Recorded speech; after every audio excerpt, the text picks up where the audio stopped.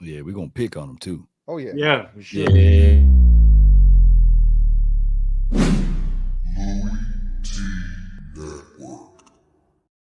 Who else could it be? Me, your man, Louie Tee, here on this beautiful March 30th.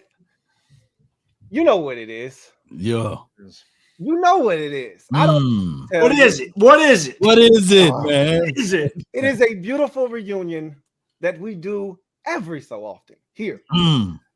It's the NFC East Super Friends. Now, it does look like we're down a man, but don't worry. We understand it. Still licking his wounds. Can I get that sound drop? Yeah. There's a Still looking a little bit of the wound. Yeah. Right? Eagle down, baby. Eagle down. Eagle down. Still looking to feel the wounds, right? So, we'll give him a chance to get himself together, collect his thoughts. He'll join us a little bit later, man. It's okay. Yeah. All right. Yeah. Nothing wrong. I'll tell you what. All right. That was a beautiful thing, man. I could not have done this show had they won the Super Bowl. Oh my God. No, sir. Brutal. Okay, it would have been brutal. Yo, We would have never heard the end of it. I mean, He would have been early. He would have figured out a way to be here on time today. he would have been here yesterday. Right. Okay, trust me. All right, he would have been here bright and early. Yes. Y'all know what it is, man. We already cutting up. We ain't been here a minute, and we already acting a fool. I got my guy Law over there representing the Dallas Cowboys. Got my guy Bad Dog representing the New York Giants. Yours truly representing the Washington Commanders. And when he gets here, Lord Brunson will be representing the Philadelphia Eagles. Together, we make up the NFL or NFC East Super Friends. As a wise man and an OG in the game once said, often imitated, never mother effing duplicated. How are you gents doing today? Good. Yes, man. If there's an off-season award, man, my Cowboys are way in first place right now. Whoa. Y'all gotta catch up. I would not put you ahead of the Giants. I'm gonna be honest with you. The Giants have made some great moves this offseason. Yeah, you know what I will say, Law? What's that? Last year, Jerry Jones, I thought, was extremely vulnerable last year, right? It's almost like he started to sense mortality for the first time in a long time. And I feel like he made the comment, like, I would really like to win another Super Bowl before I die, right? Like, we haven't heard Jerry Jones talk like that. Yeah. I hope Jerry Jones lives another 100 years, to be honest. You may outlive us all, though. I treat him like Al Davis. I'm like, bro, I don't expect him to go anywhere anytime soon, right? Right. But I thought for the first time last year, he realized, bro, I don't know how much more time I got. And we got to start going for it. And this offseason is the first time I can truly say Dallas is going for it. Like, I feel like the moves that you've made scream, hey, we trying to win a chip this year. Right? We trying, man. And now this is a short-term fix. So this means you're pushing chips to the center of the table because you went out and got some 30-somethings, right? Yeah. So 30 for 30. You didn't go out and get some young boys to try to help. You went out and got some old cagey, wily veterans out of the old folks' home to try to help y'all get it done. So that means y'all trying to win, and y'all trying to win this year. And I think Jerry got to see the NFC is wide open. It's wide open. It's wide open. When we're talking about Jalen Hurts is potentially the best quarterback in the conference, man, that tells you all you need to know about running back, the best. Oh, my bad. I mean, Jalen Hurts, man, second place MVP guy. Second place NFL guy too. NFL guy. First loser in both. He can't even defend his nest over there. Hey, look, man. But he's going to get a nest egg. I can tell you that much right now. I can't wait for them to pay him. Oh yeah, we're gonna get him in when he gets here. We're gonna get him in before he get here. When he gets here, all of that good stuff. You know what he's gonna say. You know how he's gonna try to treat it. Like, if y'all won't there, then y'all can't talk to me, right? You know he's gonna give us that whole spiel. But he's winning with that Louie Tee. He can literally say, "Hey, man, the last time we won the Super Bowl or you won the Super Bowl, we didn't have facial hair." I know that's the angle. But just to circumvent that, you and I never got a chance to witness a Super Bowl loss, though. I got to witness one of those. Oh, yeah, well, unfortunately. It sucked, but I also got to witness 4 Super Bowl wins, and neither one of you have gotten to see your team win 4 Super Bowls. I ain't get a chance to see 4. Yeah, that's what I'm talking about. God, dog, boy. Yeah. God, dog, man. God, you witnessed 4 of them, man. And it's crazy because he got a taste of it back in the day, and he's got some present day taste too, right? Yeah. So he's gotten best of both worlds. You know what I'm saying? Yes. So it's all good, man. I told you this is just gonna make our journey that much sweeter. Look, I told y'all 2 shows ago. I said, if we get rid of Daniel Snyder, that's our Super Bowl. Okay, it changes everything. He is going to think about Bad Dog, right? Yeah. Last offseason, Bad Dog was like, look, we got rid of the GM. Yeah. We got us a new coach. We cleaned the house.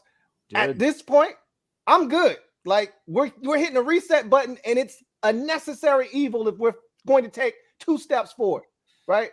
Yeah. This is 12 steps forward for us. Okay. If Daniel Snyder, and it's no if at this point, he's all but gone. It's just a matter of who's going to buy the franchise at this point. So we're feeling so good about where we sit right now. And this offseason has been a really big offseason because we got us a new offensive coordinator. Yeah. And we're going to have a new owner. We feel really good about all of the pieces that we've assembled. Now, I think we would have been a little bit more excited. And I think this is somewhat tied, and they keep telling us it has nothing to do with, the change in ownership. But I like to think that some of the lack of spending probably, stemmed from not knowing what the future is going to hold and what the new ownership group is going to want to do. However, watching, it's been bittersweet because everything that we've done has been positive. But then you look around the division, specifically at YouTube, right? Because I feel like the Eagles lost a lot of shit, man. They did. They lost a lot. They're going to lose more when they have to sign Jalen Hurts. Yeah, you can only backload those contracts so much before it gets you. Listen, that's wake up. Another thing I can say about the Eagles is that they do have 2 first-round picks, and they do. So they did well there, but they did lose a lot. I still think they're the best in this division, but I'm glad they're on that roller coaster that's going down. But before we go into more details, man, Louie, what the hell y'all doing? Are you really into Sam Howell like that? Do you see my hat? Do you see my hat? Do you see my hat? Oh, let me see what it say. New Howell order. Oh, look. Take that hat off, and you better go. You better go and go get Lamar Jackson. Stop playing around with your food. So you're not on the Lamar Jackson hype at all? No. Did you hear what Bad Dog just said? When you pay a quarterback the kind of money Lamar Jackson is looking, first of all, I don't think the Ravens have any intention of letting him go anywhere. They just don't want to spend a penny more than they need to, which is why they put the non-exclusive franchise tag on him. They want someone to sign him to an offer sheet so he gets a feel for what the market is for him, and then they're going to match. But to say that Lamar Jackson is not like he's just available. You have to sign him to an offer sheet that the Ravens have the first right of refusal, right? They're not going to refuse that. They're going to sign. But to your point, you just want to talk about going and getting Lamar Jackson. Right. Ron Rivera talked about it. I've been talking about this. I would have no issues if they went and did that. However, understanding in the roster building mode, you're going to lose players. Like Daron, if we were going to go after Lamar Jackson, there is no Daron Payne being brought back. We're talking about our 2 defensive ends, Chase Young. We don't really know what he's going to do. Montez Sweat. Right now we're looking at like, hey, we're probably going to have to pick one of them. 2 dudes pretty much playing for 1 contract. You sign Lamar Jackson, neither one of them are coming back. You can't. But he's Lamar Jackson. With those 2 boys, with those 2 boys, how many times you been into the playoffs? How many times you been in contentions? Hey, you bring in Lamar Jackson, you make him fill in some pieces and some holes elsewhere, but you will have a legitimate chance. Not saying, because Sam Howell could be more of the same of what you guys just experienced. Now, granted, I don't think so. Now, granted, don't take that last game that you played against us, that was the coming out party for Sam. But if you want to feel that way, then go ahead. It's all good. That was just the beginning. That was just the beginning. Like, you just got the tip of the iceberg. I don't think you heard what he said after the game. He said, "Hey, we left points out there. We beat them, and we could have beat them. We beat them bad too, and we could have beat them worse. But we left points out there." He's not. So that's the real set. You're gonna get there for 17 weeks next year, huh? Oh yeah. You're gonna sweep the Giants. You're gonna sweep us. You're gonna sweep the Eagles. What he's saying, he's gonna leave points out there every week is what's gonna happen. Because how ain't getting all the points you should get. That's not how this works. That's not how any of this works. Okay. Well, Dak do it. Dak do it every year. You know what I'm saying? Dak didn't do it last year. Dak didn't do it last year. Hey, leave us alone. Dak didn't do it last year, right? We made sure that we did our part. We did close. Did not do it last year, okay? Yeah. So contract is awful. I love Dak's contract. Jerry did a nice job with that. Oh man, come on, man. Hey, I ain't gonna talk about Danny down there. You know what I'm saying? Listen, man, we had to sign Dan. His contract ain't nearly as bad as Dak's. We can get out of that after 2 years. Career. What's the language of the contract? Because I just looked at the number and said, "Oh wow, it's not bad at all." He's only in like a $21 million cap at this year. Mm-hmm. He spread it out over 4. So his incentive, he can get up to 190. I think it was 190. Yeah. Over 4 years, but we can get out of that after 2 years because of the way they did the contract. It's incentive laden, signing bonuses, all that stuff. I mean, listen, that was one reason I loved what we did in the front office last year. You look at the front offices of the Buffalo Bills, they're really good with the cap. You look at the front office of the Philadelphia Eagles, Howie's a wizard with the cap. He's really good at maneuvering, knowing the language, the loopholes, and all this stuff. Right. Well, Joe Shane came from Buffalo. He understands. True. Brandon Brown, our assistant GM, came from the Eagles. True. He understands. So these guys did a really good job of getting these guys in here. And what I think what I think Shane is doing, and I love it, he's not really handicapping us in 2024. They tagged Barkley. Now, I know they restructured Waller, so Waller's going to have a bit of a cap hit. He was no dead cap. I don't really know. I didn't see what they restructured the contract. Right. There's a dead cap because they needed to make room for some money because they're still a little cap stricken. Paying Daniel Jones obviously cost a lot of money, but we had to sign Daniel Jones because if we franchised him, we couldn't keep Barkley. You can't franchise him bold. Couldn't maneuver that $32 million around, so we would have been stuck. Getting Daniel Jones done allowed us to maneuver the money around, but you look at they didn't do anything with Leonard Williams. He might be gone next year. Saquon Barkley might be gone next year. They only signed Sterling Shepard to a 1-year deal. They signed Paris Campbell to a 1-year deal. They did a lot of 1-year deals. And in 2024, our cap is extremely healthy. So I like the way Shane and Brown are doing this, where they get these bodies in here. I like the Paris Campbell signing. I love the Okereke sign. We need an inside linebacker in the worst way. I love the Darren Waller trade. I love that trade. We didn't give up anything. We barely got to pay the guy anything. Yeah, true that. So, again, I think he's done a good job for 2023. We're not a Super Bowl contender, but I really think he's leaving that slate open for 2024. We're going to have a lot of cap space, and then you're really going to see what these guys can do. But I'm looking forward to the draft. I mean, this is where you do it. You don't do it in free agency. We all know, any real football fan knows. Right. The draft. You do not build through free agency. As Giants fans, we know we'll get them. We'll try to go out there and make a splash with the biggest name free agents. They'll crash. You feel on free agency, and then you build through the draft, but you make sure you're not having too many people going through growing pains. And to be 1,000 with my team, that's where we've been having issues with. Like, we draft pretty well. It's just that we didn't do on the front end free agency. But now that Jerry Wayne and his son is trying to at least get the 30 for 30 boys, like my guy Louie Tee said, it may be a good wrestle between us and you, you know. And I haven't got I can't stand that the Washington won the last game to give you guys hope all throughout the year, but I can't wait to beat y'all down. We were conceding defeat there, right? Because we were distraught over the Cleveland loss the week prior that put us out of playoff contention. True. So we were distraught. We just knew y'all were going to come in and y'all had a chance to win the division. So we were fully expecting y'all to trounce us. And we weren't even mad about it because we were like, you know what? It's about a difference of about 6 spaces in the draft. You know, four. I think it was like 4 spaces in the draft. 4, or whatever. yeah. It wasn't super significant, but it was significant enough. So we were like, you know what? It is what it is. You know, we were still pissed off about the week prior. And then Sam comes in and does what he does.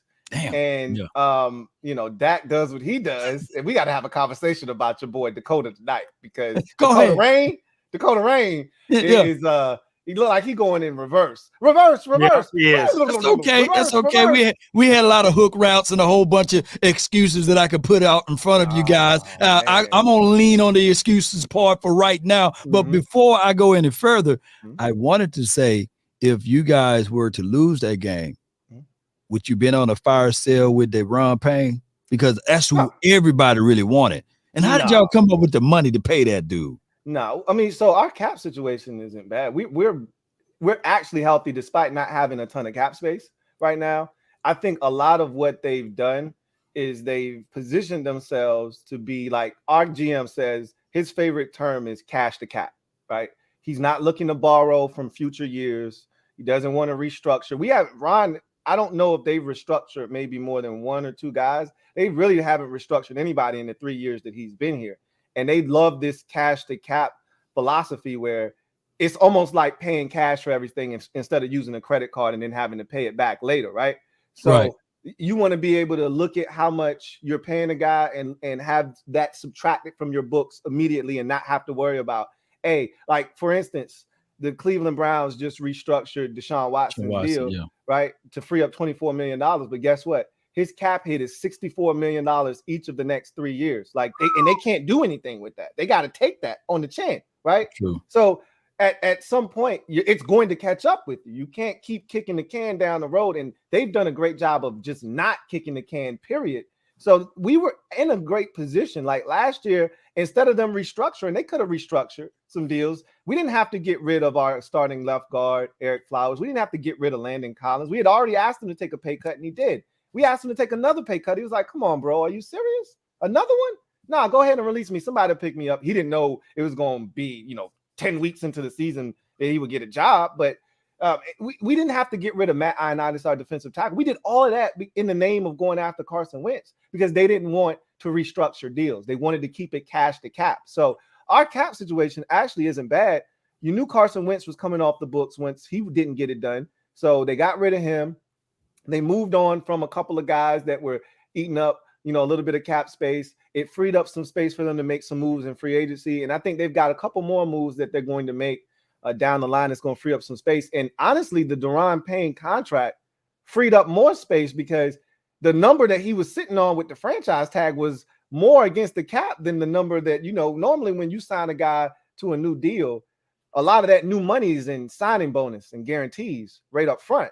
And so you're able to lower that base salary for that first year of the contract. You really don't feel Daniel Jones is right. That first year of the deal isn't going to really impact. It's that next year where you're going to start to feel the impact of that deal because they're getting a lot of that money when they sign their name on the dotted line. Same thing happened with Daron Payne.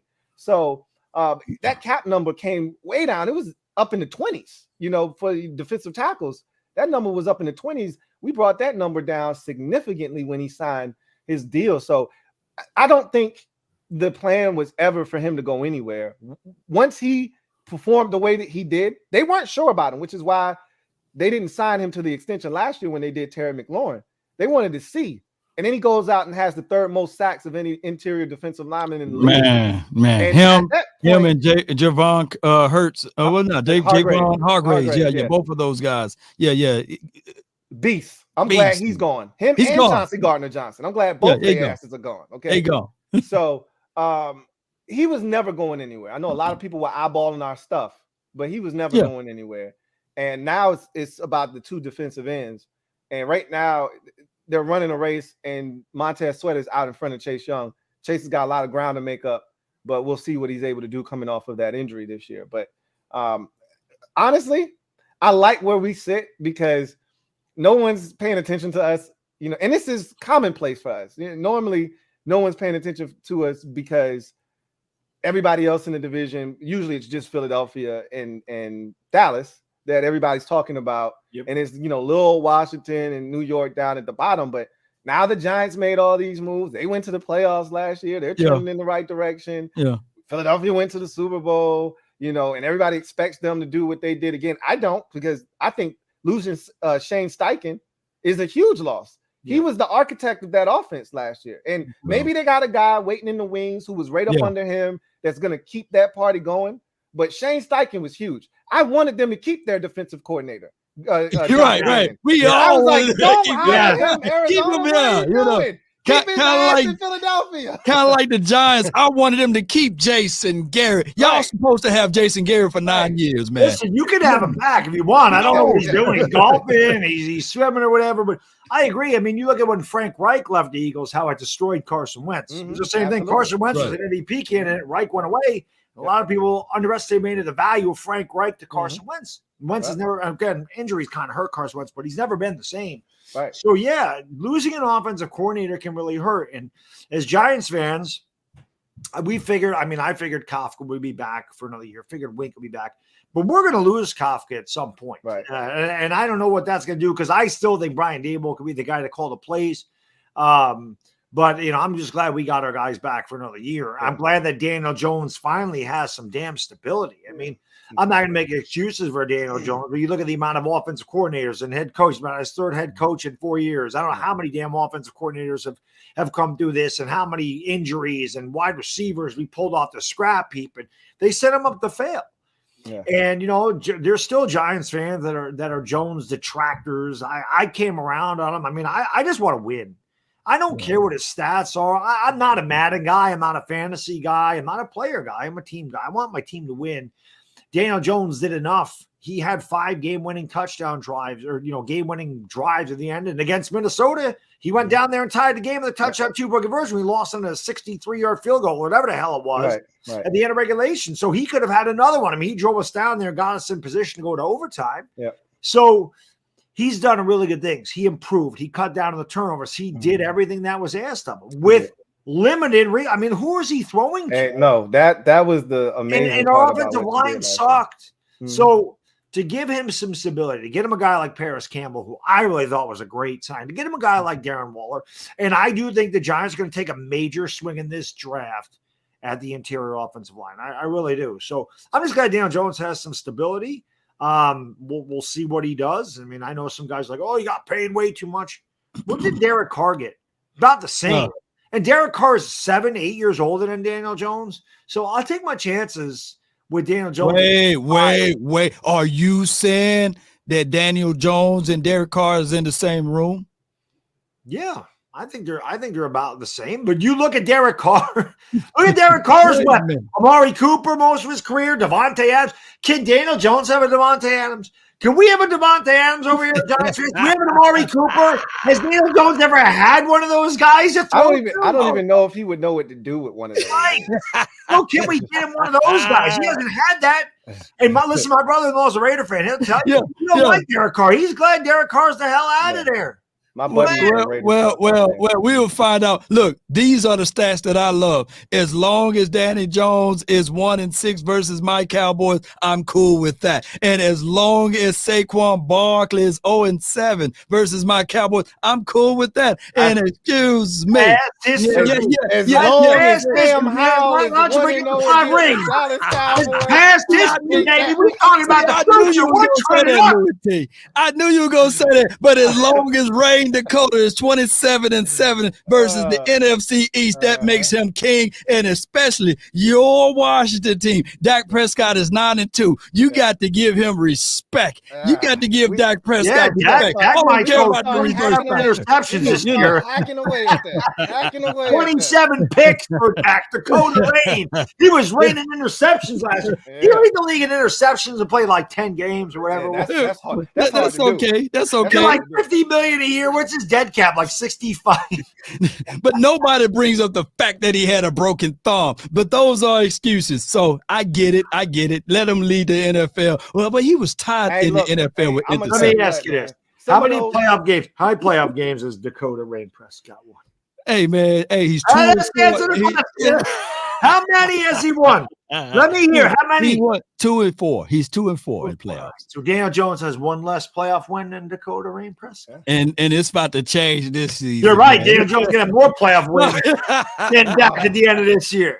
Oh, hey, let me tell you this right now. It's going to be the Dallas Cowboys, the Washingtons, the Giants, and from first to worst, it's going to be the Eagles. Hey, there you go. LB, you hear that? LB, y'all lost a lot this year. That's why he last coming there now. Look, hold on. I'm asking him right now. How do you feel about what Law just said? Y'all lost a lot of stuff.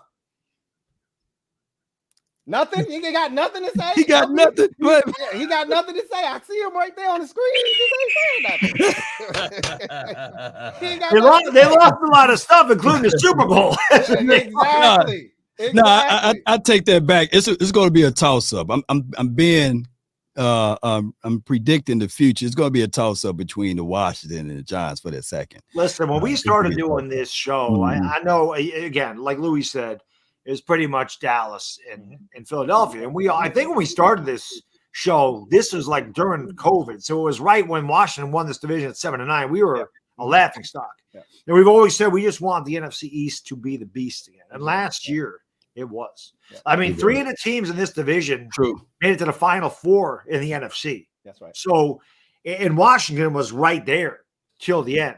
So, yeah, I mean, and they got Eric Bieniemy, like Louie said. Again, you can't underestimate the front office changes, how much that means. Another thing the Giants did this year that I love is changing the freaking turf. Yeah, that is such an underrated aspect. What the Giants did this offseason, that might be my favorite move, is changing the turf. But I agree, Law, this division is going to be a toss-up. Health is going to be important, but I think these teams are starting to kind of get on even ground. So it's going to be a fun year, man. It's going to be even more interesting because in past years, in particular last year, I knew the division was going to be good. I couldn't have foreseen what the Giants were going to do, right? I would have swapped us out with the Giants, but I knew the division was going to be good overall. And even the Giants, who I thought would come, bring up the rear, I still thought they were going to be really solid because of the schedule we were playing. I told you guys, as long as you take care of the NFC North and the AFC South, normally we beat the hell up out of each other, and you're going to get wins here, you're going to get a win here, you're going to loss here within the division. But as long as you take care of business outside of the division, and my whole thing was you needed to go no worse than, because you were playing 8 games outside of the division in those 2 divisions, and then you get your 3 games outside of the conference, right? Or extra game out of the conference, and then the 2 that are, the teams that finished at the same spot in the conference as you did the year prior, the one division that you're not playing. So I said 8-2, or excuse me, rather 6-2. No worse than 6-2 is what you needed to be playing against the AFC South and the NFC North. And we dropped the ball. Everybody beat the Titans, right? Except us. Everybody beat Jacksonville except Dallas. But that was I think that was the only team you lost to, them in Green Bay, right? Yeah. Who we played this year though? We played this year? The AFC East. Who's the AFC East? So that's Bills, the Jets, Pats, the Dolphins. That's a tough division. That's going to be a tough division. Like, you're not getting a walkover this year, right? And then in the NFC, we'll all beat the Patriots though. As long as Joe Judge stays there, we good. Yeah. As long as Joe Judge is part of that offense, I don't care who the quarterback is. It's a mess. We talked about that last year. We saw that coming a mile away when Belichick couldn't make a decision. First of all, you got a special teams and a coordinator and a defensive coordinator trying to be an offensive coordinator. What the hell is wrong with you? So we knew that was a problem, but they got Bill O'Brien this year. So I expect that to be more organized and for them to get that going in the right direction. But it's going to be a lot more. It's going to be a lot more difficult this year than it was last year for this division to dominate, because we're playing a much tougher schedule than we did a season ago. But the same thing applies, right? This conference is wide open. When you look around at the NFC, at least last year, you're the best in the conference. There was Brady and Rodgers still, right? And we didn't know Brady and the Bucs were going to fall off a cliff, because they were coming off of another good season the year before, and Rodgers and company had the best record in football, or in the NFC rather, last year. So we didn't know they were going to fall off a cliff this past season. It all depends on when we play these teams too, though. In the AFC, I want us to sprinkle some of those. Like for my Cowboys, I want us to sprinkle some of those games early. I don't want weather to play a factor. Not saying that my team can't play in cold and crazy windy elements, but I want us to play the Bills early if it's at home. I forgot. I've seen all of our, because you already know who your home. Yeah, we go to Buffalo late in the year. I think y'all go Buffalo late. Yeah. I'm pretty sure we do, but I mean, we're a cold weather team anyway. Yeah. So your home. I might go to that game. I don't know. Are you close to Orchard Park? No, I'm a long way. I'm way closer, like Boston, and Buffalo is a good 4.5 hours away from me. The city in Boston, they're about half that time. So, but I know my in-laws are huge Bills fans, so you probably go. That'd be fun. My brother-in-law is a Giants fan, like me. My sister-in-law and my brother-in-law's mother, they're Bills fans. So bless their heart, man. Bless their heart. That'd be a fun one. Yeah. Out there in January in Buffalo is beautiful. After looking at what you guys have done this offseason and all the moves that you've made and how you've positioned yourself, what do you think is the biggest need that you have going into the draft? I'll start with you, Law. You guys went out. The two biggest needs that you had, and another offseason, I was begging somebody to come take Dan Quinn off your hands. Please take him away from them. He's, to me, the glue that's holding that whole thing together. He's like the linchpin he is. That's holding that together. And I'm like, I wish somebody would just get this man a job he cannot refuse so he can leave, so this thing can kind of start to fall apart at the seams. But he's still there. That defense is still going to be really good. And off the strength of that, the offense is going to, I think, be really solid. The two biggest needs that I perceived the team to have was a number 2 receiver, which you didn't have, and losing Dalton Schultz is huge because he was like your number 2 receiver. Even though I think you've got tight ends in place, Hendershot and all those guys that you have are in place to take his spot and be solid. But number 2 receiver and number 2 corner, because that mess you put on the field opposite Trayvon Diggs last year at the end was brutal. That shit it made Sam Howell look like a young Tom Brady, didn't it? Hey, look, man, he was gonna do that to whomever. It didn't come on now. Out there. I'm trying to get you close. He was dropping dimes on y'all, man. It didn't really matter, but it did help that it was Mullen and all of these bums that you had out there, and Clark at linebacker that we were blessing. It did help that you had some bums out there, but they were going to get blessed anyway. But yes, indeed. You go and get, the receiver, right? And Brandon Cooks, and you go out and you get the corner and Stephon Gilmore. So you've taken care of what I perceived to be the two biggest needs that you had last year. Zeke's no longer there. I told you 2 years ago. Yeah, you did. You kept saying. I kept telling you, your best running back is not Ezekiel Elliott. Yeah. And all that shit you and Lord Brunson were talking about. And I was Brunson want him. He wants Zeke. Brunson wants Zeke. He's talking about, hey, I'll take him. Hey, he's there. He's all yours if you want him. I keep telling Zeke, just take your ass to Cincinnati. You're a legend in Ohio, the state of Ohio, because what you did at Ohio State. They moved on from Samaje Perine. Just go there and be that big physical back. They came out that they said that they didn't want him though. So it's one of those situations. I wouldn't want him either. Yeah, get out of here, man. I wouldn't want him either. But so what's your biggest need? Well, all right, before I say that, I like the way you said what's the biggest need. So from you, Bad Dog, what's the Cowboys' biggest need? So I like to do this little game. What you think? Geez, I don't know. You could use another running back, probably. You could use another receiver. Okay. So, I mean, your defense is pretty good. Okay. Your defense is pretty good. But I mean, I don't really follow the Cowboys, man. It's hard. I didn't follow I didn't follow your off-season moves, and so that's okay. That's okay. I just wanted to know. I just wanted to know from you, and then Louie Tee already laid it out for me. Yeah, go ahead. Right. I think he laid it out for me. Yeah. I told you last show I love Donovan Wilson, and I was upset that you guys re-signed him. I wanted him to leave too. There's certain guys on every team in the division that I'd like them to go away. He was one of the guys. It'd be nice if you left the division.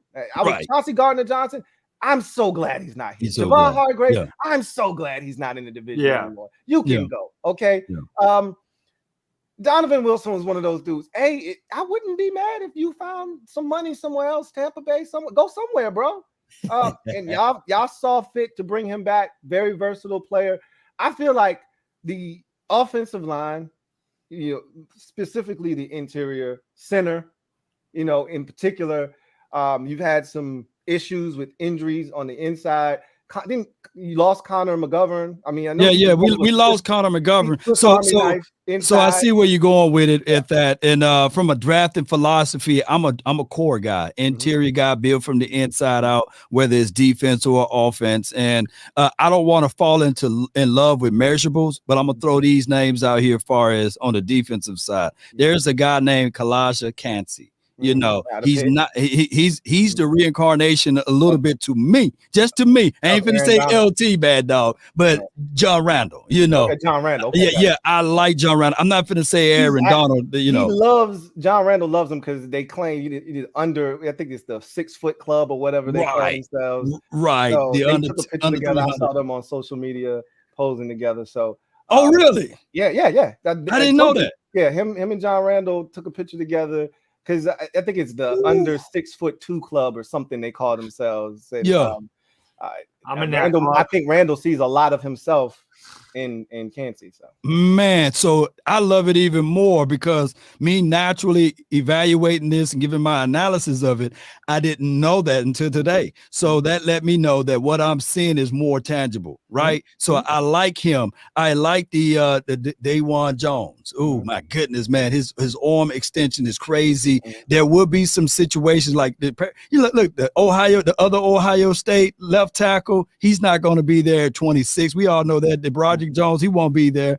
I do like Steve Avila, but I look at him more of the first earlier rounds in the second round, not necessarily in the first at the 26th spot. I'm not that high on Bijan Robinson because if he falls all the way to the 26th spot, why? What would be the reason? Because the league, honestly, because the league doesn't value the running back position that way. True. Most people look at the running back position as a position you don't invest a first round pick into, because for me, I would look at it in the opposite manner. I would invest the first round pick because I would have the option, the fifth year, and then let them walk after that. So I could grind you for 5 years and then let you move on. Instead of 4 years. Well, we did have that option even with my guy Ezekiel, remember? But he read up before that 5th year time. He wasn't having it. He wasn't having it. He wasn't having it. He went to Mexico. He's like, I'm not coming back till y'all give me my deal. So I value the interior, man. If the Cowboys go get an interior plug, because I'm tired of us looking at the other guys like the Daron Payne, like Jeffrey Simmons. I like those boys for the Cowboys, but they already on other teams, and you got to give up draft compensation to get those guys, which the Cowboys covet draft picks. So we can get our own. I know a lot of people talk about Mozzie, but I like Mozzie more in the second round with the 58 pick. He wears number 58, by the way, but I look at it like that. If we can get a guy from the inside, it'll work for us. I even like linebackers like a Trent Simpson. I like Drew Sanders. I can go on and on about defensive guys that can play for the core, and I go on and on about the philosophy of drafting an interior offensive guy. I think linebacker is going to be interesting in this draft. I don't think it's a top-heavy position, but I do think there's some depth at that position that you get a quality football player at some point in the draft. I think day 1, day 2. More specifically, day 2, I think is when you're going to see the linebackers really start to come off the board. But it dies real quickly right at the 3rd and 4th. It just goes. It goes off a cliff. Yeah. Right. Yeah. That's why I said it. I think it's not top heavy, and I think the depth of it is in the 2nd, 3rd, and probably early 4th round. If you don't get it while supplies last, hey, good luck.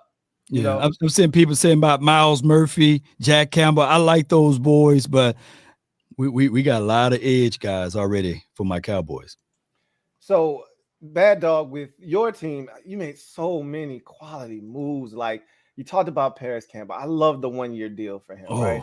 I love the trade for Darren Waller, 3rd round pick. Now, I will say this is as deep a tight end draft class as we've seen in a long time. I say the 2018 class was the last really deep tight end draft class that we've seen. Daniel Jeremiah said it's the best tight end group he's seen in a decade. So, and I concur. Like, It's right up there with 2018 for me, which was loaded. So the value may not actually be there. We saw what Dalton Schultz had to take from the Texans, right? Like we saw the same thing with Mike Gesicki. Nobody's giving tight ends money. Why? Because there's so many of them in the draft this year, right? So, but none of them are Darren Waller. I can assure you that the closest you may get is Dalton Kincaid. None of them are Darren Waller. Right, especially at the back end of the third round. I mean, right. The biggest thing with him is he's got to be healthy, right? When he's healthy, that's all I got. Same thing with Paris Campbell. I mean, exactly. Got to be healthy. He had a big year last year with the quarterback carousel in Indianapolis. They were a disaster. It was a good year. I wouldn't call it a big year. It was a good year for a guy that it was a breakout year by his standards because he had been banged up pretty much his entire career. But I liked him coming out of the draft. I thought I was lukewarm on him because a lot of that Ohio State offense, because he played with Dwayne. I didn't like Dwayne mesh concepts, right? Just a little shallow cross. He would catch it. They're athletes. They'd run past everybody. He didn't really blow me away, but I think he's got a lot of untapped potential. I love the Bobby Okereke signing. I wanted him. He was one of the guys on my list because we needed linebacker so badly. He was one of the guys that I identified along with, David Long and, Aziz Al-Shire and some of these other guys that I was like, hey, man, if these dudes are within the wheelhouse, go get him. And it makes a ton of sense that you guys went out and got him. There's something about Stanford linebackers, I guess, that you guys just really like in free agency.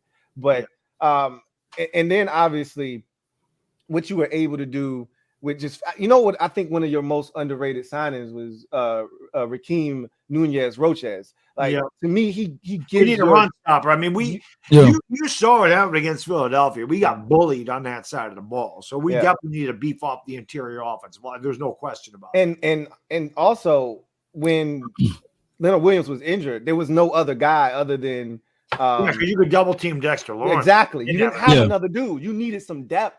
Yeah. He's a really good player. I don't think people realize how good, Raheem Nunez-Roches is coming from Tampa. That's a really quiet, under the radar signing that I think is going to benefit you guys as well. But in saying all of that, I think I know what your biggest need is. I want to hear. Hey, before you say anything, I would trade you right now, Jonathan Hankins and Big Bo for Dexter Lawrence. Hell no. He's Sexy Jackson's gonna be a giant, man. He's not doing that. Sexy Jackson's gonna be a giant for a long time. I give you Jonathan Hankins and my guy. You had Jonathan Hankins here already. Right. You got the sexy Dexy dance. We're doing that for a long time with the Giants. Boy, man, I really like Dexter Lawrence coming out of college, though. Right now, the Giants. I did too. I actually thought we reached for him.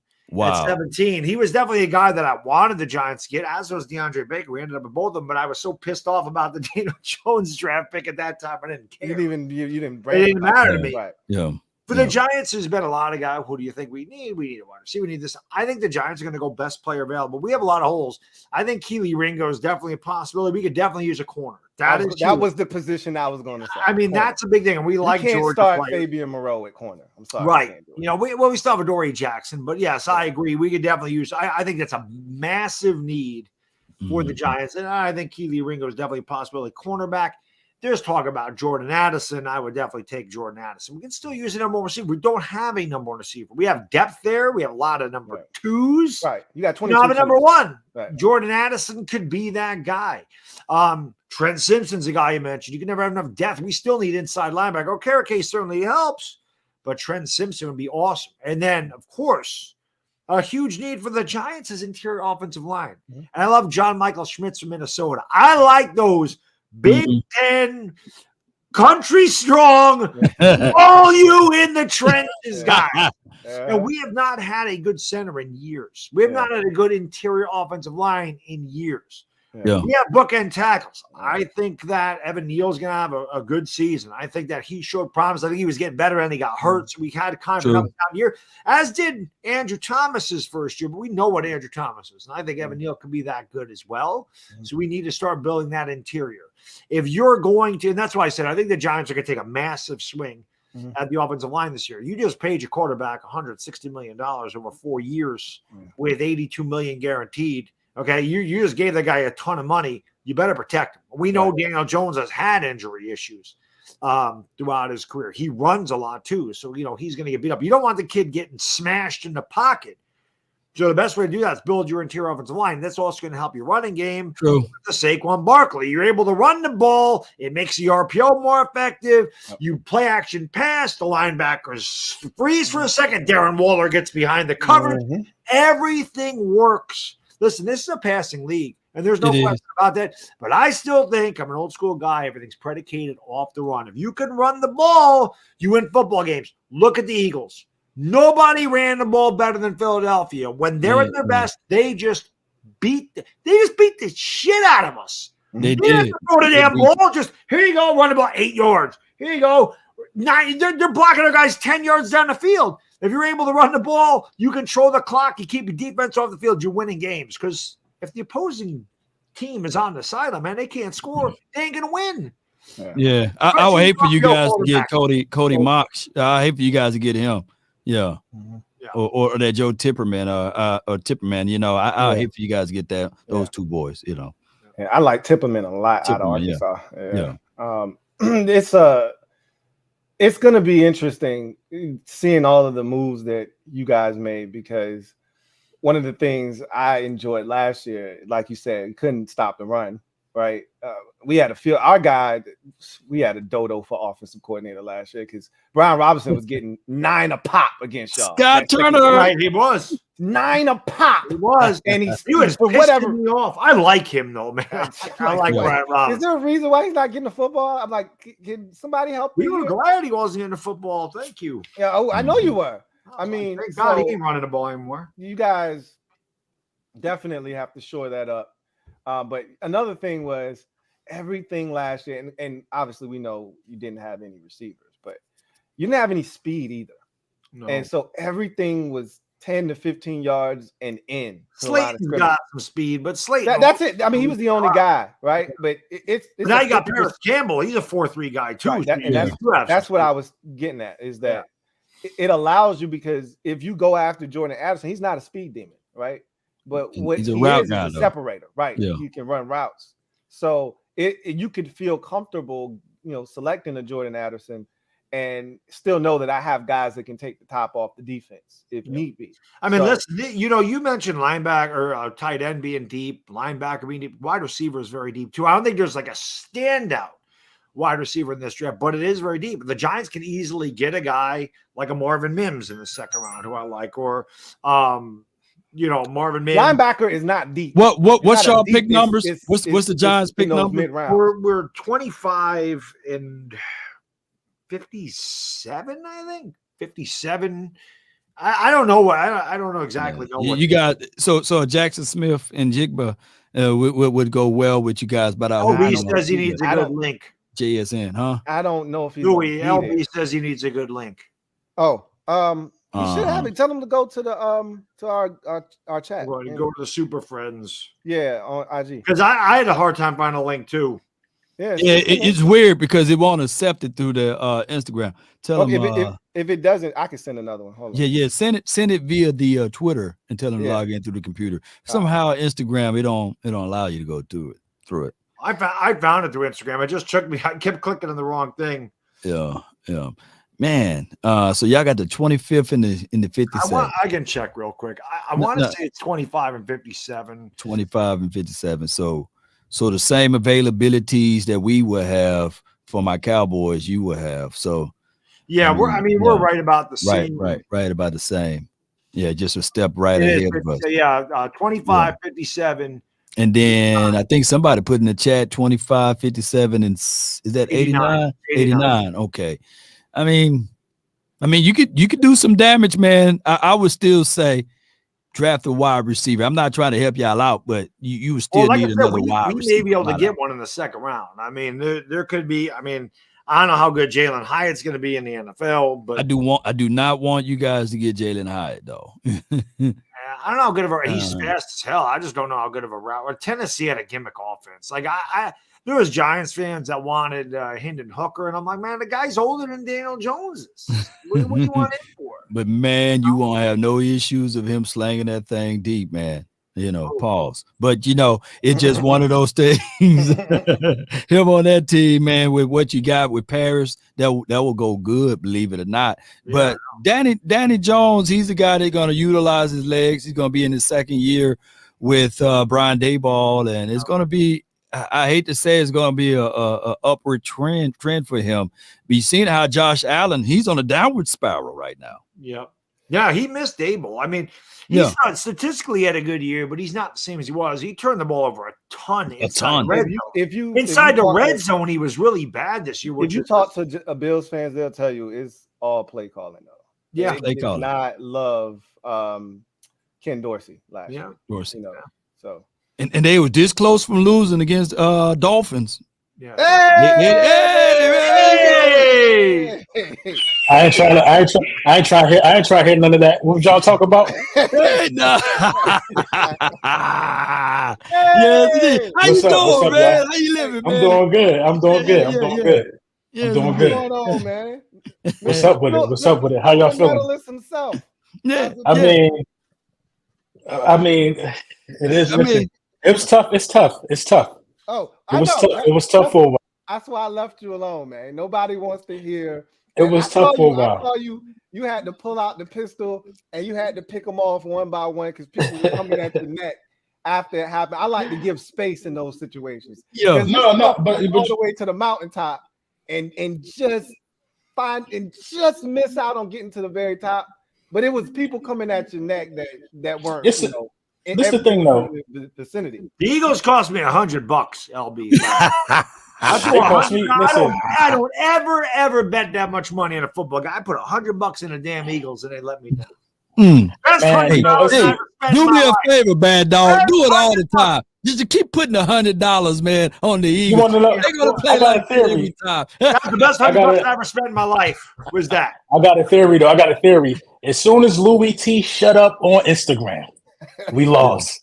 He was talking every playoff round. He just was talking. Y'all gonna lose this round. As soon as he shut up, we lost. It was gonna be a good game. I knew it was gonna be. I fully expected y'all to lose to San Francisco. And if Brock Purdy doesn't get hurt, I'm telling you, you don't win that game. I don't care about none of that. Right? It ain't like he got. I don't care about none of that. Y'all hurt him. That's what I'm saying. Y'all took the man out. This is the narrative. Everybody. I'm not mad about that. Everybody's acting like he slipped on a banana peel on the way to the game. It's not like he ran out of bounds and he stepped wrong and he hurt his back muscle or something. Y'all literally hit his elbow and knocked the man out of the game. So we was on a mission. We was on a mission. That was one of the historic pass rushes in recent years. You know what I mean? And that was our identity, man, being able to get home. So it was a lot of positives though that I took from that though, because I learned a lot about Jalen Hurts. I learned a lot about key players on our team. The main guy is Jalen Hurts though, man. Like it ain't nobody else with a quarterback in the division that could have shot it out like that with Patrick Mahomes, in my opinion. Oh, you know what I mean? I've seen some. Come on, man. What you mean? What you mean? What you mean? Huh? What you mean? Hold on. So you mean to tell me if the Cowboys somehow found a way to get in there, they would just fold it up again? Huh? Yeah, that's what y'all do. I mean, listen, you know what? Let me talk about the Cowboys for a second while I got you right here. Y'all robbed me right here. No. Y'all have robbed the NFL of a golden opportunity. Y'all robbed us. All you had to do was beat Mr. Irrelevant, and then it would have been the Eagles and the Cowboys in the NFC Championship game. Y'all know, y'all feel like y'all could beat us so much. All y'all had to do was meet us at the altar. We was waiting. Yeah. You robbed us of an epic showdown. You know what I mean? Y'all would have sold, man. Y'all wouldn't. Come on, man. Y'all would have lost us too. Blame Dak Prescott. Yeah.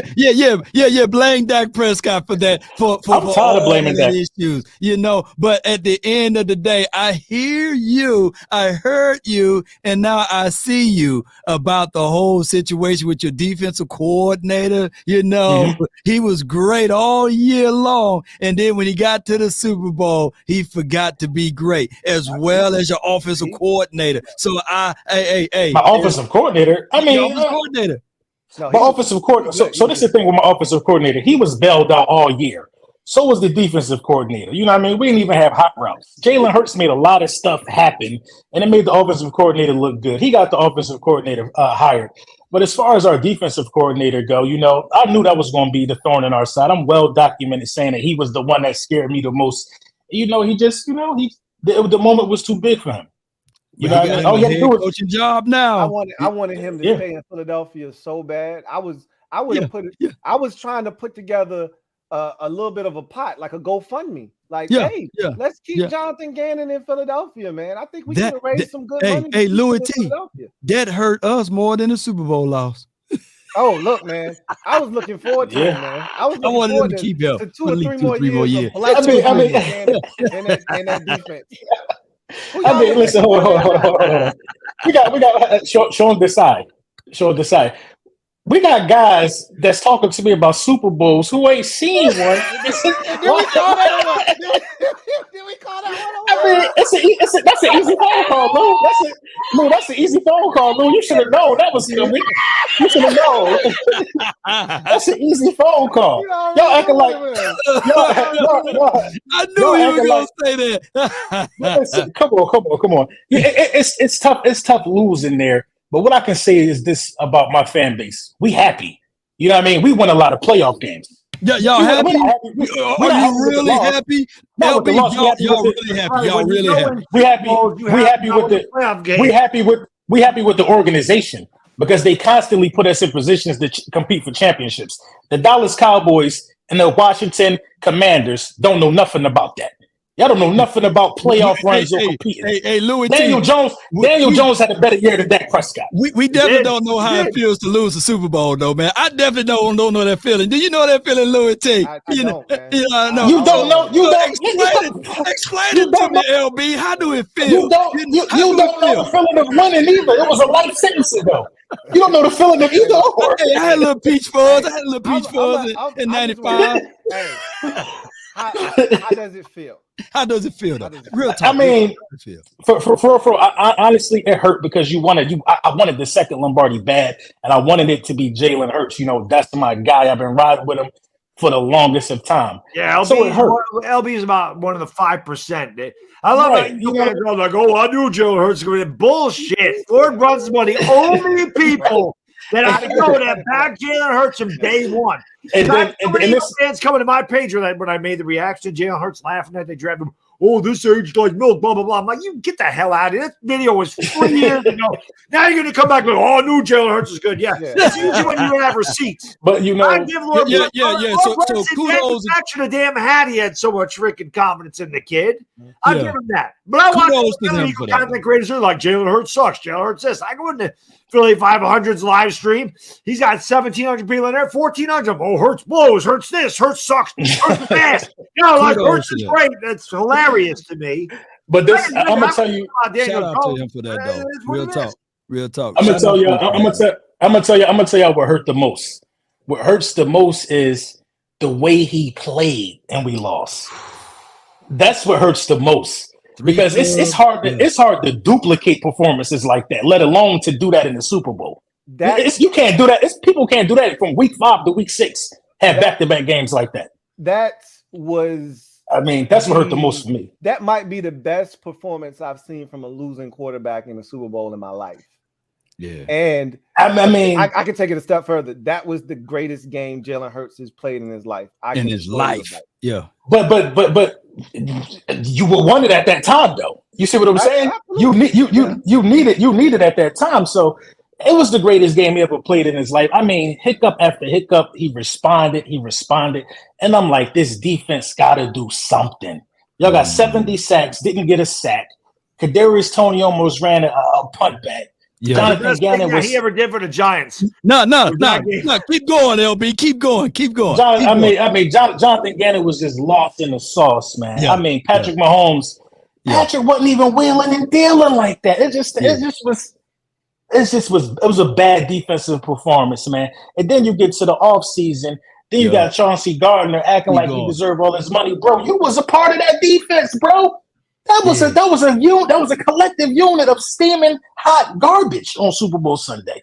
So it was like, you know what I mean? It was a collective unit, man. I'm talking about Hurts did his job. AJ Brown did his job. Devontae Smith did his job. Dallas Goedert did his job. The offensive line did their job. Whoever was running the ball did their job. The whole offense was locked in, and the defense didn't even show up. That's what's more disappointing to me. Like the performance, you can't let your quarterback down like that. You know what I mean? You can't let your quarterback down like that. Honestly, deep down inside, I ain't give a damn if none of them came back. I ain't give a damn if none of them came back. What about Slade? What were you in? I'm glad. You glad Slade back? My dog. I'm glad Slade and Bradbury back. I'm glad the tandem is back. You know what I mean? That makes sense bringing both back. I always felt like Javon Hargrave. Are they the best tandem now?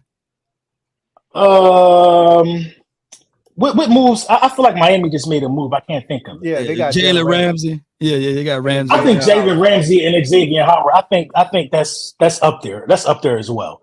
You know what I mean? I don't think it's y'all, Law. Diggs and Gilly. I don't think it's y'all. I see what you did to my boy Koye posting the picture of my guy Gilly getting used by Jefferson. I saw that, but you got to understand. You want to know why? Why did you do my dude like that? Because I got a rebuttal for that. Okoye, that's my God. You know what I mean? Yeah. It wasn't that malicious. This is the thing, though. When you post how good he is all of a sudden in that one particular game, you don't post him getting cooked for 10 receptions, 12 receptions, 100 yards and a touchdown. You leave out all the meat and potatoes. You don't just show me 2 plays. Overall, he got cooked. But don't you know who got the clamps on Jefferson? Of course you're going to say Diggs. Diggs got the clamps on the brother. Don't you know?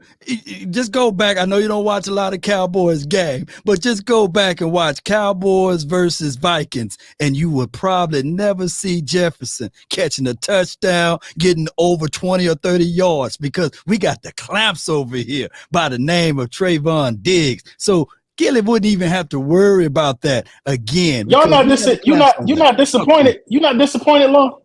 What? You're not disappointed.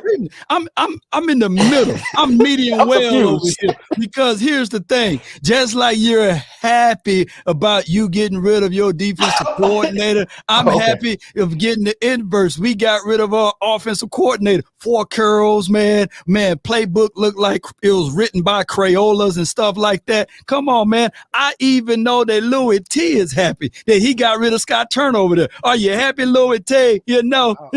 I'm jumping over the moon, bro. He can jumping on the moon. But this the thing. But this the thing, though. This the thing, though, for me. First of all, I have nothing bad to say about the Giants. I'm trying to find something bad, dog. But like you guys were kind of impressive. But when does Dak Prescott get some of the blame? Come on now. He's an 8-year veteran. I love Dak's contract. It's great. We got to have a conversation about him tonight. Listen, please, let's do it. I am ready for this one because listen, this dude going in year 8, he never had a playoff run. And in case y'all want to change the narrative on a playoff run, it's championship game or higher. Getting to the divisional round is not a playoff run. Okay. The guy never had a playoff run.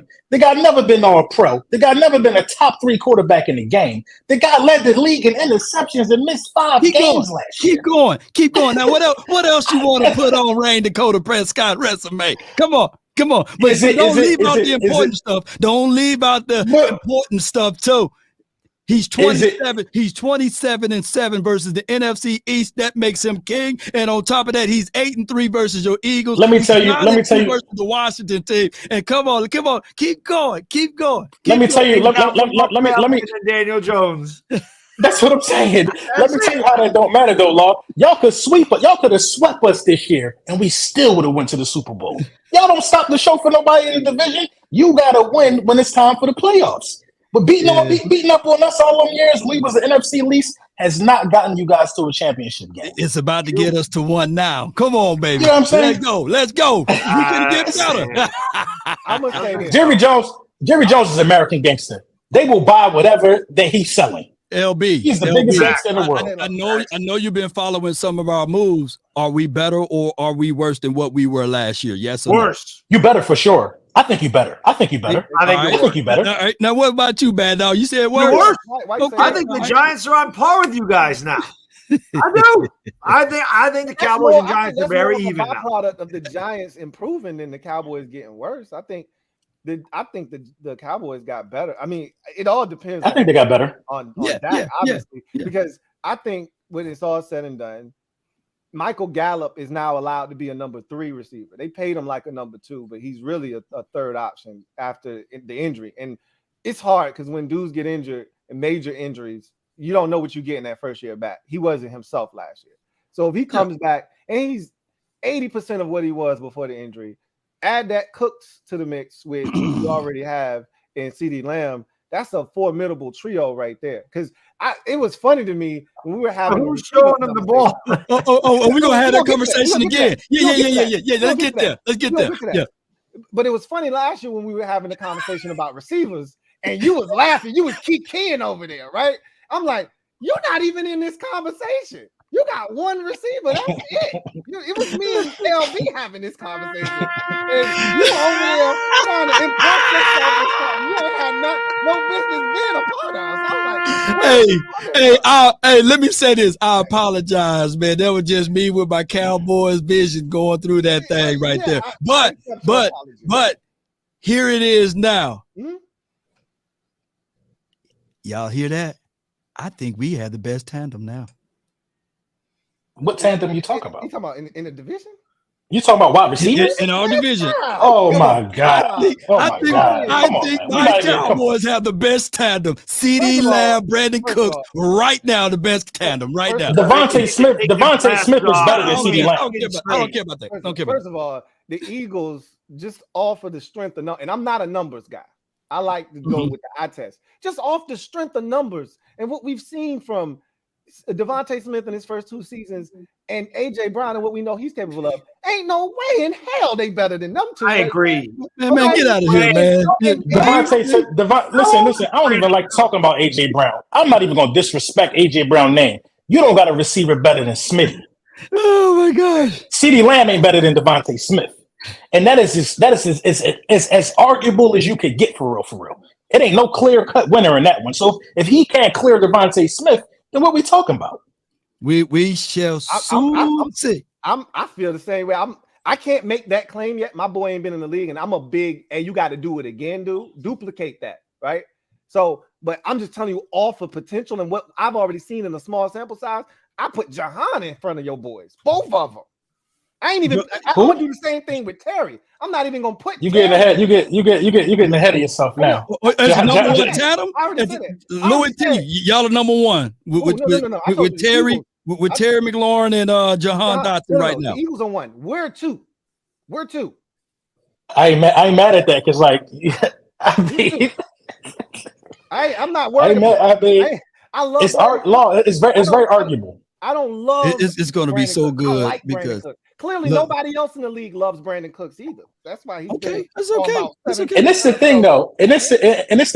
How can you have the number one tandem when part of the blame, so y'all say, for that interceptions is guys like CeeDee Lamb running around? Wait a minute. Hold on. We was talking about a guy by the name of Noah Brown, who was the 4th and the 5th option last season, the season before last. And then last year, we elevated him to be the 2nd and the 3rd option. That was due to the fact that we didn't go out there and get nobody. We went and got a T.Y. Hilton. I know you know his name, 3rd and 30. You know what I'm saying? T.Y. that we pulled up. He was 33 years of age, and he gave us a little spark here. And he didn't have no OTAs, preseason training camp, and now we finna get better. Man, you watch out.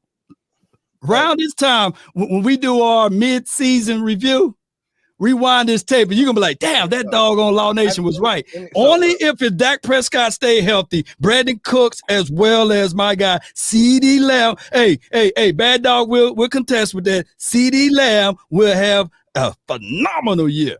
Come on. Don't try to use Bad Dog because he's such a huge CD fan. Lamb is better than Devontae Smith is. I mean, come on, man. What are you talking about? No, he's not. That's Bad Dog. Come on, LB. I'm not going to give him AJ Brown, but he's better than Devontae Smith. Come on, man. No, he's not. I'm telling you, man. I'm telling you. CeeDee Lamb is a freaking beast. He know Bad Dog got a soft spot for I do. Yeah, Oklahoma. I got a soft spot for debate. I'm trying to win this debate right here. You know, I got to get a 30-second because we moving away from the the real conversation, which is Rain Dakota. Like, let's not steer away from what we're supposed to be talking about. You said earlier that he had a broken thumb, and you tried to use that as an excuse. Is that the excuse you're going? Is that your final answer? Is that why we saw all those interceptions? Is a piece of it because he didn't have those kind of caliber of interceptions before that time frame. Right or wrong? Right now, I mean, he threw saw for a dude 37. that was struggling up here. When we played y'all in week 18, the man should have thrown a pick 6 to Kendall Fuller on a route where I'm like, what the hell was Dak thinking about? And he dropped it. The very next play, he throws the worst pass I've seen on an outbreaking route. It is a easy speed cut to the outside, and he throws that 3 yards inside for a walk-in pick 6. There is regress Scott. Here with regress Scott. Nothing to do Dak regress Scott. Okay, look, bro, have you ever pick 6 against the 49ers at the end of that game? The linebacker just dropped it. What is your favorite ice cream, Louie Tee? What's your favorite ice cream? I don't eat ice cream. Oh, yeah. I'm a vegan. I don't eat ice cream. I get vegan ice cream, but I don't eat ice cream.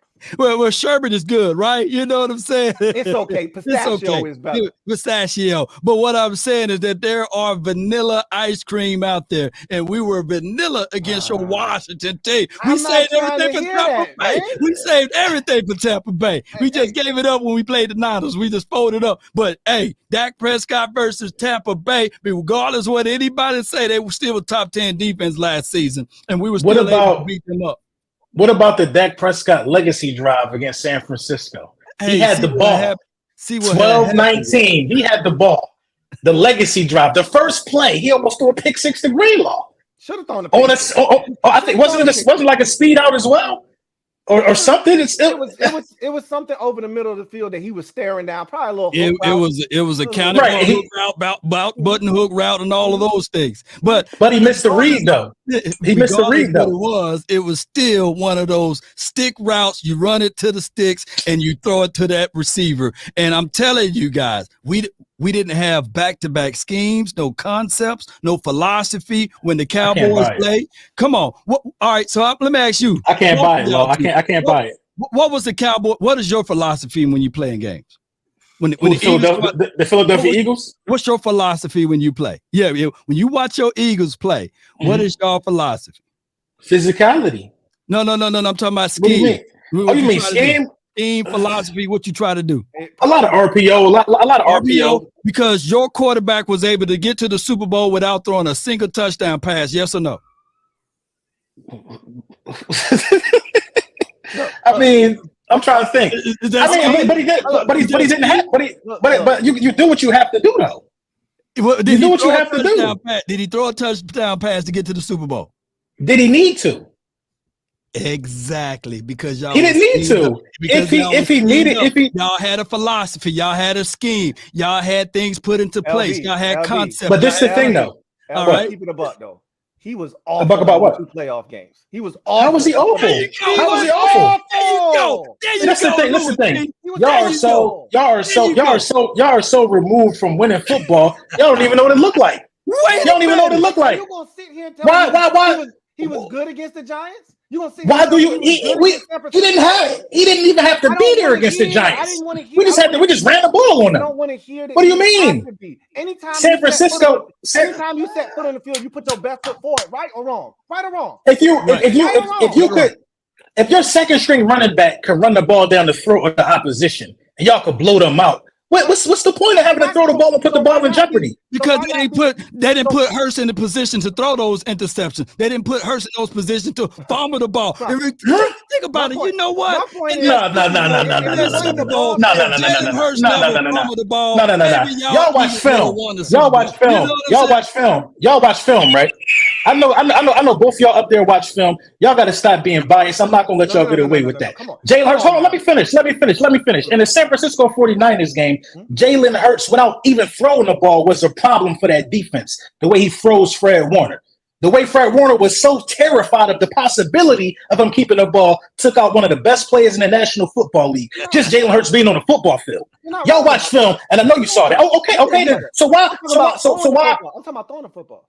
If you don't have to with his legs, if you don't have to throw the football, why do it? Why throw the football if they don't have no more quarterbacks? We took that dude out in the first drive of the game. But you know when he had to throw the football, take his quarterback out, he would have had to throw the footballs. But the quarterback was there. We had the ball first. Listen, right. We had the ball first. And he wasn't good on that first possession. Listen to me. What are you talking about? He converted a fourth down pass to Smitty. One hand. Catch the ball. What are you talking about? He didn't catch the ball according to who?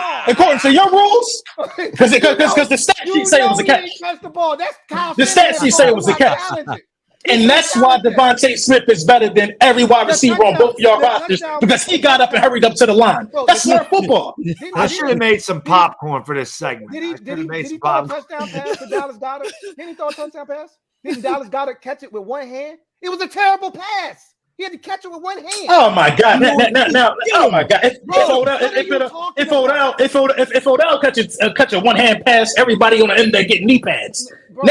Now our guy catches a one hand pass. It's a terrible pass. That wasn't a good pass. Don't compare. It wasn't a good pass. We're not talking about Eli Manning. We're talking about Jalen Hurts. Okay, we're talking about Eli Manning. Yeah, well, listen.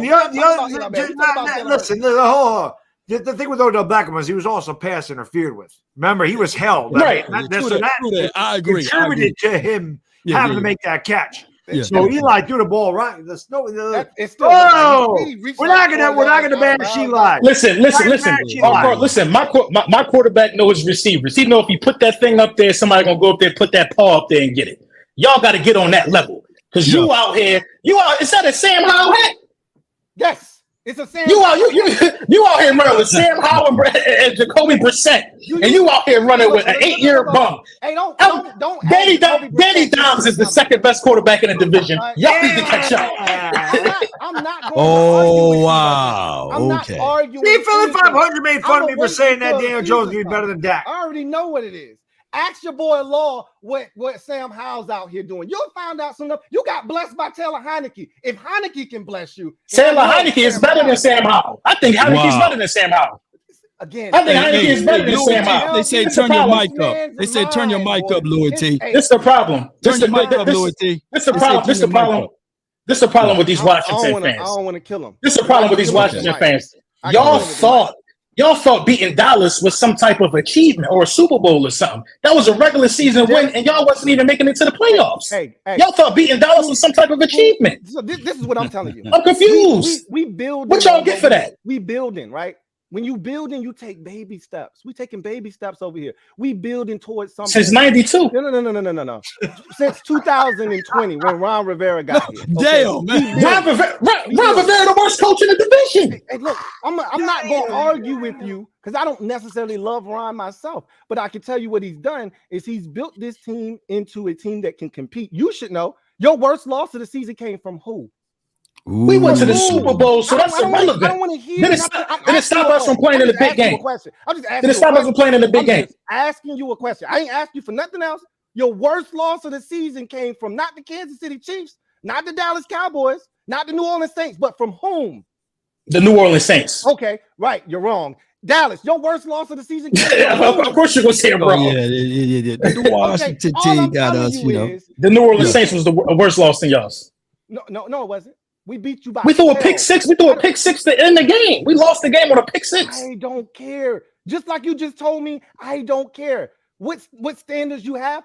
The score, you lost by 11 points. It was your worst loss of the season, okay? We dominated you in your own building on national. This a man talking to us. You know what? I can't argue with nobody who ain't make the playoffs. We ain't doing that. Look. I'm not going to get into specifics. Okay, there are none. You had your piss cup. You got to the Super Bowl. There are those specifics. You got the piss cup. It's okay. I'm not mad at you for that, man. Take your second place silver medal lap. Go ahead and take your lap around the building. It's okay. We're not mad at you for that. You had a great season, but you didn't cap this shit off. You were the first loser. Okay, I was real humble last. So what does that make y'all do? I'm confused. I'm letting you talk. I'm letting you talk. Veins all popping out of your head. What does that make y'all?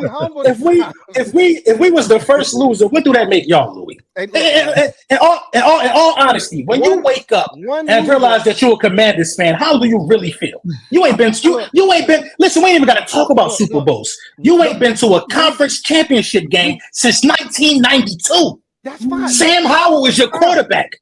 Sam Howell is your quarterback. You got to understand where you at in life. One Super Bowl. You got to understand where you at, and you remember it more than you remember your own. You remember mine more than you remember this more than you remember your own. You remember this. You remember this more than you remember your own. This is what we're about to do. We're about to get new ownership. Listen. Let me school you, because we about to be back up. I looked at the fellas and I said, hey, put the word out. We back up. Okay. The minute Dan puts ink the paper, and that shit dries, put the word out. We back up in this bitch. All right. We gave y'all serve notice to y'all bitch asses last year in your own building. All right. We took Dallas out to the woodshed, sending them to the playoffs, questioning themselves. Do we even belong in the playoffs? Right. You might left hand. Let's say left hand up. Who are we?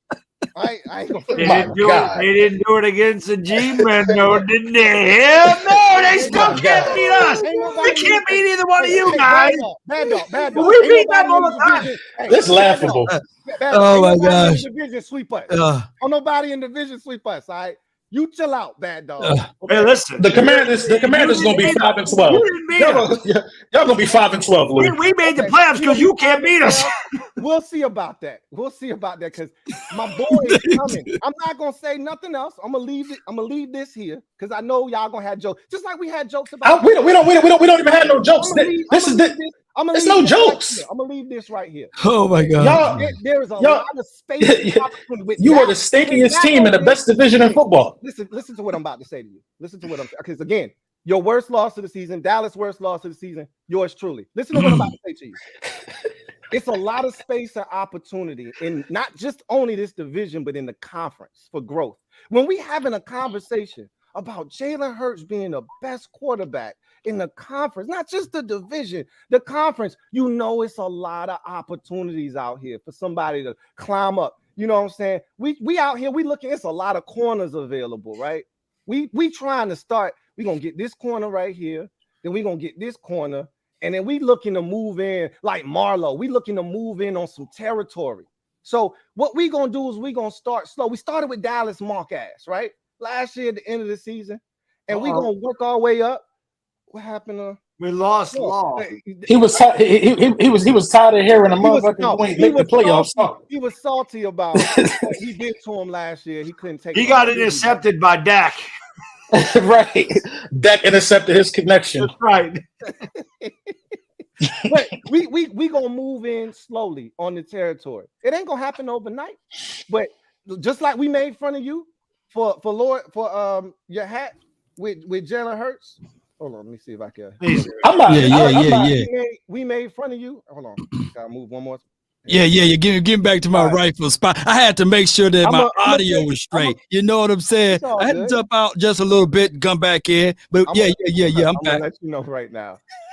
Sam Howell is better than you think. I'm gonna just leave it at that. I'm not gonna try to convince you. Based off what? Huh? Based off what? The Dallas one? No. Because that was a very small sample size. What are you basing that off? 3 years of college ball at the University of Chapel Hill. The man preseason ball. And in the game, it's very, but so ironic that Hurts was a Heisman finalist. So we didn't count none of that though. We just said he was trash. Sam Howell was trash. Louie, please don't get your hopes up. We looked at Jalen. We looked at the and that determined that you need glasses. Sam Howell is trash, Louie. Please don't do this to yourself. I'm glad you just gave me the same way you gave me. No. When I was able to play it, you just gave me my soundbite. The same way y'all did with Carson. The same way y'all did with Carson Wentz. Carson wasn't. We knew what Carson was. We weren't looking for Philadelphia Eagle Carson. We just wanted. What's Sam ceiling? Hold on. What's his ceiling? Hold on. What'd you just ask? You heard me. What's the ceiling? And it's so crazy. I watch you break down film, and you know he trash. What are we doing here? Sam Howell is trash. Wow. He is trash. He got lucky against Dallas. He got lucky against Dallas in the damn rain, and y'all out here ready to throw. I live in the DC area. Y'all making me sick. It wasn't raining. It was rainy that day. Law, wasn't a little precipitation out there, Law, when y'all lost to the Look. Here's the thing. It wasn't raining. Sam Howell, for his career, is 168 yards, 1 touchdown and 1 interception. So, you better go and Louie Tee, man, you my brother. Man, you watch in the NFC East. Y'all better go get Lamar Jackson. That's all I'm saying, bro. Go get Lamar Jackson. Don't try it. I hope they keep Sam Howell. I don't want Lamar Jackson. I pray to God. Please keep Sam Howell. Keep Sam Howell. You know what? I'm about to buy Sam Howell. I'm gonna buy me a Sam Howell. Put Howell season. Put Howell season. Right. Or Sam season. This is a joke. It's the new Howell order. Show him the hat. Show him the hat. He can see the hat. He ain't see that. I see it. I see it. He already knows. I see it. I see it. New Howell order. The takeover begins. It started with Dallas's Mark Ash. Oh my God. He's not even going to beat Prescott out in camp. Prescott is going to beat Sam Howell in camp. All right, you can stop talking now. Brissett is going to beat Sam Howell in camp. Oh, they got Jacoby Brissett. They picked up Jacoby Brissett. You want to know why they picked up Jacoby Brissett? Because they got Sam Howell. Because he's the consummate professional backup quarterback, like he's always been his entire career. He's going to come in here, mentor the young fella, be a great addition to the quarterback room. That man will not see the field unless something catastrophic happens to Sam Howell. Don't sound dumb. Don't listen to these talking heads out here who don't know nothing. I don't even watch TV. Be a backup. I'm glad you don't watch TV. Yeah, I don't even watch TV because they're probably saying what you're saying. No, they're not saying what they're saying. That dumb shit you just said. They don't know what's going on. So you honestly think Sam Howell could compete for being the best quarterback in his division? You damn right. You think that? It's not going to happen overnight. I already told you. I already see where Dakota's going. He's trending downward. Right, I want to see what he's going to regress, Scott. He's going down, right? I'm not worried. I'm not worried about Daniel Jones, but I do like the fact you should be. Have you guys beat Daniel Jones yet? What is Daniel Jones? You know, Law loves to throw the record out. Dak Prescott. What is Washington's record against Daniel Jones? Does Washington beat Daniel Jones yet? Yeah, we beat him before. What? You only. You beat him because Dexter Lawrence comes off sides and that missed extra, that mixed field goal. You can't beat nobody else in the division, so that ain't gonna cut it. Okay, you won 1 game in the division last year. That shit ain't gonna cut it. That was against you. Right, it was. I'm not gonna. I'm taking notes real good over here, man. Problems over here, bro. I'm telling you. It's a lot of Lamar Jackson is the only one that can save that franchise. No new ownership. No new jersey, no new song, no new Lamar Jackson is the only one. He's the only one. Go a long way. You underestimating how much new ownership is going to change things in Washington. Like I told you, as long as Sam Howell become the best quarterback for the NFC East, or even do great crazy numbers. Look, I'm gonna get one of those hats. I'll wear that hat on this show. Okay. I'll wear the hat on the show. Look. Well, I'll have one waiting for you. But like I said, I'm not predicting that he's going to be the best quarterback next year, this time next year. Like I'm not. Go get Lamar Jackson. What I'm telling you is right now, I have no problems sitting at the bottom quietly, minding my business. I mean, you've been there since 1992. See, that's the difference with us and y'all. You are content with that. Hey, you content with it. Since 2020, how many times have you won the division? The same amount. What do you mean? We got the most playoff wins in the conference since 2020, since 2000. It's the same difference. You were at the bottom of the total. But this the thing though. This the thing though. When y'all in 2 years. But see, when y'all win the division, we all know it's a joke. We know we ain't got to worry about nobody putting nothing in their cabinet because y'all won it. It didn't matter who won it. Somebody had to win it, and we took it. Okay. We took it from y'all, right? At the end of the day, I'm going to sit comfortably and quietly at the bottom. But what I'm telling you is, by the time we come back next year, it ain't going to even take the whole year next year. It'll be somewhere in that midpoint of the season. We're going to come back, and my man going to be looking down at somebody. Is it Daniel Jones? In the year 2026, I can't tell you. 2027. That's when you predict down at one of these quarterbacks. And by the time we get to the end of the season, it may still be one. It might be two of y'all. You're going to be 45 years old before you're going to be 45 years old. I'm just telling y'all, you've been warned. That's all I'm going to say to you. You've been warned. I'm not going to sit here and try to explain nothing to y'all because y'all already, like most people, you already have made up in your mind who Sam Howell is. Oh, he's a 5th round pick. He's trash. He's this. He's that. That's fine. You'll see. You'll soon see. We'll see, man. You already saw. But to be fair, I'm not talking to you. You already saw. Louie Tee, just to be fair, the Eagles went 9-8. And then they said, you know what? That wasn't enough. They went and spent $100 million for A.J. Brown. They put more and more weapons around Jalen Hurts. They didn't wait. They didn't say, let's see a couple years down the line. We don't have to do that. We got 3 dudes already. We got Terry McLaurin. So why wouldn't you? So why wouldn't you be lobbying for a quarterback that's proven? Because you don't know what you're getting out of Sam Howell. Since you already got the whole. In doing that, we already had this conversation. You won't hear for this, so I'll refresh you. I'll catch you up to speed.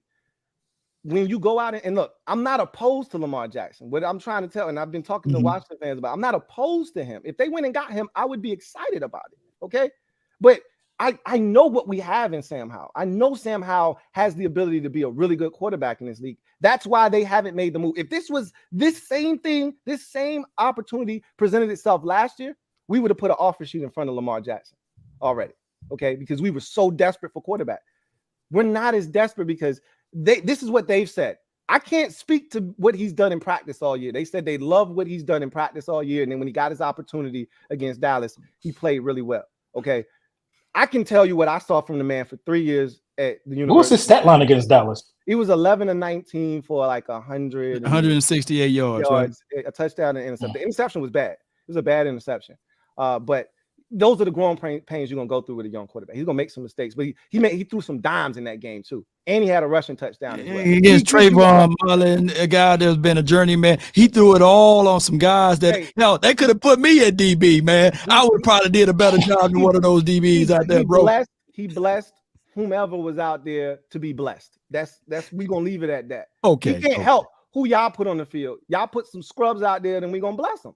Right? Yeah. So at the end of the day, Lamar Jackson, what he's asking for is a fully guaranteed contract, essentially.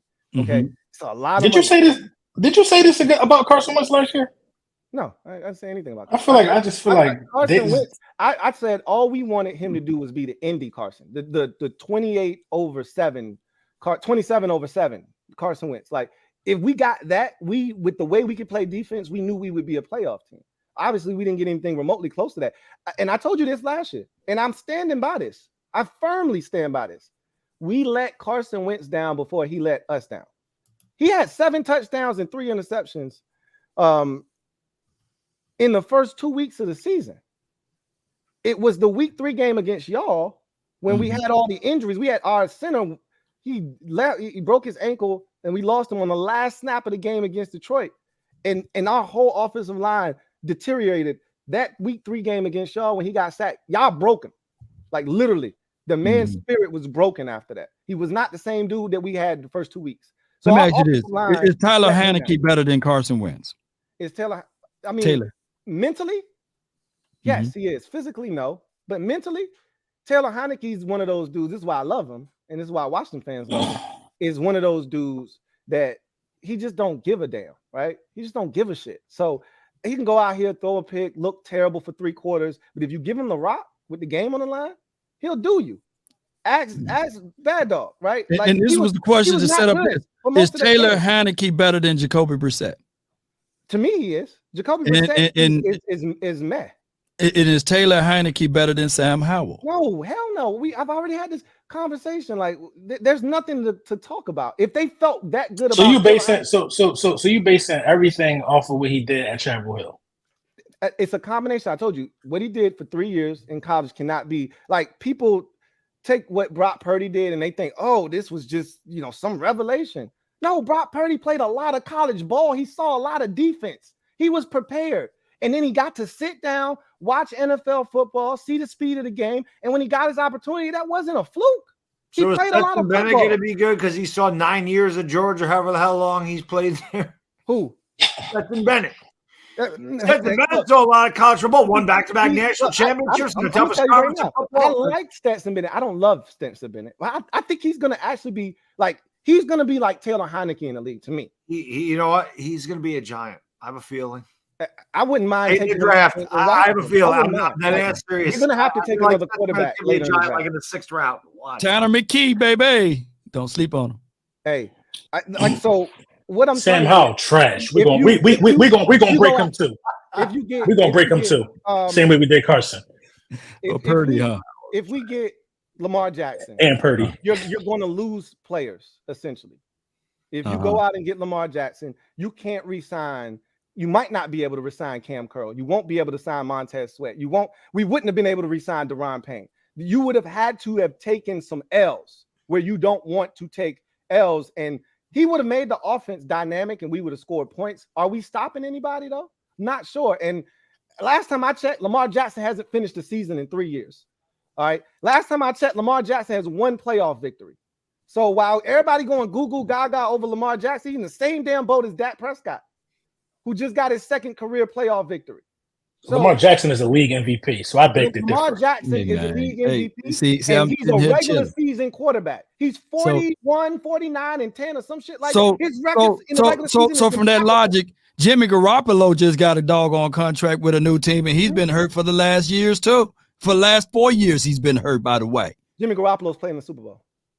Jimmy Garoppolo's been to the NFC Championship game twice. So Garoppolo's better than Lamar Jackson. I'm not saying that. I'm just telling you. That's what you just implied. That's what I said. I said he's a better playoff quarterback.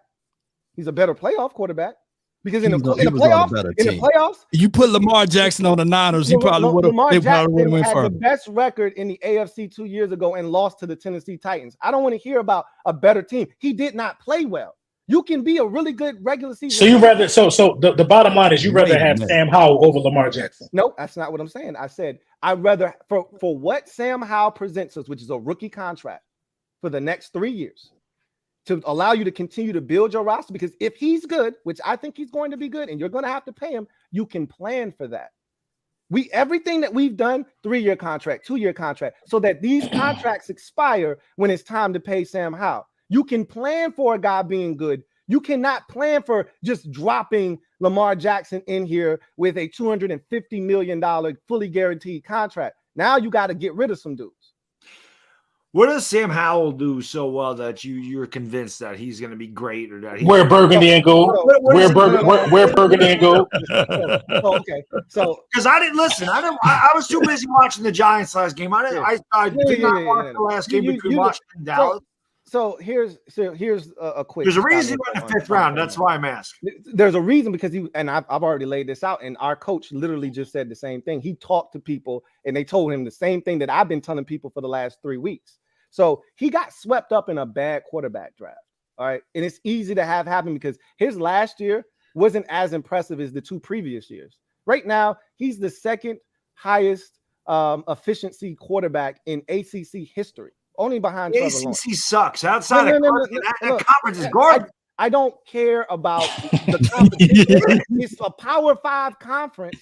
Okay, but it's a bad conference. It's not a bad conference. It's a solid conference. It's like the Big 12. I love the Big 12. There's only one elite conference in college football. That's the SEC. That's it. The Big 10. Big 10 is better than the ACC. Big 10 is better than the ACC. The Pac-12 and the ACC are about the same. Okay, so what conference is TCU in? They're in the Big 12. That conference doesn't even count. That's Texas just left that conference. Oklahoma, I think, is leaving that conference. They did now. Yeah, they're going to the SEC. Yeah, you know why? Because you can't win shit in the Big 12. Okay, you got to go. They're going to be uneasy with them moving to the SEC, and I'm a Sooner fan. I know this. So exactly. We don't play any defense. We're going to get our heads beat in. You couldn't even play defense in the Big 12. What you think you're going to do? I'm saying we don't play defense. You're going to get our heads beat in. The SEC kicked our ass all the time. LSU, Alabama. You asked me what makes Sam Howell good. He's got a quick release. We're going to a West Coast scheme with Eric Bieniemy as our new offensive coordinator. He's going to get the ball as he did against Dallas. He got it out of his hands quickly to playmakers, allowed them to make plays. Now, it's a low bar in Washington. I'm not going to lie to you. Like, we saw actual passes being thrown that we haven't seen since Kirk Cousins was in Washington, and that was 2017, okay? He was putting balls in front of guys that could get run after catch. He throws I will say right now, I'll go on record and say he throws the best deep ball in this division already. I know he was going to say it already. Okay. And let me just say this. Astros just scored, y'all. Scored 3-2. Yankees won today. Garrett Cole, the shutout. Braves won 7-2 over the Nats, but that's not news. The Nats stink, but it's our division. That's what we do. So okay, go ahead. So you telling me Sam Howell, who got 168-yard game, he adds a dimension in the red zone. One of our biggest problems was we were moving the ball up and down the field. We can move the football. Did he even throw a deep ball in that one game that he played in for you to make this statement? Yeah, to make that statement. Yeah, he threw. Did you watch? So no, you didn't watch it. That's fine. I made a video. I made a promo for the new high order because the takeover begun in week 18, right? So in that video, there's a deep ball he throws to Terry McLaurin on the money. There's another deep ball on the other side of the field that he throws to Jahan Dotson that Jahan Dotson gets interfered with. It's right there. Can you name the DB that was covering him? Well, the one that he got interfered with, I want to say. No, I'm talking about the other one that he threw. It was Mullen. It was Mullen. Trayvon Mullen, you know. This is what I'm telling you. Who cares who it is? The ball was perfectly placed. Is what I'm saying. He's not even playing in the league no more, man. Don't worry about who was covering him. Worry about where the ball was placed. He couldn't have walked up and handed it to him any better. That's one throw. We're talking about one game. Like this is ludicrous. This is ludicrous. You look at his collegiate career. That was his biggest trait, was his ability to throw the deep. This is a large sample size of him. There's a lot of great college quarterbacks don't make it in the NFL. Look at Graham Harrell for Texas Tech. The dude threw for over 11,000 yards in his last 2 seasons at Texas Tech. In the Big 12. The ACC is trash. Who are they playing? in Graham Harrell, it has no physical traits. None. Like, don't bring up. But look at his numbers. Look at Colt Brennan in Hawaii. You know about Colt Brennan? He played with Washington. Right. Look at the numbers. Again, another guy that was solid, right, but didn't have any NFL traits. Is Howell? Sam Howell had a better deep ball than Dak or Hurts. He throws a better deep ball than everybody in the division. I don't think he throw a better deep ball than Daniel Jones. Daniel Jones don't even throw a deep ball. What are you talking about? Daniel Jones can throw far. He just don't have the weapons. Daniel Jones can throw a deep ball. Daniel Jones can throw far. What did you just say? Daniel Jones can throw a deep ball. You have to throw far to throw a deep ball. According to stats, Dak Prescott throw a better deep ball than anybody in this division, though. According to his accuracy rating, too. You know what I'm saying? Well, so I'm here to tell you that Jalen Hurts had a top 5 deep ball in the league. You also got to look at it this way too. The Cowboys had no film. There was no NFL film on. Yeah. No, he's a starter. This is the thing. I'll give you the perfect example. Jalen Hurts' first start was against the #1 defense in the Saints. Cooked the Saints. He looked phenomenal. The next couple of games after that, he looked like he had some learning to do. Hey, Daniel Jones in Tampa Bay, right? He had 4 total touchdowns in that game. Ran for 2, right? Looked amazing, and then he struggled because look at this. He can do this. You know what I mean? The point that I'm trying to make, though. Daniel Jones didn't have a team ready to win now around him when it happened. Neither did Jalen Hurts to an extent. They had to get pieces and whatnot in Philadelphia. Are the vets pieces? That's what I'm saying. Are the vets in Washington ready to do what you want to do? Wait for this guy. You're making my point for me. We have a team that's ready to compete now, and you're dropping a young quarterback that's ready to lead them right now. This isn't Ron Rivera doesn't. If Ron Rivera didn't think, please stop talking. He didn't even know y'all was eliminated last year. You're not wrong. Ron Rivera. You're not wrong. But listen to what I'm saying. If Ron Rivera, look, the man is coaching for his career right now. If he didn't think highly of Sam Howell, do you really think he would be staking his claim on Sam Howell if he didn't think the kid could do it? If he doesn't yes, win, I think he would. I think he would. I'm gonna tell you why. If he doesn't win, he took a chance on Carson Wentz. Nobody else would touch Carson Wentz with a 10-foot pole. Ron Rivera does not know what he's doing. Listen, he had to do that because nobody else was coming here. He had to go after and then you bench Carson Wentz, which probably was the ultimate mistake. Then you bring Heineke in. Then you bench Heineke. Like, come on. We didn't bench him. He got an injury. He got hurt. Okay. He got hurt. But you bench Heineke, right, to bring Carson Wentz back in and fucked up the whole momentum. Yeah. That was a Ron Rivera move. That was Ron. You don't know what he's doing. Y'all better go get Cam Newton, man. Y'all better go get Cam Newton for real. I said that. I think that's what they. I think that'll be okay for them over there. Yeah. Instead of Jacoby. As long as they don't get Lamar, they will be in the. Trying to help you, Louie Tee. We don't want you to be at the bottom, at least, man. Y'all talking nonsense now. Y'all talking nonsense. Is Jacoby Brissett better than Cam Newton? You put the chips on a man with 168 yards. Are we talking nonsense? You talking nonsense. Absolutely. You talking about kick Cam Newton? The man is washed, not even in the league. Now I know you. I know you trolling now. You say what you want about Sam Howell. Louie Tee, I'm gonna tell you right now. I'm gonna make a movie out of you if you don't cut this Sam Howell nonsense out. Because when he fold, I'm gonna make a movie out of you. And when he succeeds, I'll be like Arnold Schwarzenegger. I'll eat it. I'll eat it. Are you? I'm gonna be. I'll eat it. If it succeeds, I'll eat it. Do you? Is Jalen Hurts good? Is Jalen Hurts good quarterback? Put it like this. I'm gonna flip it over here, Louie Tee. Huh? Cam Newton would have been better than Josh Johnson that got knocked out, would have got knocked in for the 49ers against those Eagles.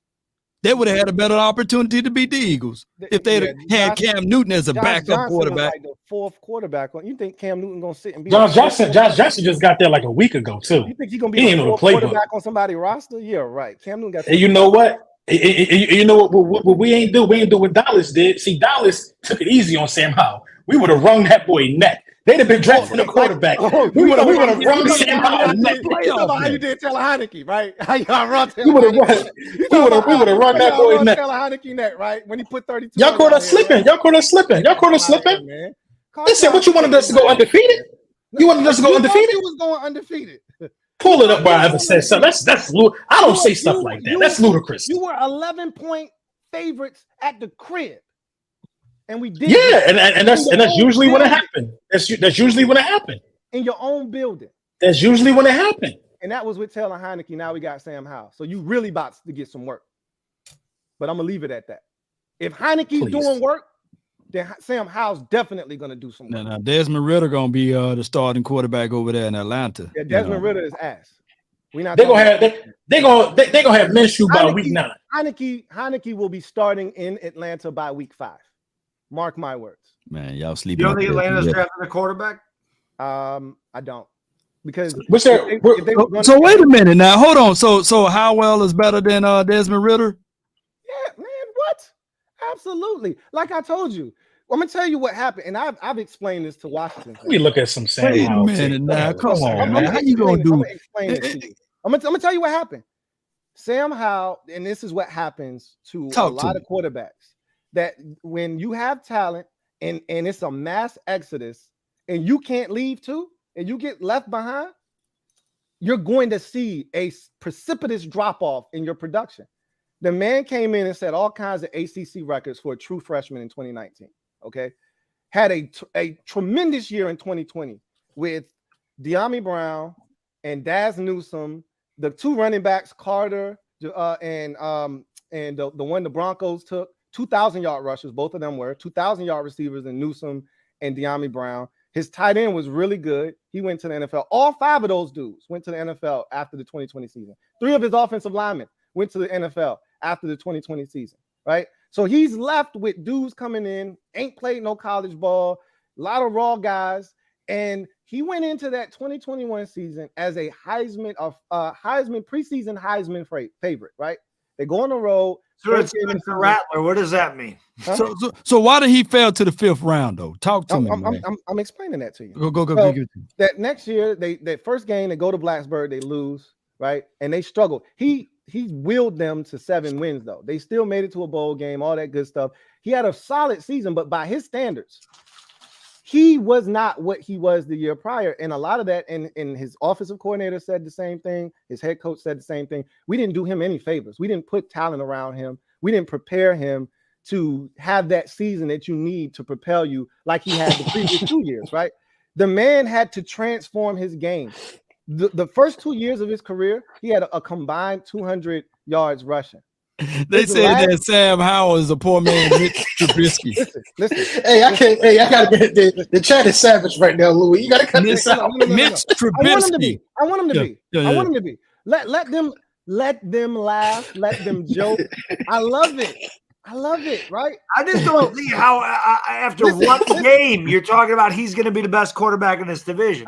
Did I say he was the best quarterback in the division? I didn't say. No, you said he's going to be. He has the potential to be. And I said he's going to. Everybody's got potential. He's going to leapfrog. Try to pay your mortgage on potential. Listen. Okay. Listen, guys. Listen. The Eagles gonna take care of this problem. We're gonna take care of this problem for y'all. Right? So don't worry, y'all. We're gonna put Sam Howell in the dirt. You couldn't do it to Heineke, but you're gonna do it to Sam Howell. We're gonna put him in the dirt. We're gonna put Sam Howell in the dirt. I'm telling you right now. Put him in the dirt.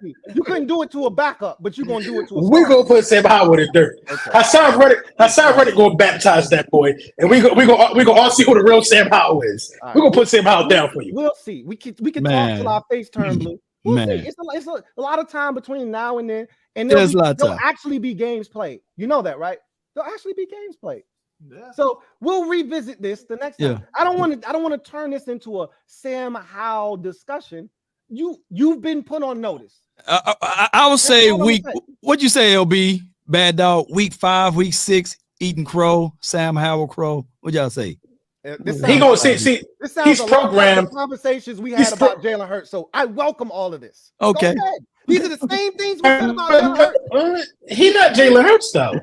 He like come on, man. Jalen Hurts, 2nd round draft pick, man. Come on, man. He ain't Jalen Hurts. Sam Howell, had he come out after coming out of college, if he would Sam Howell better than Jalen Hurts.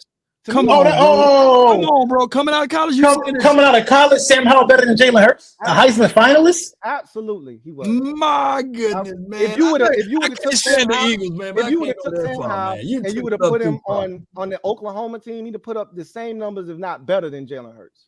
I don't watch much college football. It's safe to say that Oklahoma is in that good conference, right?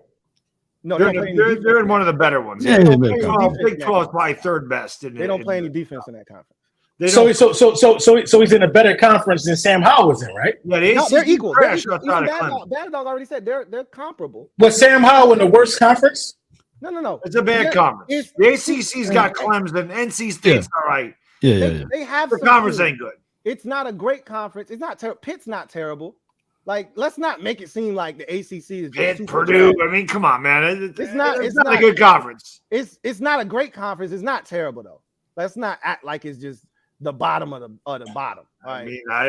Sam Howell was better than Jalen Hurts coming out of college. It's better than the Big 12. I'll tell you that. I can believe Willis went before Sam Howell. He went before him because of, first of all, combine stuff. Huh? It was all measurable. It was all measurable. Malik Willis is better than Sam Howell. Okay, look. I watched. I'm not going that far. I'm not going that far.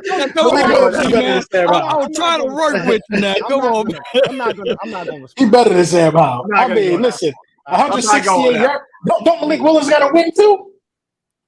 He played. I mean, they got in favor of Dobbs, so I don't know. I can tell you because you don't watch nobody but the Philadelphia Eagles, so you can't. That's not true. I watch the NFC East. Okay, you don't watch nobody. And Sam Howell had 100 yards, and we are talking to him. You didn't even watch that game, so don't. No, you want to know why I watched it? You want to know why I watched it? You were busy struggling. I watched it. You weren't watching. I watched it because they played the Cowboys. I watch a lot of Cowboys games. I want them to lose every day. Struggling with the Giants JV squad. You weren't watching our game. They were playing at the same time. And you're not going back and watching that game. Yeah, right. Who you think you're talking to, man? Stop. Is that a fitted cap? Is that a fitted cap? Is it fitted cap? I got a trucker and I got a snapback. Okay, hey, just send me the snapback, man. Send me the snapback, man. I'm gonna text you my address and everything. When Sam Howell get up there, man. I need it. I'm gonna put one to the side. I'll eat some crow. I'll eat some crow if Sam is doing what he's doing. Well, it's gonna be no crow to eat on this one. Get it ready. Get it ready. I'm gonna have a dinner plate and everything. I'm gonna say my guy Louie Tee said Sam will be here. I want you to pass it around to everybody on the panel when you get finished taking a couple spoonfuls. Pass that thing around and let everybody get a little bit. And y'all don't get nothing to drink with it. You might be passed that hat around as a collection plate when this one's all. The same thing we said about first season. Same thing we said. I love it. But listen, it's different because we did because it came to fruition. That ain't easy to do, Louie. That ain't easy to do. That's why you get out in front of it. It's easy. Okay. It's easy. What Michael Jordan say when he had that bat? Hey, it's easy to talk shit when you up, right? It's easy. You swinging a little bat with the cigars. It's easy to talk shit when you up, right? Yeah. Talk that shit when it's even or you down. Yeah. I'm talking my shit while I'm down. That's what I've been saying about my guy Dak. That's what I've been saying about my guy Dak. I said Dak Prescott 27-7. Right now. My guy's so far ahead of y'all. This is shame. After it happens, when Dak is not even the best quarterback in the division. 27-7, man. He's 27-7 against the NFC East. He's so far ahead. It's a shame. You know, in order for y'all to beat him, he put up who the best quarterback in the division. Who the best quarterback in the division? Look, I'm gonna break it down. Dak Prescott is the best quarterback in this division right now. Right now. It's a Janet Jackson. Louie. If Louie agree, he just upset about Sam Howell. League, bro. What have you done for me? And your boy ain't done shit lately. Jalen Hurts is the best quarterback in the division right now, man. Stop your nonsense. Easily. Daniel Jones is second. I won't go that far. You capping. Daniel Jones. I ain't capping. I truly believe it. I believe that. That's cool. I believe that. If the Giants would have played Dallas in the next round after they beat Minnesota, they would have cooked Dallas. On everything I love, they would have beat the Dallas Cowboys.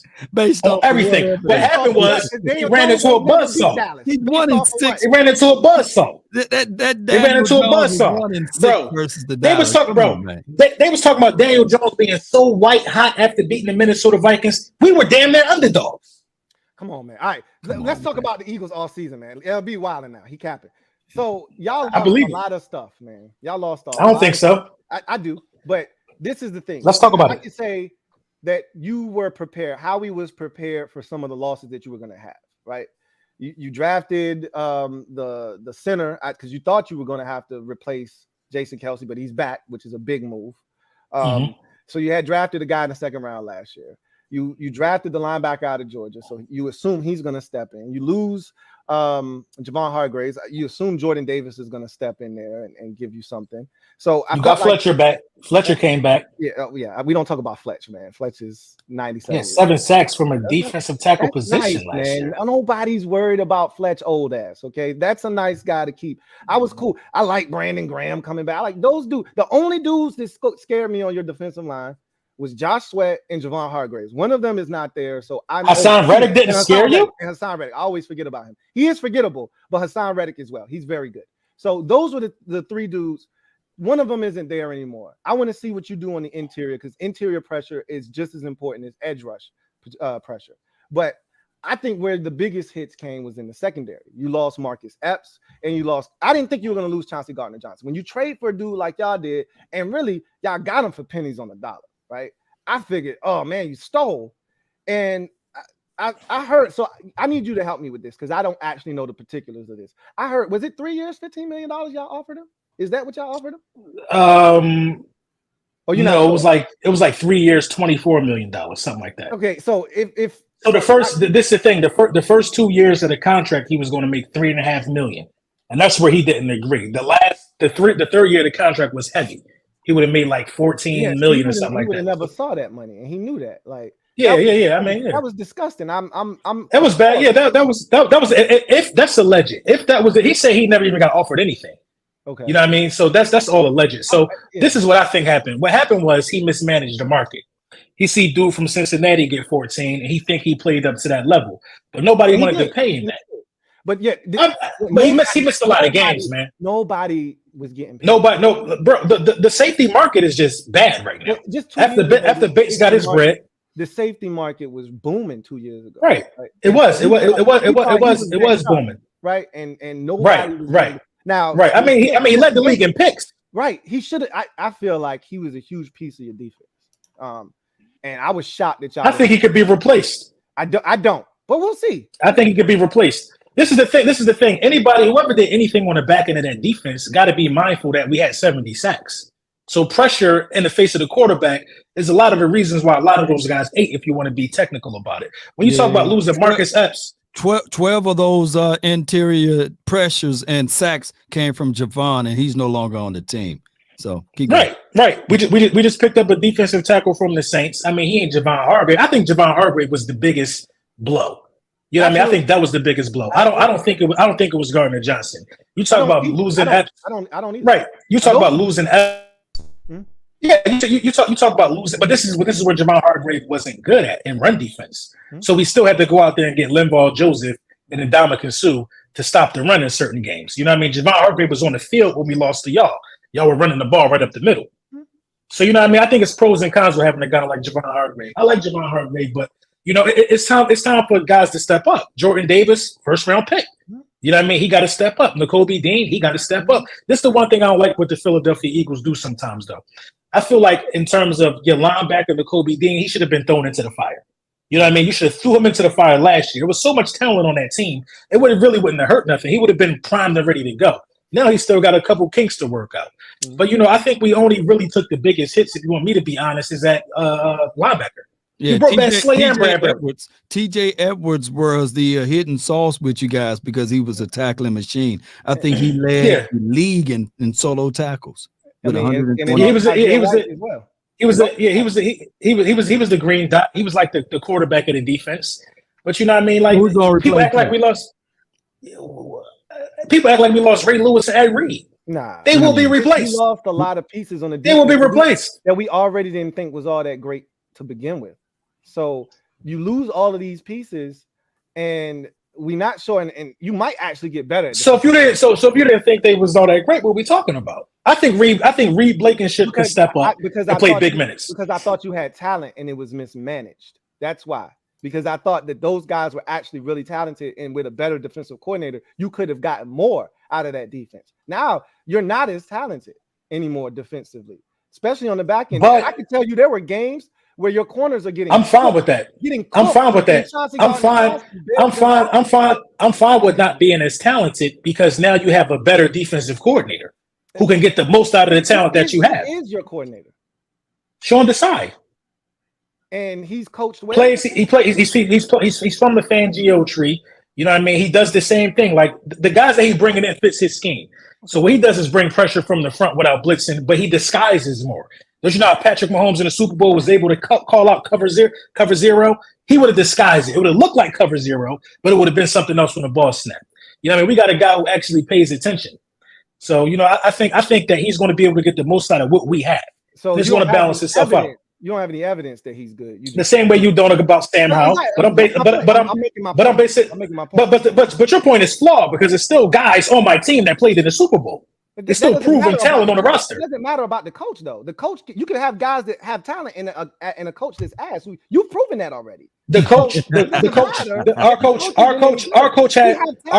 offensive coordinator was horrible. It doesn't matter. Our guy came from the Chicago Bears where they were 4th in sacks with less talent. Okay. Did he coach that? We were first. Did he coach the defense? He was a part of the defense. We were first. Did he coach the defense? He had a hand in it. He's the coach of the Philadelphia Eagles. I'm just okay. That's all. You're basing it off of essentially you're projecting, right? Projecting. Okay. That's what you're doing, right? I don't think I'm projecting. He has a track record of being a defense. Of being a defensive coordinator. He has a track record. Who? Sean Desai. Yeah, he has a track record. So how many years has he been a defensive coordinator in the NFL? I'm not sure how many years he's been a defensive coordinator in the NFL. I'm not sure. But I know he's a defensive coordinator. Pretty sure. Let's look it up. Yeah, go ahead, do that. Okay. But weren't you projecting what Sam Howell was going to be? That was the point I was trying to make. It's a double standard. Gotcha. Okay. Oh, okay. Yeah. Get the point I was trying to make. But anyway, I think That's what you can do, man. That's what it's all about. You gotta project it this time of the year. It's March. It's March. So why are y'all trying to kill me then? Because Sam Howell's trash. Okay, I wanted to hear you say because you hadn't said it. You want all of y'all on record. You said it now. Now I want to throw it out there. All right. Week 1, Jacoby Brissett will be your starting quarterback if y'all don't go out there and get one. Come on, man. You know better than that, man. Jacoby Brissett is a professional backup quarterback. That's like me saying, hey, week 1, Cooper Rush is going to be your starting quarterback. That's like me looking at Bad Dog and saying Tyrod Taylor. I'll tell you, there was definitely some Giants fans that wanted Tyrod Taylor to be the starter. Yeah, and he was just the defensive coordinator of the Bears. So if Tyrod Taylor was in 2021. If Tyrod Taylor was on your team, Louie Tee, will he be the starting quarterback? Tyrod Taylor. If he was on Washington, the Washington team. You say what? If Tyrod Taylor was on the Washington team, would he be the starting quarterback? He would be a backup. Tyrod Taylor is a backup quarterback. Like you're naming guys that are backup quarterbacks. They're backups for a reason. Yep. Okay, we'll find out what Sam we're gonna be. So I think Washington. I shouldn't open up that argument again. I don't think Brissett will be a starter. I think Washington wants to find out what Sam Howell is. Now, if he makes it through the year, great, but he might not. Look, I think they have to see what they have. I think they have to see what they have exactly. Because, like Louie said, they do have they got wide receivers. They got a good running game. If we can protect this is the thing. Last year, if he can't succeed with that offense, they know they got to move on from him. But you got to again. He's we got an offensive coordinator. And here's the thing. Got to give him a chance. Yes, Eric Bieniemy. There's some things that will complicate matters. He's still trash. He's a smart guy.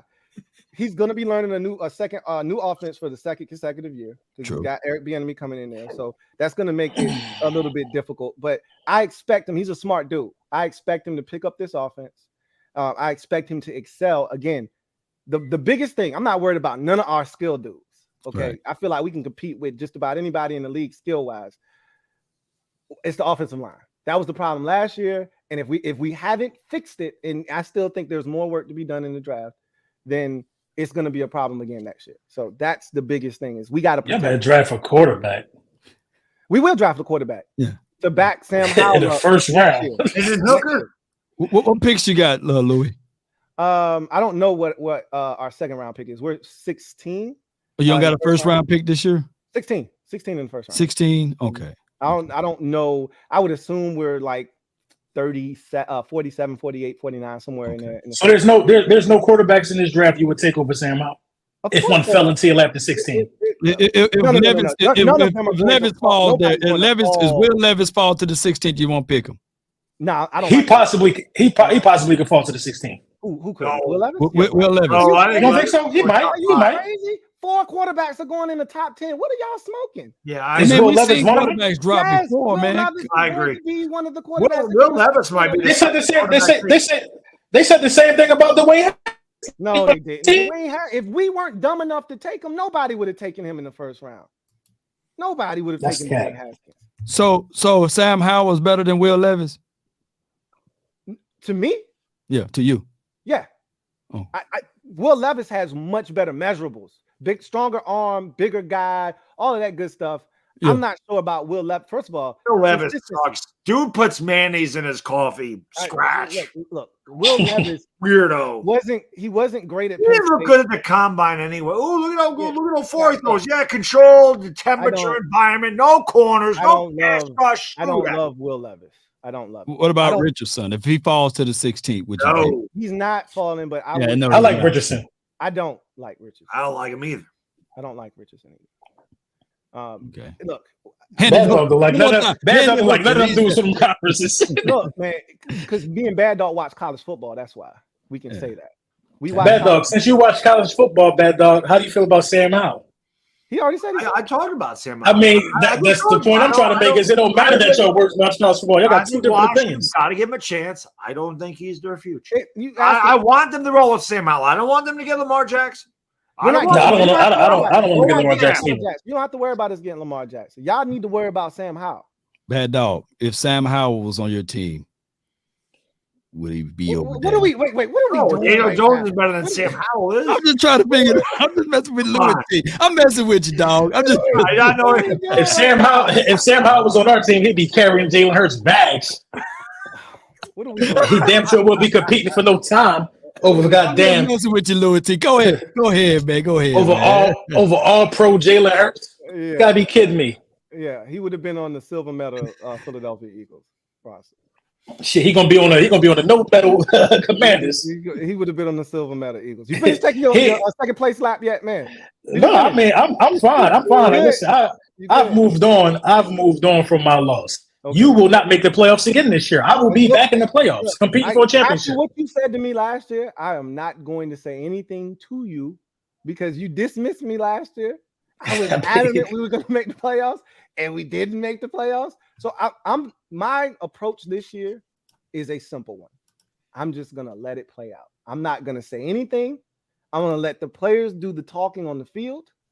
I like the moves that we've made. I don't love everything that we've done, but I like what they've done. I like the approach that they've taken this offseason. And while Lamar Jackson was in the conversation in the national media, it's never been one that they've actually discussed behind closed doors because they know what Lamar Jackson would do to our cap. And we're just not in a position to do that. If you want to, we've spent the last 3 years since Ron Rivera, and you can say what you want about Ron. And I say this to the fan base all the time. You say what you want about Ron Rivera, but we are a much better team since he got here in terms of a roster. He's built this thing, and this is what you want when you've done it the way he's done it. You build the infrastructure of your football team, and then you drop a quarterback in, and you hope that fella. It's what the Seahawks did with Russell Wilson. They built that roster. It's Legion of Boom. All those dudes were ready, right? Drop Russ in as a rookie in 2012, hit the ground running, went to the Super Bowl, win again, should have won 2 in a row. And the rest is history. The Buffalo Bills did the exact same thing. They built the infrastructure of their football team. Hadn't made the playoffs since 1999. Tyrod takes them into, I think, in 17. They drafted Josh Allen in 18. They dropped Josh Allen in the middle of that thing, and he had his growing pains. And then by 19, took off. And that was a little different, though. That was different. Buffalo is not the same as the Seahawks. It's similar. It's not exactly the same, but it's very, very similar in their approach, which was we're going to build this thing up and then we're going to drop the quarterback in. Buffalo had already tasted a little bit of success, unlike Seattle, but they knew they weren't winning anything with Tyrod. They were building that football team, and then they got Josh Allen, and you saw what happened. That's what we're doing. We're building the infrastructure, and we've done a hell of a job. Now, the only thing stopping us is the quarterback position, and we think we got our guy. We'll see. We could be wrong, and he could be everything y'all just said. He could be absolutely ass-tastic. But I really think, and I've watched this dude, I've watched just about every snap he's had over the last 4 years, preseason included. I like what this dude can do, and he's not afraid of the moment, and this isn't too big for him. And that's what gets a lot of these quarterbacks is the NFL is too big for him. Like Zach Wilson, it's too much for him, right? He got all the talent in the world. Dudes don't struggle in the NFL because they don't have talent. It's because they don't have it up here. Dwayne Haskins didn't struggle because he didn't have talent. How do you? What makes you think? What makes you think that? What makes you think that he's ready for the moment though? Like, what moment has he been in that proves these theories? Like, Jalen Hurts was in national championships. Jalen Hurts was in big games before he got to the NFL. Right. What has Sam Howell done to make you think that he got that? He got it up there yet? He got to show you that. He's playing some good games, some big games for them at North Carolina against Clemson in the ACC championship. He's played in some games. My biggest thing is you can tell when dudes are overwhelmed by the NFL. You can tell. It doesn't take long to see that. You can tell when a dude like Daniel Jones, you can say what you want to say about him. They threw him into that Tampa Bay game. You could tell this shit wasn't too big for him. Yeah, it's one game, but you could tell he can play in this league. He might not be elite, but he can play in this league. You can tell very quickly. What did you say about Hurts his first start? He shined, huh? You said he played against number one defense. He shined on the road. He shined. It was a game that same year against Arizona, if I'm not mistaken. Went to Arizona. Arizona was a good team. He shredded them. Y'all lost, but it wasn't because of Jalen Hurts. You could tell real quick. He can play in this league. I didn't think he would be as good as he turned into. I'm not going to sit here and act like I was banging the table for Jalen Hurts. I didn't think he was going to develop into what he's turned into. I still need to see it again. And I want to see it. You Nobody don't care what you want to see, man. Nobody don't care what you need to see. I'm telling you what my opinion is. You don't gotta care. I need to see it again. I need to see it at some point from your guy. Let's ask Bad Dog. Let's ask Bad Dog what we think about Daniel Jones. He just got a contract. Yeah, let's talk. He just got a contract. Yeah. Let's not talk about the guy that just got. Is he the guy? All of these established dudes already. Who ain't? Is he the guy?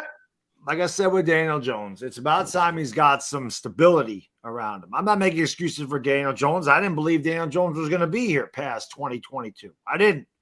He had no track record of staying healthy through the year. He had a neck issue going into the year. We didn't know what that was going to be. He had how many offensive coordinators in 3 years? How many head coaches in 3 years? He had Joe Judge. We all know Joe Judge is terrible. He had tons of injuries. No wide receiver. Still doesn't have a number one wide receiver. Still doesn't have a really good offensive line. But he's got a coach that has a game plan. The coach's job is to get the most out of the players' abilities. Right. Okay. That's what he did with Daniel Jones. What impressed me about Daniel Jones this season was I said going into the year, I want to see Daniel Jones have his moments. He hadn't proved that he could consistently come back when they were down. This year he did. We were down in a lot of games. Daniel Jones brought him back and won these games. 5-game winning drives. Okay. That's huge. That says to me, okay, this kid can step up when it matters most. And he played the game of his life against Minnesota. And people can say, oh, they have a bad defense. That doesn't mean shit. He played his ass off and made some great throws. Not to mention his receivers led the league in drops, so they were right at the top in drops. That hurts his percentage. He has no, again, they lose Sterling Shepard. He's throwing to David Sills. He's throwing to freaking Richie James. They picked up Isaiah Hodgins off the freaking scrap heap. It was great. He had a good report. Daniel Bellinger, dude gets his eye torn out. It's amazing how many injuries we had around him, and he still was able to succeed and win football games. In his second year in this system, with Joe Shane and Brandon Brown and Brian Dable having a year where they know we're with the Giants, they scouted for the Giants, they know the holes of the Giants in the draft. They didn't have that last year. They had like a month to put it together. Not to mention, Wan'Dale Robinson had a breakout game, and in the breakout game, he tore his ACL. So many injuries. So, to me, Daniel Jones going forward, yeah, I expect Daniel Jones to take a big step forward. I definitely do. Is he going to be elite? No. I don't think Daniel Jones is going to be a top 5 guy, but I think that Daniel Jones can be a top 12 guy, a top 10 guy if you get the right pieces around him. But again, it's that stability. This is something that he hasn't had. He had bad coaches. He had Jason Garrett, for crying out loud. I mean, this tell me about it. Favors. And when the owner comes out after the 2021 season and says, we've done everything to fail Daniel Jones, and kind of took a step back and let Joe Shane do his thing, I think that was I think that was huge for the Giants, that he was able to admit, hey, I've been screwing this up. And I think Maris still has an issue, a part of what they do, but I think he's taking a big step back, and he's trusting Joe Shane and Brandon Brown to make these moves. So I do. I think Daniel Jones, again, I don't think he's not Joe Burrow. He's not Josh Allen. He's not those guys. But I've always said, to me, Daniel Jones' ceiling was a rich man's Alex Smith. Okay? He didn't have the greatest, strongest arm, but he was athletic. He could run. He could make the throws, and he won games. I think Daniel Jones can do that. So, again, I do think that the Giants are going to be good. They have their quarterback. That situation's done. Now it's time to build around him and get the most. I would call Odell. I would make that reunion. That just makes sense. Too much money. He wants too much money. Plus, he said he didn't want $20 million, so he's not boxed wine. That's what he's saying. Look, what's the over under? Is he going to continue to throw 15 touchdowns or more? Daniel Jones? No, yeah, Daniel Jones had 15 touchdowns. I honestly think it depends. See, that's the thing. It depends on the situation. Like LB said, listen, you can say Jalen Hurts didn't throw any touchdowns going to the Super Bowl. He didn't need to throw I don't even know if he threw a pass in the second half against us. And all he had to do was turn and hand the ball off and watch the freaking lineman push our defensive lineman 10 yards. I wouldn't throw the ball either. Here you go. Here you go, Miles, run the ball. Here you go, Scott, run the ball. 15 yards, 20 yards. Why the hell would you throw the ball? They bullied us. Daniel Jones played great against Minnesota. It was a great game. But when we faced the Eagles, talent won out. They're way more talented than we were. I was high on my horse. I thought we were going to give the Eagles a competitive game. I was kind of trolling a little bit when I said we'd beat them. But I was there too. I know you were. I know. I remember. But I mean, talent went out. The Eagles are way more talented than we are.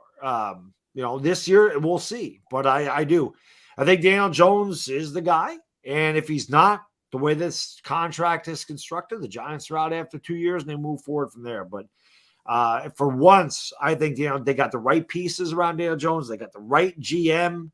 They got 21st century analytical minds, not a relic like Dave Gettleman. And they got a really good head coach that got the most out of Josh Allen. Not that Josh Allen's got more talent than Daniel Jones, but again, you saw the improvement with Daboll there, and you saw take a little step back this year without Brian Daboll. So again, I don't think Jones will ever be that guy where I'm like, yeah, he's Joe Burrow, but he's going to be good enough. I think if you get the right piece around him, he's good enough to make a Super Bowl. Man, I ain't gonna lie. This is where I think Daniel Jones' superpower is for me. Like he impressed me a lot this year. It's tough as shit, I can tell you that. Game very tough, and the game-winning drive aspect. I think he's more clutch than that. I just think he clutch, man. Yeah, There's something clutch about him, bro. He's 1-6 versus my Cowboys. So it's something clutch. It's something clutch. I'm telling you. But it's something clutch about him. I mean, this the NFC East. We got to talk about it. Like Dak ain't clutch no more. You know what I'm saying? 2019, Dak would have beat Brock Purdy. This is a different guy. This is regression. And explain again what type of resume that we had out there when we were running those plays. Yeah, it's hard stretch. Look, let me say this then. That's the worst excuse of the offseason to me. How much blame y'all putting on the offseason? Let me ask you this. Yes or no? Yes or no? Y'all would have been in the Super Bowl with Jalen Reagor and Smitty. We don't have them. What you been into the Super Bowl? Y'all had to go get an A.J. Brown and a Jalen Reagor, Smitty. Huh? Yeah. You got to do what you got to do. Jalen Reagor. What you'd have been there with Jalen Reagor? So your quarterback needed weapons. And on top of that, they needed to run the ball. Y'all had 3 running backs that was taking a tote. Can you imagine if they said, okay, let's take away the running game, and you only had to lean on Jalen Hurts? Come on, man. I don't think y'all would have won. I don't think y'all would have got past. Man, San Francisco? Giants, whoever. Giants, San Fran, or whoever. San Francisco even made it to the playoffs. Do you understand how hard San Francisco defense was playing until they lost their quarterback? It took all 3 of y'all played in a nice system. And what my guy Louie Tee and Bad Dog was saying before you jump live is that y'all switched out offensive coordinators and defensive coordinators. It may not be as sunshine as you think for the 2023 season. He don't pay Josh Johnson. What are you talking about? Jalen Hurts' new offensive coordinator, been knowing him since he was 4. I'm cool on the offensive side of the ball. I'm great. Listen, who wouldn't want a new defensive coordinator after what we've been dealing with? No, I wanted him back. I didn't. Exactly. I don't think we're gonna miss a beat. I don't think we're gonna miss a beat. So y'all gonna run that back, huh? Y'all gonna go all the way to the Super Bowl? I'm not saying that. That's a little unrealistic. What I'm telling you is we're gonna average close to 30 points a game on the offensive side of the ball. We're gonna average close to 30 again. Ain't nothing changed. What changed? You really didn't. You tell me what changed. Nothing at all. Nothing at all. Okay. Kelsey came back. Our QB coach is now the offensive coordinator. We ain't bring nobody from the outside in. It's all in-house work, baby. We're going to average 30. All right. We'll say, look, this will be the greatest, I can't wait to see moment, because I think you're going to miss those 11 touchdowns from your boy Miles Sanders and what he was doing, toting the rock in between the splits and then putting Kenneth Gainwell in and letting Boston run and do his little stuff too. That was the secret sauce of the Eagles. Running backs. But you said anybody can do it. Anybody can run behind it. Anybody can run behind this offensive line. I ain't worried about that. This is the best offensive line in football. I want Ezekiel Elliott. That's who I want. I want Ezekiel Elliott.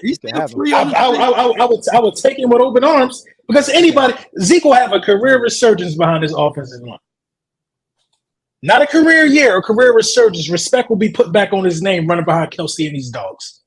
Shout out to my guy Zeke. So let's get to the comment section, see what everybody's talking about. They killing me in the comment section. I love it. I love it. Trevor Patch, thank you for the super chat. Greatly appreciate you. Thank you for being a member of the MOBB, who writes, Most impactful first round pick from last year's draft. Now, are you talking about overall in the league, or are you just talking about in the division?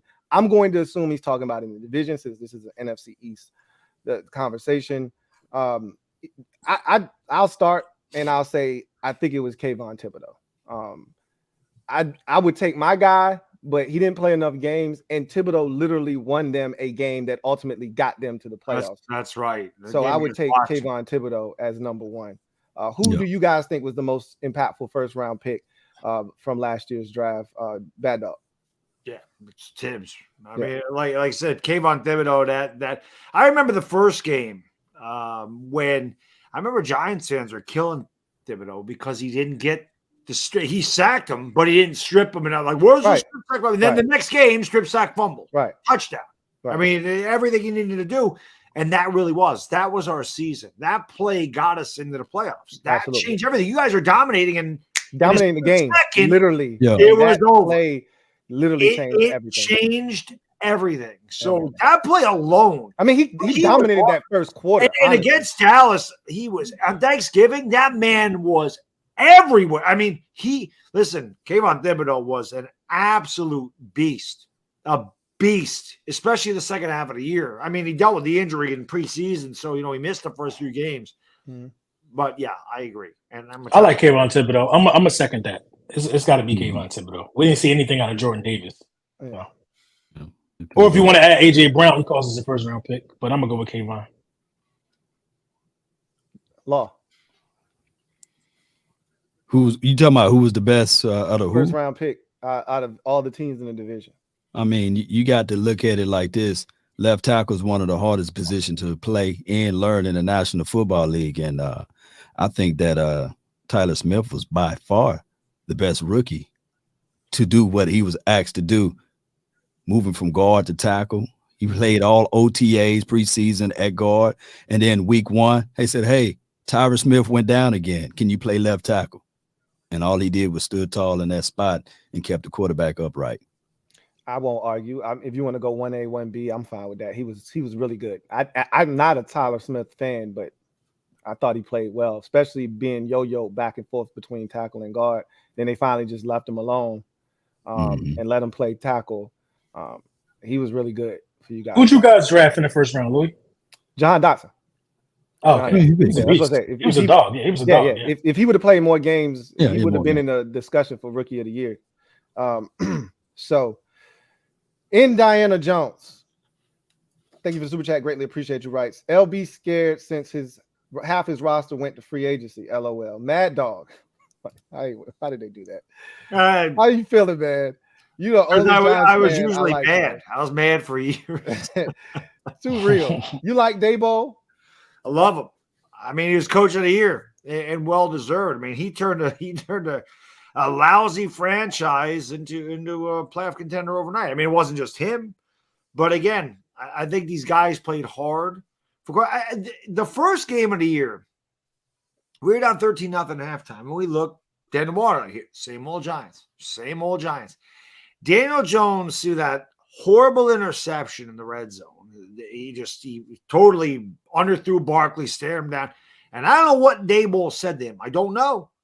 And it told me a lot about Daboll, and it told me a lot about Daniel Jones, because Daboll wasn't happy. Went over there, ripped Daniel Jones. And Daniel Jones could have hung his head and go, oh, nobody likes me. What was me? What did he do? He comes back out there again. He goes down. He wins the game. And Brian Daboll said, we're going for two. We're going for two. We're going to win this game. And sure enough, they went out and won the game. So that told me Brian Daboll immediately had faith that Daniel Jones could do this, even though he threw a really bad interception. These guys play hard for Daboll. You can tell the chemistry's different. You can tell these guys believe in one another. It's just a different feeling. The feeling that the Giants had this year, we're definitely not the most talented team by far, probably the least talented team that made the playoffs. But this coach gets the most out of his players. That's what the best coaches do.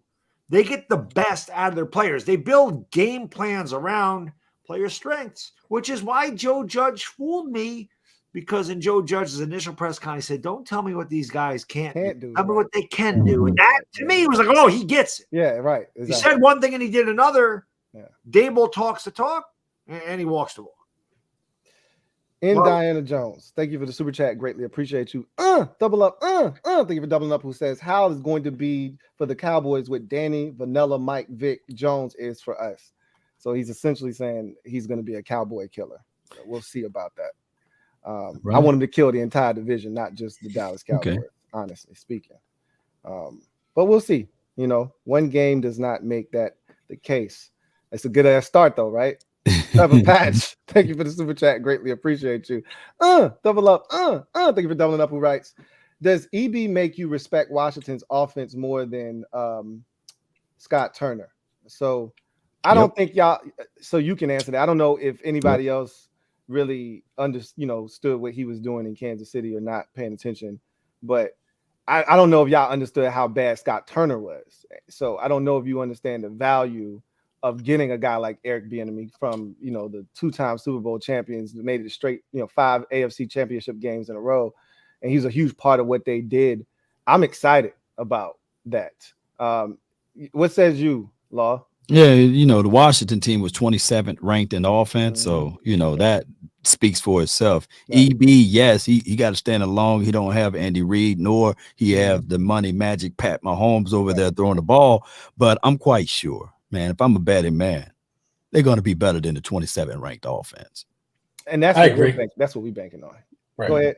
I agree. My only thing is that I think he might get away from running the ball a little too much. Because I feel like you guys are a really good running team. He might get a little pass happy and make Sam Howell. He might forget who Sam Howell really is. LB, EB is a running back by trade. I'm about to say he's a running backs coach at heart, bro. Yeah, Eric Bieniemy, but I don't think he's gonna get away from the run game at all, honestly. So you think so you guys think that Andy Reid was kind of trumping him because they ain't run the ball that much in Kansas City. Well, it was like EB was the yin to Andy's yang.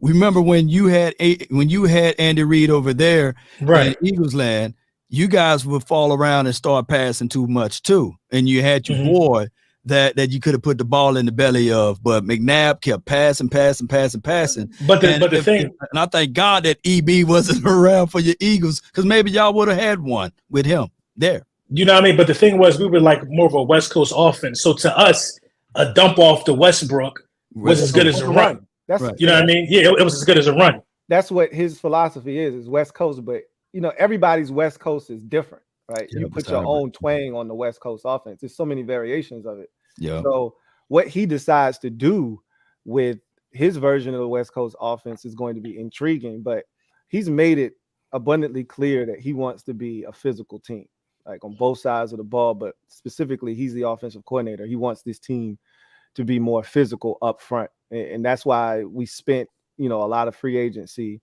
upgrading the offensive line. They're going to upgrade it some more in the draft.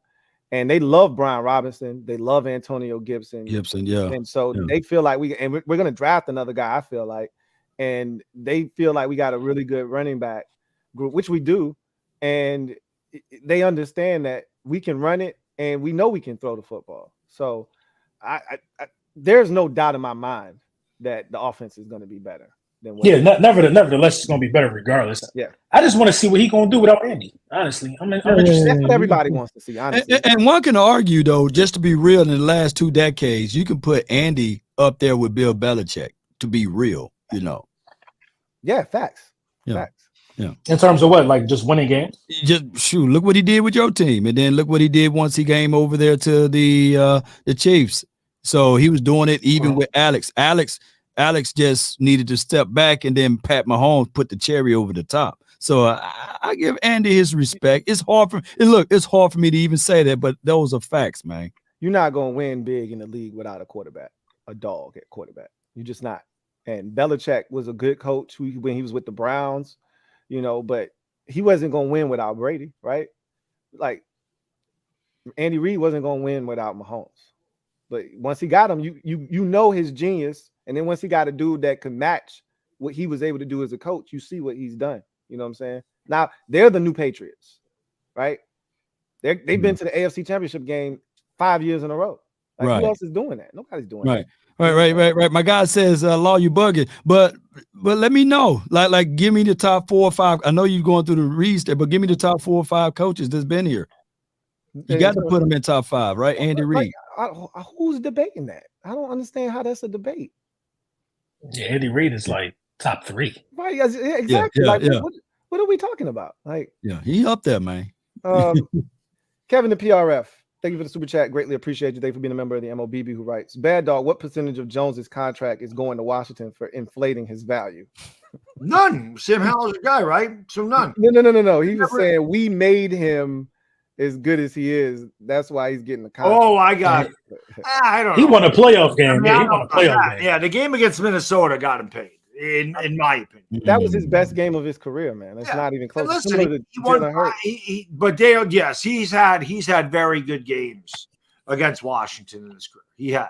Great game. Even the game that he lost was one of his best games he's ever had. So he does. He plays well against Washington. Twin D, thank you for the super chat, man. Greatly appreciate you, my guy, Twin D. Appreciate you as always. Trevor Patch, thank you for the super chat. Greatly appreciate you, Watts. Yeah, right. He says breaking Washington trades 2 1s and Chase Young to Arizona for the 3rd overall pick. Could this be Anthony Richardson? Yeah, right. If they did trade up, it would definitely be for a quarterback. Duh. You just don't know which one it would have been for, but they're not trading up. Anywhere. They're going to. Chase Young a bust. I've been saying that for a couple years. A lot of people in within our fan base are saying that. I don't believe that to be the case. This is the make or break year for him. Like, if he don't come out and show and prove this, and I hate that that's going to be the case for him because he's coming off of a major injury. He only played in the final 3 games of the season last year, so it's you hate to put that on him. And he didn't just tear his ACL. It wasn't a right like he tore his patella tendon, his ACL, PCL. That's what I tore. I tore my patella tendon. Yo, he did some major damage to his knee. This wasn't a regular standard run-of-the-mill ACL back. The patella tendon is different. Like it's different. It's that muscle that, don't you know how you flex your leg out? Mm-hmm. You can't do that without that patella tendon. You can't even straighten your leg. Yeah.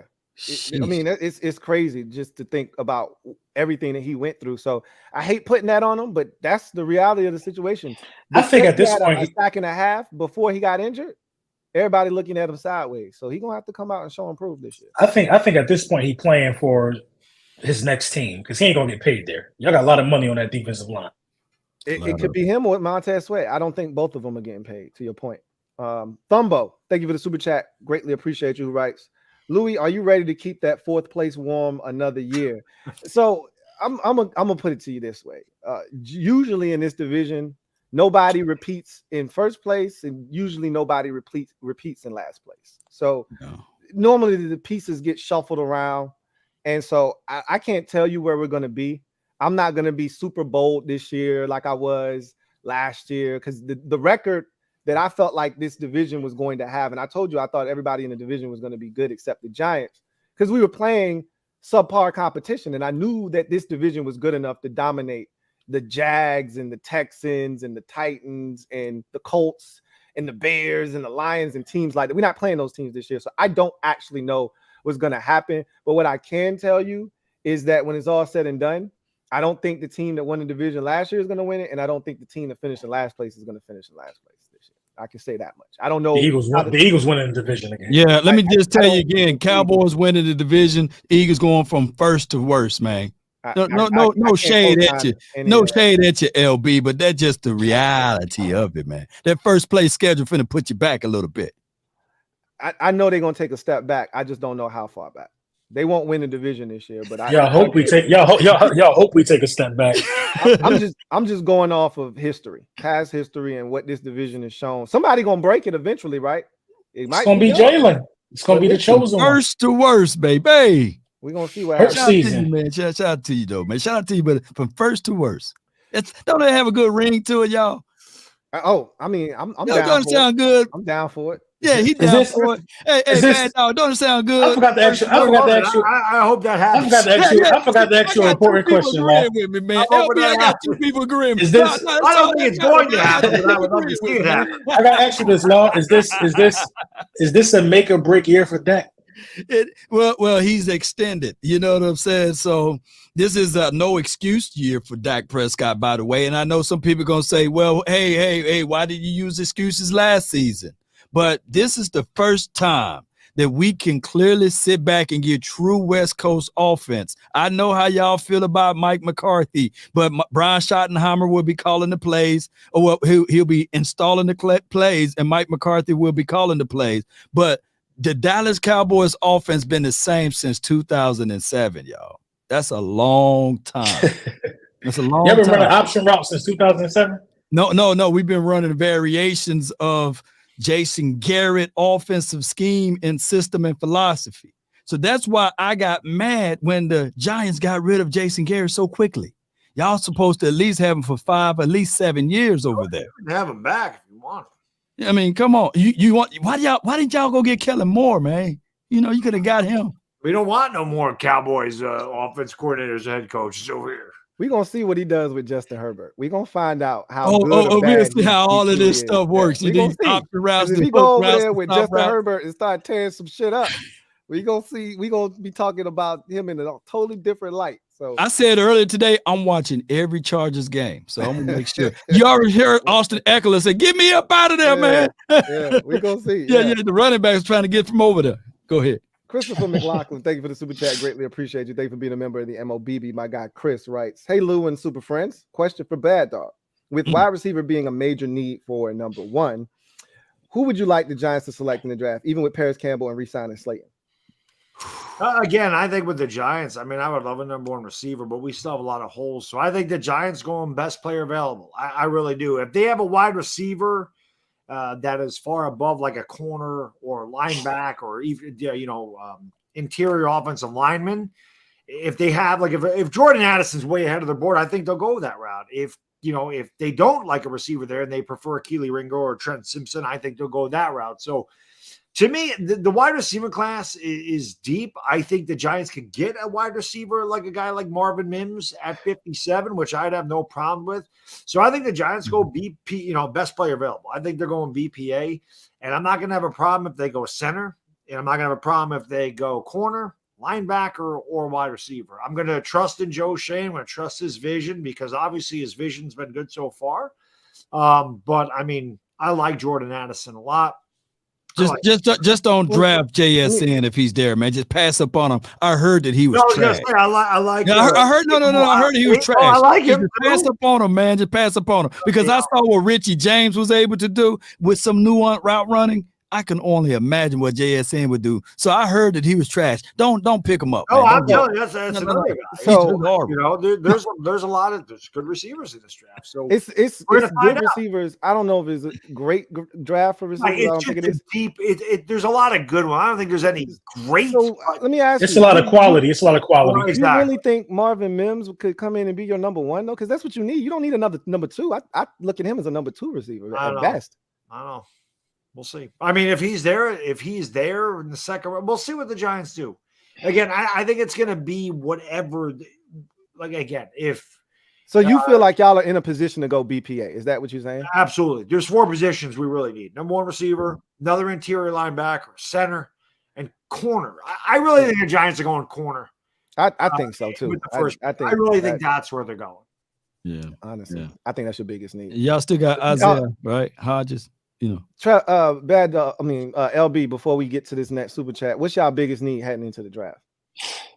Linebacker for me. Okay. Yeah. All right. The chances.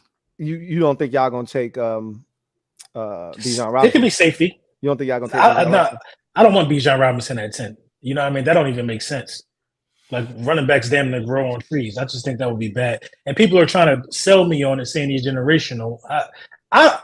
I like him. I don't see like special like when Christian McCaffrey was in college. I just, you know what I mean? I think he's good, but I feel like it's good in the 6th round too in his draft at that position. And running back is one of the deepest positions earlier. Like you said earlier, LB, right. Your offensive line is so good. You get a Travis Dye, somebody. That's what I'm saying. Yeah, right. I think if Rashad Penny stay healthy, I think we will have a dangerous running back room. You will, if he's healthy. There was a run at the end of 2021 where you could argue he was playing the best football of anybody in the league. So yeah, he was averaging like 6 yards a carry during that run before he got hurt. He's a walking explosive play if he's healthy, but that's the problem with him in his career. He just hasn't been able to stay healthy. Trevor Patch, thank you for the super chat. Greatly appreciate you. Who writes, Bad Dog, we need insights. Did Gates come to Washington to enact revenge on Allen for breaking his leg at FedEx? Hashtag double agent if you think so. No. You guys are going to love Nick Gates. I think so. I was sad to see. I knew he was going to be a casualty, man. You can't keep everybody. Big Nick Gates fan. I mean, I'm going to tell you right now, you're going to love that guy. He battles every play. Somebody hits your quarterback later. There's a screen. He's the first one there to protect your guys. That's a guy you want in a foxhole with you. He's a guy who loves to hit people. He loves to maul people. He's a throwback.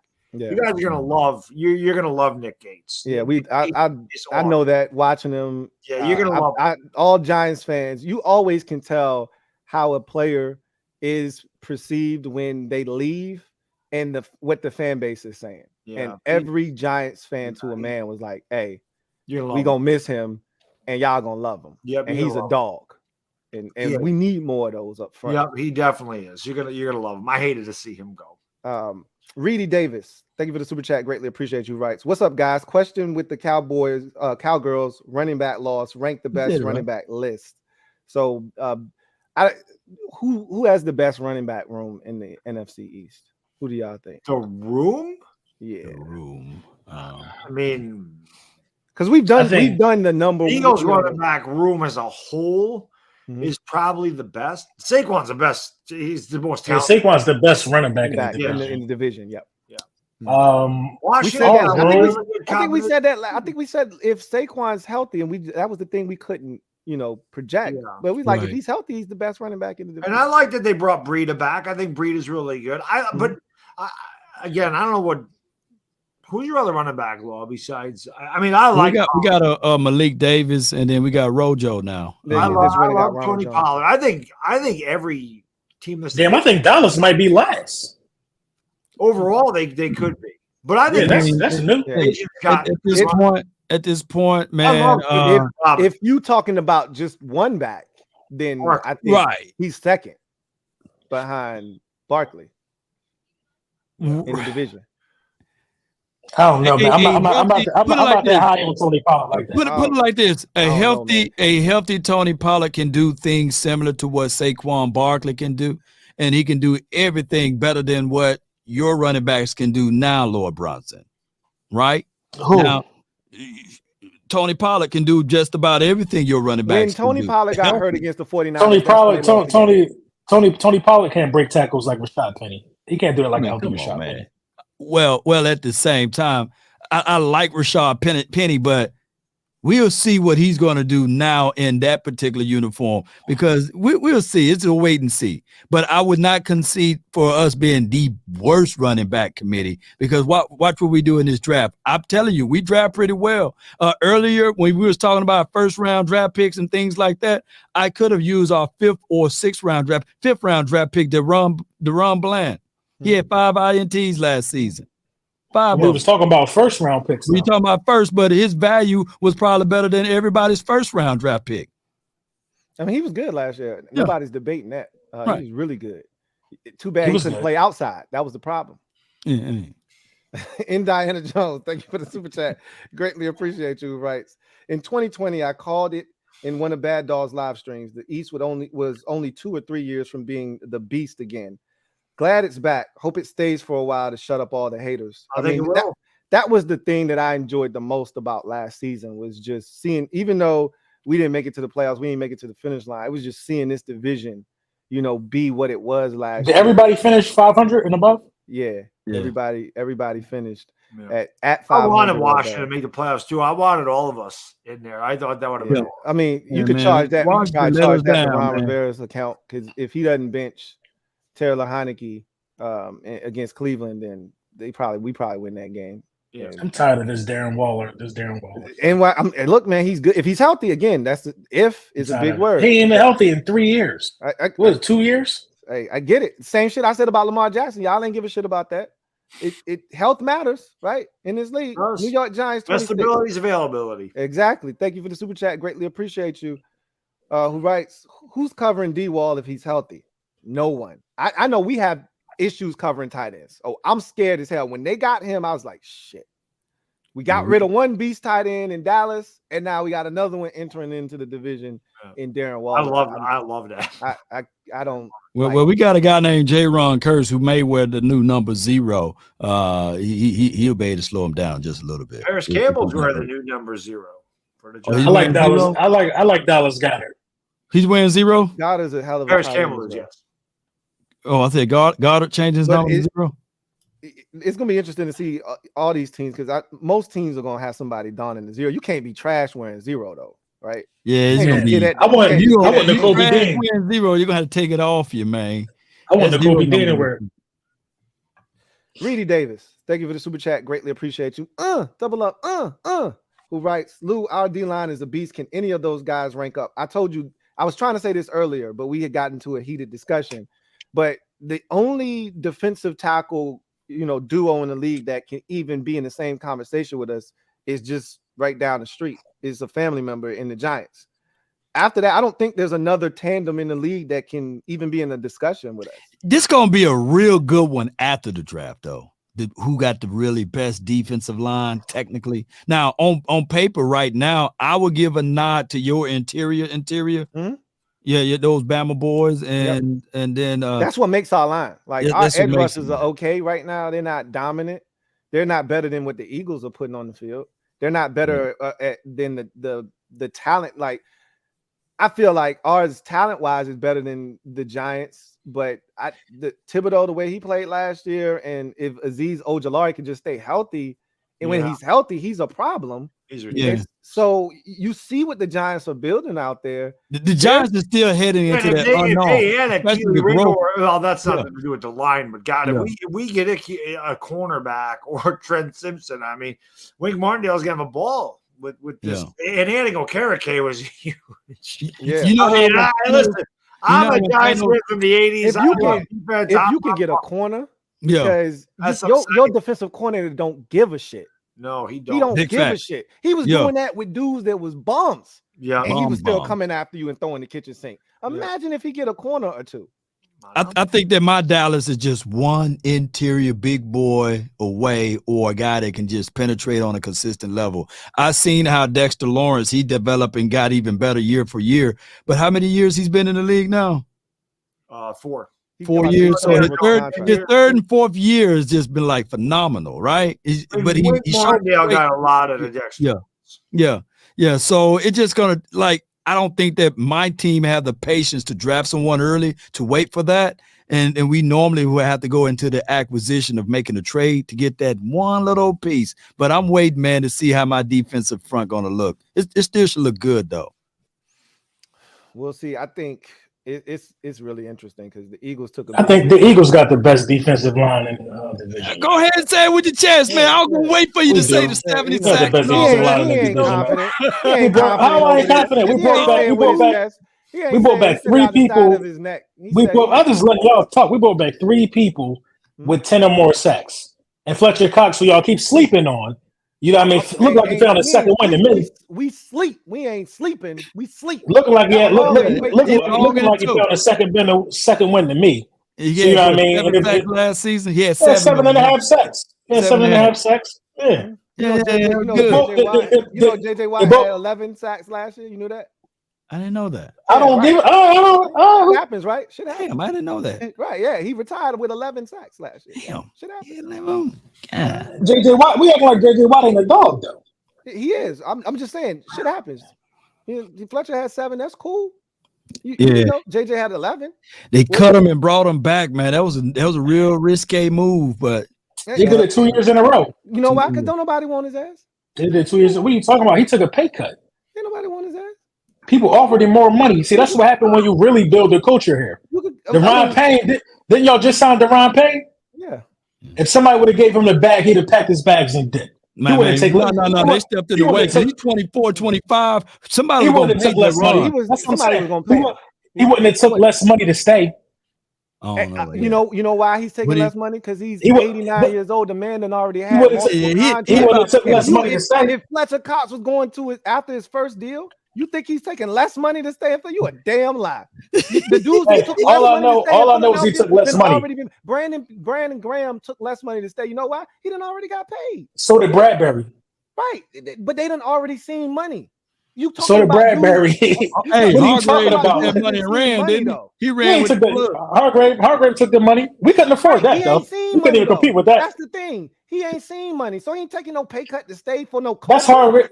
And That was Hargrave's second wasn't even contract. What are you talking homegrown about? for That was But the Hargrave's first second contract. contract won't no real break. Y'all didn't break him off. Yeah, he wasn't even homegrown. He wasn't That's homegrown. life-changing money Yeah. he just made with San Francisco. When dudes get Daron Payne only there for the bag. He don't believe y'all gonna win. You know what he said when he signed? What'd he say? We won. Thank you. We talking about Thank the you. quarterback. We one piece away. That's what he said. Hey, look, those who know know. He said, "I'm going to the dealership now." Thank you. Those who know. He said, I stayed here because I know we close. We one piece away. He talking about quarterback. Man, come on. Well, Man. I'm not saying I'm not saying that he said that. I'm telling you what he said. Okay, I know we more than one piece away. People say a lot of stuff when they get that type of money. Hey, Come on, man. New York Giants 26. Thank you for the super chat. Greatly appreciate you. Who writes hot take? Giants show that they've caught up to Dallas. I agree. I can't say that I disagree with that, but I got to see it first. I got to buy. I think if Dallas didn't make any moves, I can agree with it. But Brandon Cooks and Gilmore, them some big pieces, man. Yeah. Them some big. If Gilmore is your second cornerback, we're not gonna act like that ain't a big deal. That defense is totally better with Gilmore there. Absolutely. There's no denying it. I said this before you got here, but this feels like Dallas saying we're going for it this year.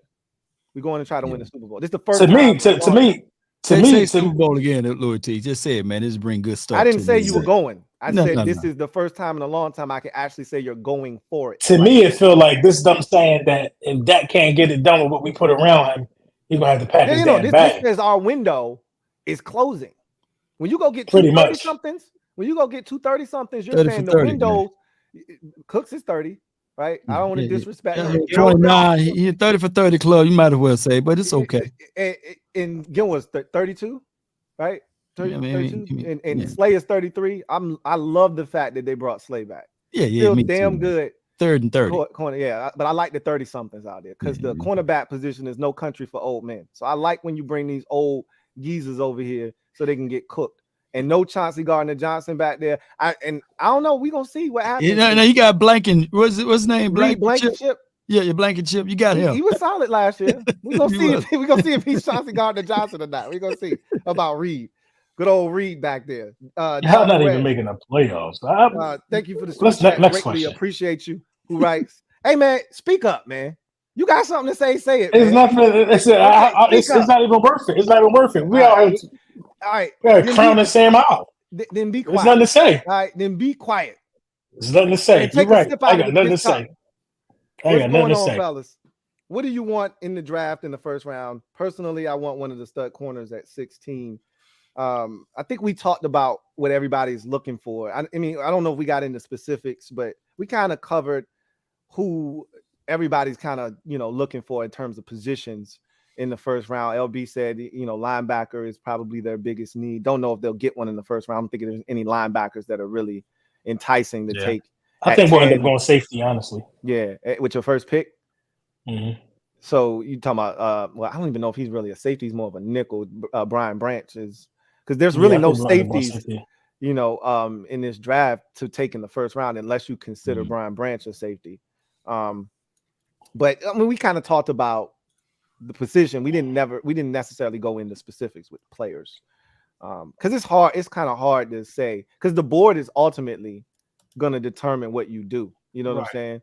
And what direction you're ultimately going to go in. Will Kavanaugh, thank you for the super chat. Greatly appreciate you. Thank you for being a member of the MOBB who writes, Lou, boys, how we doing? I wanted to ask the Three Stooges, do they have any worry about our offense now that we got EB, assuming Howell succeeds? So no. Assuming how I know you're going to say no, but are there any concerns? Well, I mean, we don't have to spend a lot of time because we already spent enough time. If Howell succeeds, I mean, that's everything. If he doesn't succeed, why would we be scared of you? I mean, he said assuming that he succeeds. Well, obviously, if he succeeds, then your offense will be good. You should succeed with the amount of talent that's there. right? Dotson, if we have a good, if the offensive line, I can't stress this enough. If the offensive line is decent, then we'll have a chance to be really good offensively. I'm more concerned about our defense, which might sound crazy to y'all, but I'm more concerned about our defense than our offense. Christopher McLaughlin, thank you for the super chat. Greatly appreciate you. Double up. Thank you for doubling up. My guy Chris writes, hey fellas, what is the one player in the draft that each of your teams is looking at in the 4th through 7th rounds that would fill a need and help raise your team to the next level, and why? Yeah, I didn't go that deep. Yeah, that's a tough ask, Chris, because I didn't go that deep. 4 to 7. Yeah, you talking about day 3 stuff, right? It's hard to get a day 3 dude to come in and immediately impact your team, right? Yeah. So you're asking a lot there, Chris. We appreciate the gesture there, but that's tough, man. Yeah, you're asking for a day 3 dude to come in. What we hoping for is like a running back to fall. Running back class is deep. Easy. Right. Alabama Candy. We got some guys, man, that if they can fall in the right spot, man, they can fill in that Zeke void that we got right now for the Cowboys, to answer this question there. Yeah, I'm sure like I said, I think the Giants are going to go outside of that first pick. I think they're going to go into, I think they're going to take a big swing at the offensive line because they gave Daron Jones that money. I think we're going to draft a quarterback at some point in the latter rounds. I do too. Maybe Stetson Bennett. I'm telling you, the Giants like Georgia Bulldogs. So clearly. But wasn't that the last? Wasn't that the last iteration? Though, wasn't that more Gettleman that liked the Georgia? He did. Yes, we did not take a Georgia Bulldog this time. Yeah, so I don't know if that. Now it's like the Eagles. We on all these Georgia Bulldogs right now. Yep. Yeah, and my Cowboys, we might go get a Max Duggan late in the round. So I like Max Duggan. Yeah, Max Duggan. I like Max Duggan. He's one of the fastest quarterbacks in. I like him, man. I like him. Gutsy. He's a kid. It's so crazy because I could say what I think. What I would do all I want, but Howie Roseman, there's no telling, man. We can go defensive line. Yeah, like Mozzie Smith, that's like a Howie Roseman pick. Jalen Carter, he's dropping off of people's draft boards left and right. I mean, Howie Roseman could go offensive line, defensive line. Howie Roseman loves the trenches. Yeah, he ain't gonna pass up on the trenches. Surprised if it'd be a draft day trade, So Howie do some crazy things, man, for the right thing. So. It's going to be a situation whereas, like I said, I mentioned Jeffrey Simmons earlier, right. Staple piece that can solidify my defensive front. If the Cowboys get rid of their 26th pick for him, man, I will be doing backward flips. I'll have to go get Simmons seasons or something like that on my hat. They're projecting the Eagles might do something like that, but you got to pay him though. You got to pay him, but if the Eagles get him, I'm punching air right now, man. I'm just gonna be mad at the world. Him next to Fletcher Cox, and then you rotate all the other dudes in. That would just be nasty. Hush, man. That'd be nasty. Like, God dang. But go ahead. The Titans can't do that 2 years in a row. Because come on, I'm gonna have to slap them at that point. Right. You're doing too much now. Right? Howie Roseman, man. Howie Roseman. They can't be, but the Titans, they tripping over there, which made me think they were going after Lamar or something. The way they not paying their dudes, because they don't have a lot of stuff. So you need to take care of the dudes that you do have, and he's one of them. If it's a fire sale over there, give me Kevin Byard, or you right. They don't want to pay him either. They don't want to pay nobody. Like that's what I said. They made me think they were going after Lamar with the way they being cheap over there. Andrew B, thank you for the super chat.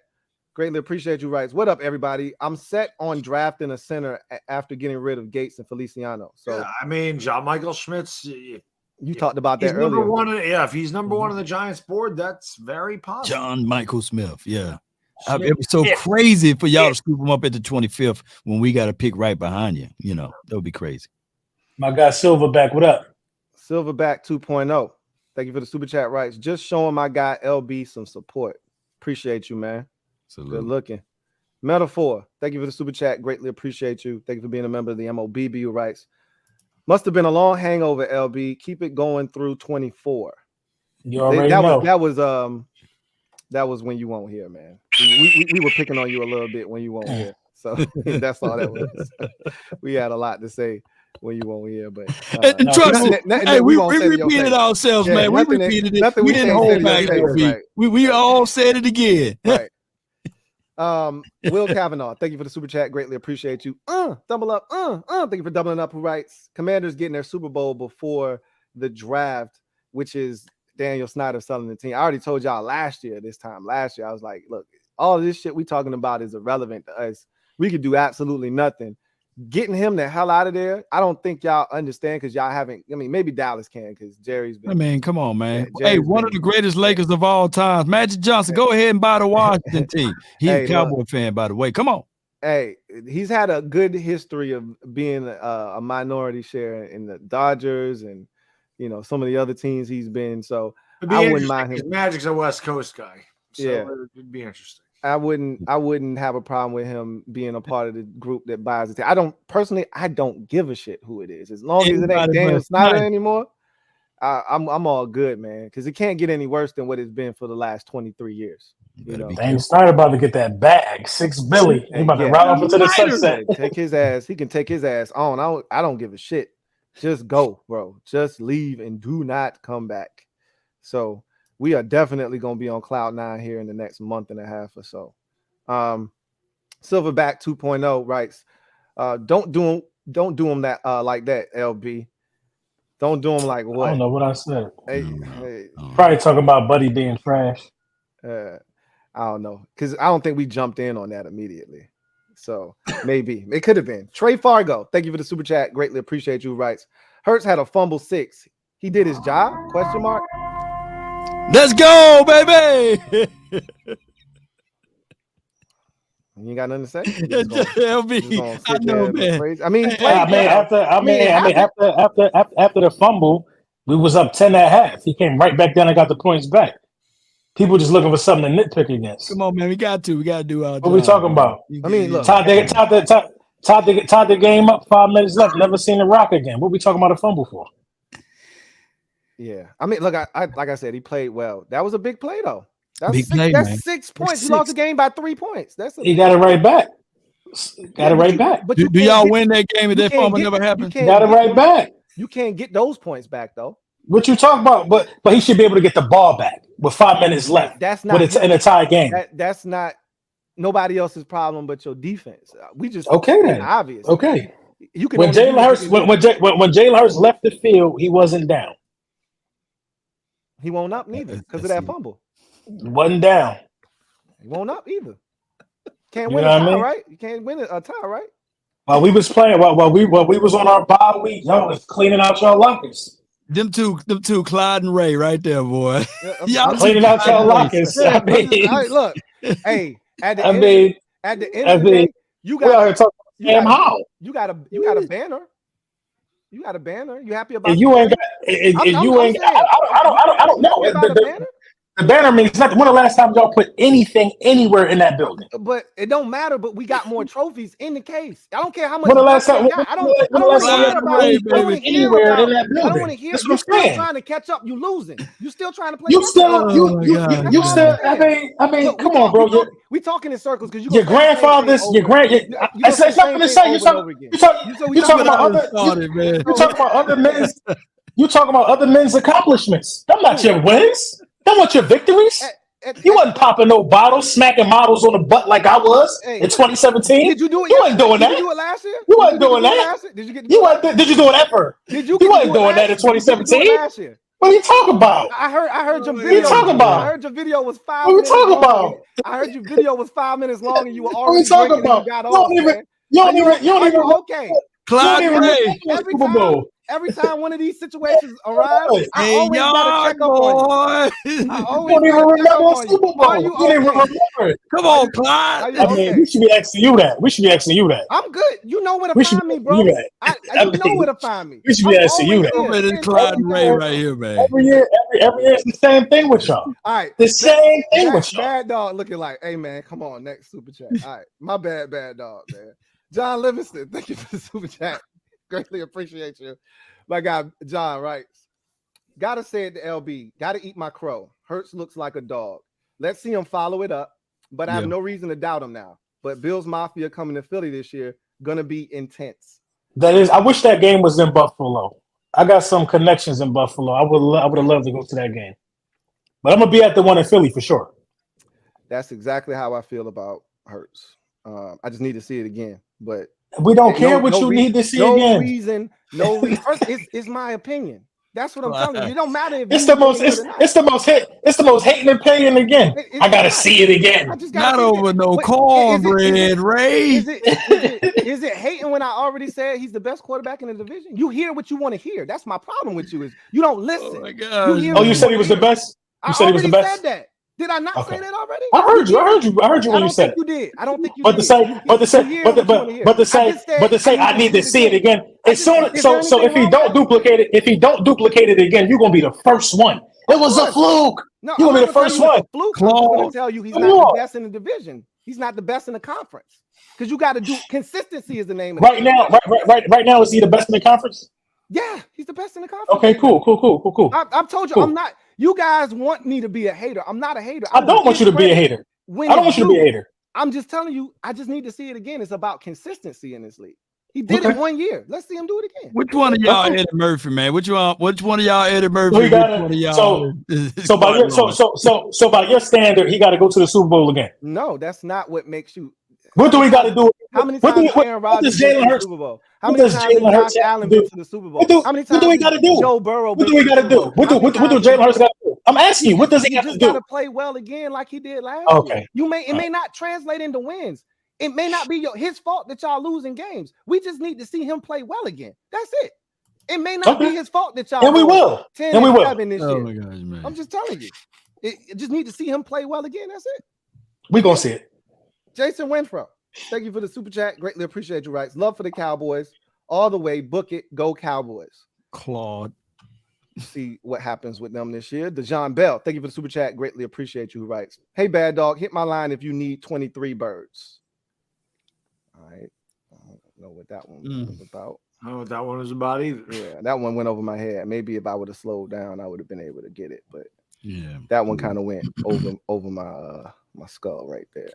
JP, thank you for the super chat. Greatly appreciate you. Double up. Thank you for doubling up. Who writes, where can I get Law's soundboard, bro? LOL. It's legendary. I gotta say that. The soundboard is definitely legendary. Yes, indeed. Damn. What do it look like? I bet you it was Eagles green. What it look like? Nah, everything in there is blue, man. That thing gotta either be black or blue, man. It ain't no way that thing's green. Joe Rockhead, thank you for the super chat. Greatly appreciate you. Thank you for being a member of the MOBB. My guy, Joe Rockhead writes, McLaurin plus how y'all see cornerbacks are Terry's kids. I mean, he's been doing it with lesser quarterbacks his entire career, so I think this could be a big year for him. But, we'll see. Yeah. Amid Belfort, thank you for the super chat. Greatly appreciate your rights. Strawberry daiquiri, LOL. Throwing picks like sprinkles on ice cream, LOL. Hey. I got no rebuttal, man. Shoot, Dak gonna come back, Dak, man, next season, man. Dak season, man. Dak season, 8 seasons, man. I don't know what we're going to see. Texas Angler Detailing. Thank you for the super chat rights. Rob Wave, don't know what he's talking about. Cry. All right. So, I don't know if he's talking about LB. Yeah. I'm assuming that's what he's referring to. All right. Let's get to another super chat. Boy, y'all in here going in, boy. Silverback 2.0. he must be talking about me. Silverback 2.0. Thank you for the super chat rights. Yo, I need what drugs T is taking. Wow. Hey, we gonna see. I like the fact that I'm in a corner. I like being boxed into a corner, man. That's when some of the best work gets done. And Diana Jones writes, LB hurt. It's okay, bro. Y'all got next year. Oh, never mind. We'll see what they do this year, man. I do not think there's going to be this precipitous drop-off with the Eagles. I think they're too good of a football team and they're well coached. I don't know what these assistant coaches are going to do. I don't think they're going to win the division, but I don't co-sign LB thinking they're going to drop off and be in last place. I don't see that happening. Anthony Crowback, thank you for the super chat. Greatly appreciate your rights. Louie want to be Stephen A. Smith so bad, laughing my ass off. I don't really though. Low key, Stephen A. Smith want to be us. Y'all see him on YouTube now? Of course, but everybody understands on now. He got the mic. He just like us, man. Everybody understands where the future is, though. It's not on TV. Yeah, you know what I'm saying? People don't even have cable anymore. A lot of people streaming stuff now. So Yeah. Times are changing. Metaphor, thank you for the super chat. Greatly appreciate you.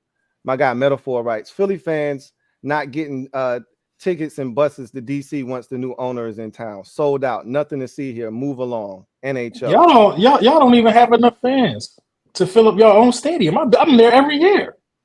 It's like a dollar party. It's Pittsburgh fans there. They ain't even playing. It's people there with Steelers jerseys on. Look, man. People in there with hockey jerseys. Hey, look, man.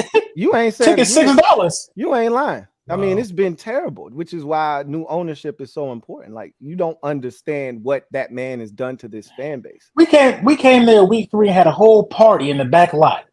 Bro, we had a stage. It ain't that was our stadium. It's not even like you're right up the street. That's nothing. It's fan bases where you like, ain't no way they supposed to come in and take over the stadium. Like Vikings, they're not nowhere close to DC or Maryland. And but the thing, but to be fair though, DC is a melting pot. Everybody is from all over the world. Pot, but it didn't matter back in the 80s when we were like the New England Patriots. DC stands for Dallas Cowboys. There's a lot of Cowboy fans over there. It's a lot of it's more fans everywhere, bro. It's more Cowboys fans. It's more Cowboys fans in DC than it is DC fans. There you go. Yeah, that's a fact. I don't know about that. That's come on, man. I don't know. That's a fact. In the DMV, it's more Dallas Cowboys fans than it is Commanders fans. It may be. What's your daddy? What's your daddy? What team he root for? We've already established that. That's not fair because you already know the answer to that. That's fair. You might be right about that. Y'all. You might be right about it. And I'll take it a step further. Now that we're no longer the Redskins, it's a lot less Commanders fans than there were like Redskins fans. So, that's okay. That's true. Yeah. So yeah, if we were still the Redskins, I'd fight you on that tooth and nail. But the Commanders, yeah, I think you might be right about that. King of the East and up. Thank you for the super chat. Greatly appreciate you. Who writes, Louie, please put the bottle down. You killing me. My stomach hurts. Hey man, I'm trying to give y'all game before it happens, so y'all could say y'all already knew what was gonna go down. But hey man, whatever you got to do, you can't say I didn't tell you so. Because I'm gonna definitely say I told you so. Because I like saying I told you so. So just know that. Texas Angler Detailing. Thank you for the super chat. Greatly appreciate you. Writes, Law, tell Drewski to let y'all talk. Who is Drewski? I guess he's talking about me. I'm not sure. He was supposed to. He keeps spending all of this money on these weak ass insults. I don't know what he's trying to do there. B. Get him off the screen.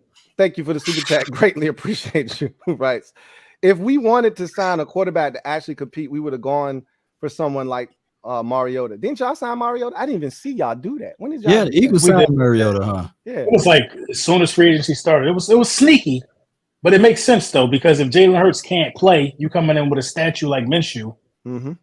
I mean, you got to change the whole game. I love the signing. I mean, there were people that were saying it wasn't a good signing. I disagree. Mm-hmm. Somebody said it was like one of the top signings of the year. Some metrics that they use, something like that. I thought it was a good signing, personally. It's I don't expect him to play though. I don't either. Hurts is built to last. I was shocked he got hurt last year. He got to be smarter though. Like he can't be taking that hit that he took against and that's why I want Zeke, man. Like I understand we have a lot of drives that kind of cap off 3 yards away, and we use the read option down there. But that's what somebody like Zeke is for, man. Zeke had 12 touchdowns last year, man. You know what I mean? All in that red zone area. That's why I want Zeke to take some of the blow off of him. I'm not saying Zeke gonna be 2017 Zeke. I just need him to get some of them tough yards, so we ain't gotta, use Hurts so much in them situations. He got hit like 6 times in a 2-point conversion in the Super Bowl. Yeah, I'm surprised he got up. But that's how y'all use them, man. Like y'all gotta cut that shit out, man. It's such a big part of what y'all do though, because it's because Miles Sanders is non-effective in the red zone. And we run Kenneth Gainwell a lot down there. I know this. It's such a big part of what y'all do, him and his legs. I talked about it last year. Like Hurts without his legs, it neutralizes your offense. Like he's got to be a threat. Like the San Francisco game is a great example. We didn't know what we were going to get because the last game we saw him, he didn't do much against the Giants, didn't have to. And the week before, the 2 weeks before that, when he played the Giants, he didn't do really anything. So we really didn't know what he was going to get against the and you could tell he didn't really want to run against the Giants. He was sliding and doing shit that he didn't normally do. He let that shit hang out against the 49ers. But that's his game. But y'all gonna have to bring that shit in.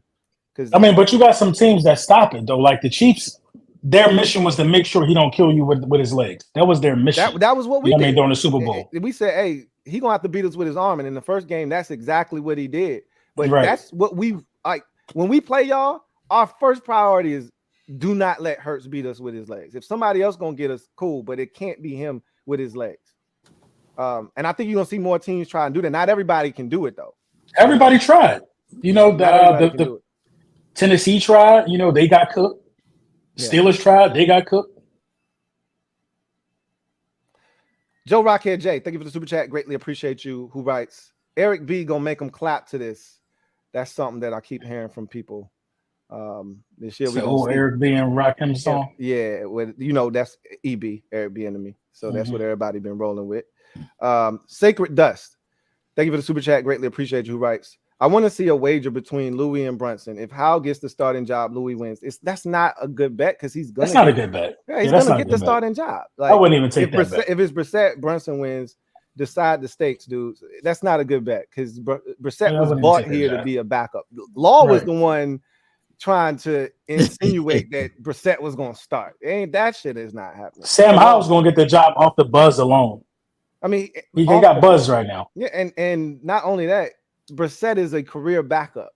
You know, like you bring in Tyrod Taylor, unless you have nothing or you got a rookie that you do not trust, like an Anthony Richardson, for instance, Jacoby Brissett or Tyrod Taylor or Gardner Minshew or one of these backups, they're not going to start unless you have a guy you do not trust. They trust Sam Howell. They feel good about Sam Howell. He was there last year. They feel like he's ready to play. In Diana Jones, thank you for the super chat, writes, Law bringing up passing stats, but forgot how pulling a vanilla Vic on their asses. LOL. Mad Dog acting brand new too. That 7-9 record or 9-7 record got him hype as F. They won a playoff game. They won I don't think people don't understand how important that is. They beat the number 2 seed. Not only did they win a playoff game, they got to the playoffs, which was a accomplishment in itself. Do you realize what they had on that roster? That dude the Commander fan? Yeah. Listen, we won 22 games the previous 5 years. So you're damn right. Having a winning record, getting into the playoffs, winning a playoff game for the first time in 10 years. You're damn right. I was hyped up. You're damn right I'm hyped up about the Giants' future. Find me a Giants fan that isn't. Well, there's a couple out there. But turn the fan base around big time. When you're in the doldrums as bad as we were, the worst team in football for 5 years, a team that had minus 10 passing yards against the Bears in 2021, ran back-to-back quarterback sneaks against the Commanders in the last game of the season. Yeah, to come from that and have the season we did with nothing there, with no talent, yeah, you're damn right I'm hyped up about it. Hey, you know what? I still His post games used to be bad, yo. I used to feel so bad for him, yo. They were awful. They're awful. I still trip about I had the target bag in my head when we did this. I remember that. I had a target bag in my head. Man, it was bad time. I remember when you said, I couldn't believe this when you said, I didn't know this until you told us. You said we haven't been over 500 since like in 5 years, right? 5 years. 5 years, right? In 5 years. I was like, wait, when we beat the Titans, that was the first time since the end of 2016 we were over 500. Because they never time. So that means they never. Years. That means they never won their first game of the season. Correct. Game of the season. Right. We won our opening game once in 2009, and it was against the Cowboys in 2016. Because Terrence Williams stayed in bounds. That was it. That's rough, man. That was rough. That was rough. Max, I used to say that shit every week. Every week I was here with that shit. Every week. So yes, I took my lumps. I took my lashes. I'm ready to give them back. Hey, look, if I was you, I would be the same way. Y'all, I already told y'all, I would be unbearable if we're good. You trust me. I'm talking shit and we trash.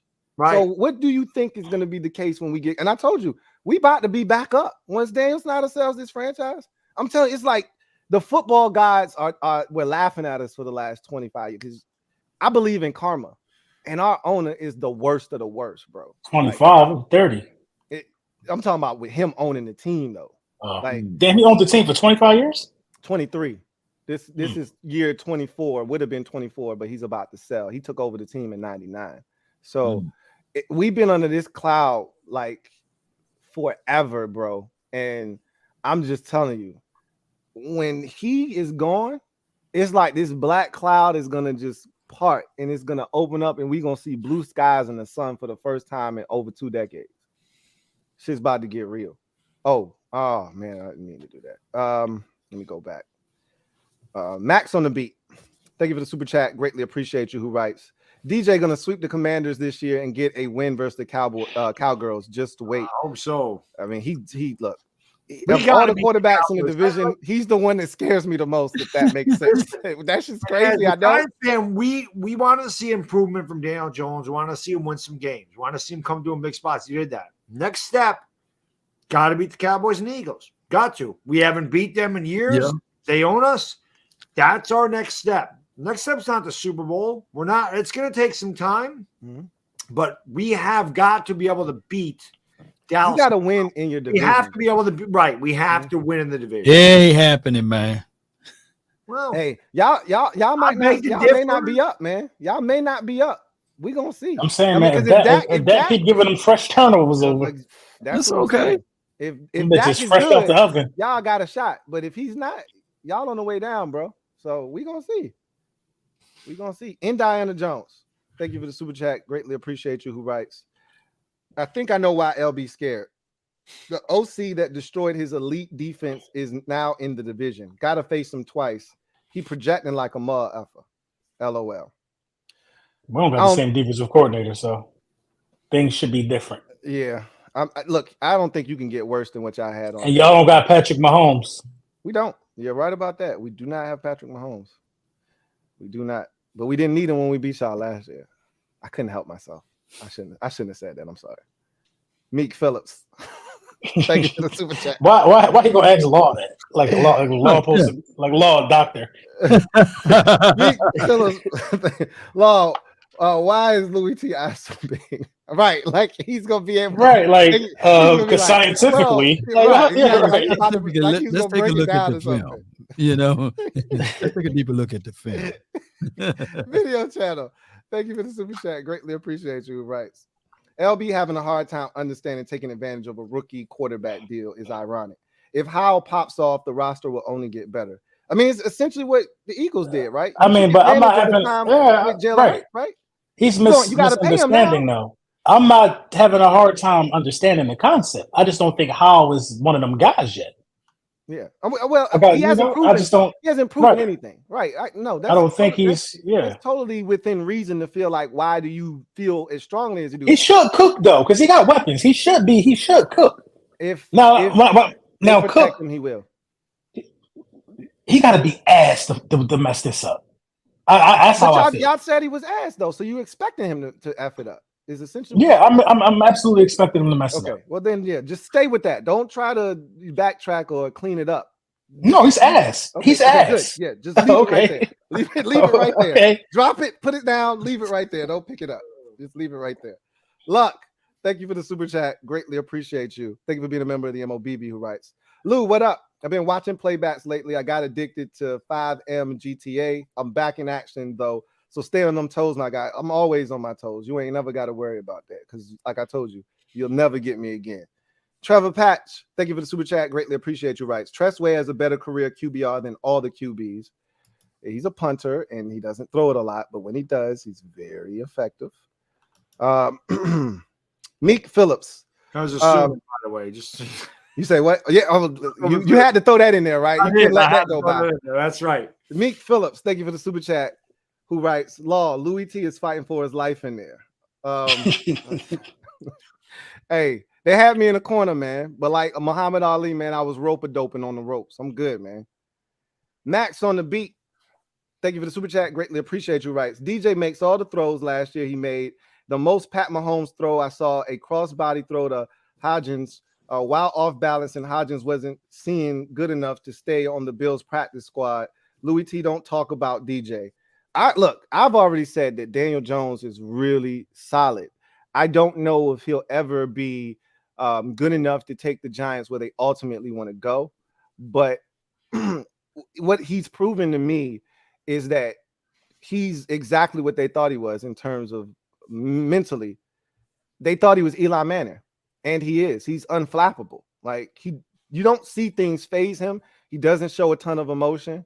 He is a guy that could throw a back-breaking interception. I think what Bad Dog said is the perfect example of that. He throws a terrible interception, easily could have cost him that Titans game. And what does he do? He went right back down the field, led him on a touchdown drive, went for 2 and scored, and they won the game. So he's a dude that mentally, and I think that's half the battle in the league, honestly. Everybody's talented. You make it to this level, you're talented.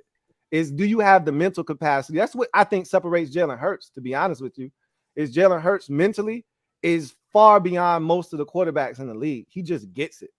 And so when you get it mentally, that's half the battle. That was my biggest question about Daniel Jones. His talent was never – I never questioned his talent. I questioned in between his ears, his decision-making, his confidence. And in this year, you saw it. Better decision-making, way better confidence. And confidence is one of those intangibles that's not showing up in the box score.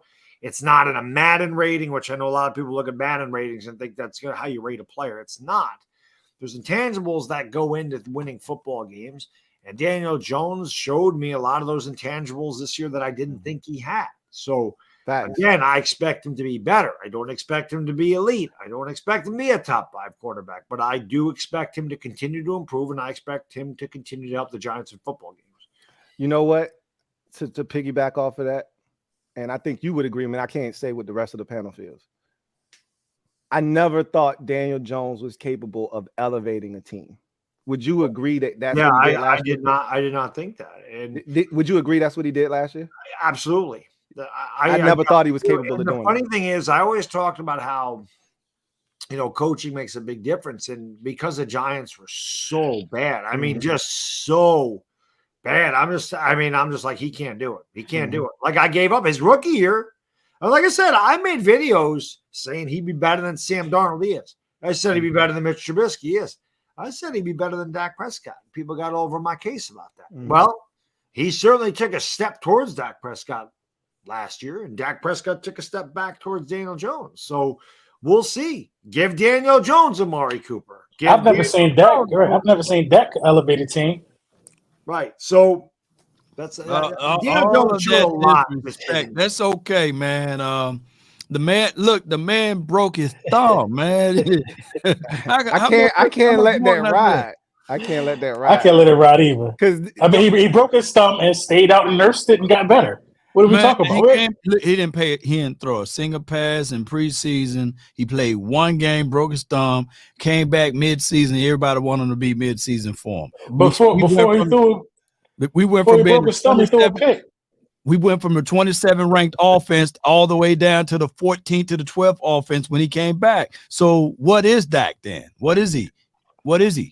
He's better than Cooper Rush. That's what he is. He's better than Cooper Rush. Well, they went from the 27th ranked offense all the way down, and he was 8-5. That's what his record was last season. So that made us 12-5, made it to the playoff, won a playoff game, beat a guy that he never beaten before named Tom Brady. He damn man, Tom Brady damn near in the sarcophagus. Stop. I don't care if Tom Brady was 55. The Cowboys the Cowboys on the road in a playoff game haven't won one in 30 years. On the road. Tom Brady needed a damn CNI dog his last season. I don't care, man. I don't care. So it's a win. It's a good win. It goes out in the book. It's a good win. Yeah. Because it was credit to the Cowboys losing. That's what everybody was crediting, that they was going to lose that game. Yeah, I can't let you rock, LB, because you was sitting there. I tried to tell you Tom Brady won't Tom Brady no more, and you kept saying, I don't want to see Tom Brady in the playoffs. I don't. That's true. That's I was like, Brady true. ain't Brady this year, and you was like, I ain't trying to hear that shit. It's Tom Brady. But it's that's what I'm saying. It's the GOAT though. You know what I mean? I gave the GOAT the benefit of the doubt. Sue me. I gave him the benefit of the doubt. Right. You know what I mean? They keep moving the goalposts. They keep moving the goalposts because the Cowboys didn't supposed to make it to the playoff back to back. By the way, but it's Okay, but it's like it's for me. It's the fashion that you lose and who you lose to. You lose to Jimmy G and Brock Purdy. Yeah, Dak Prescott.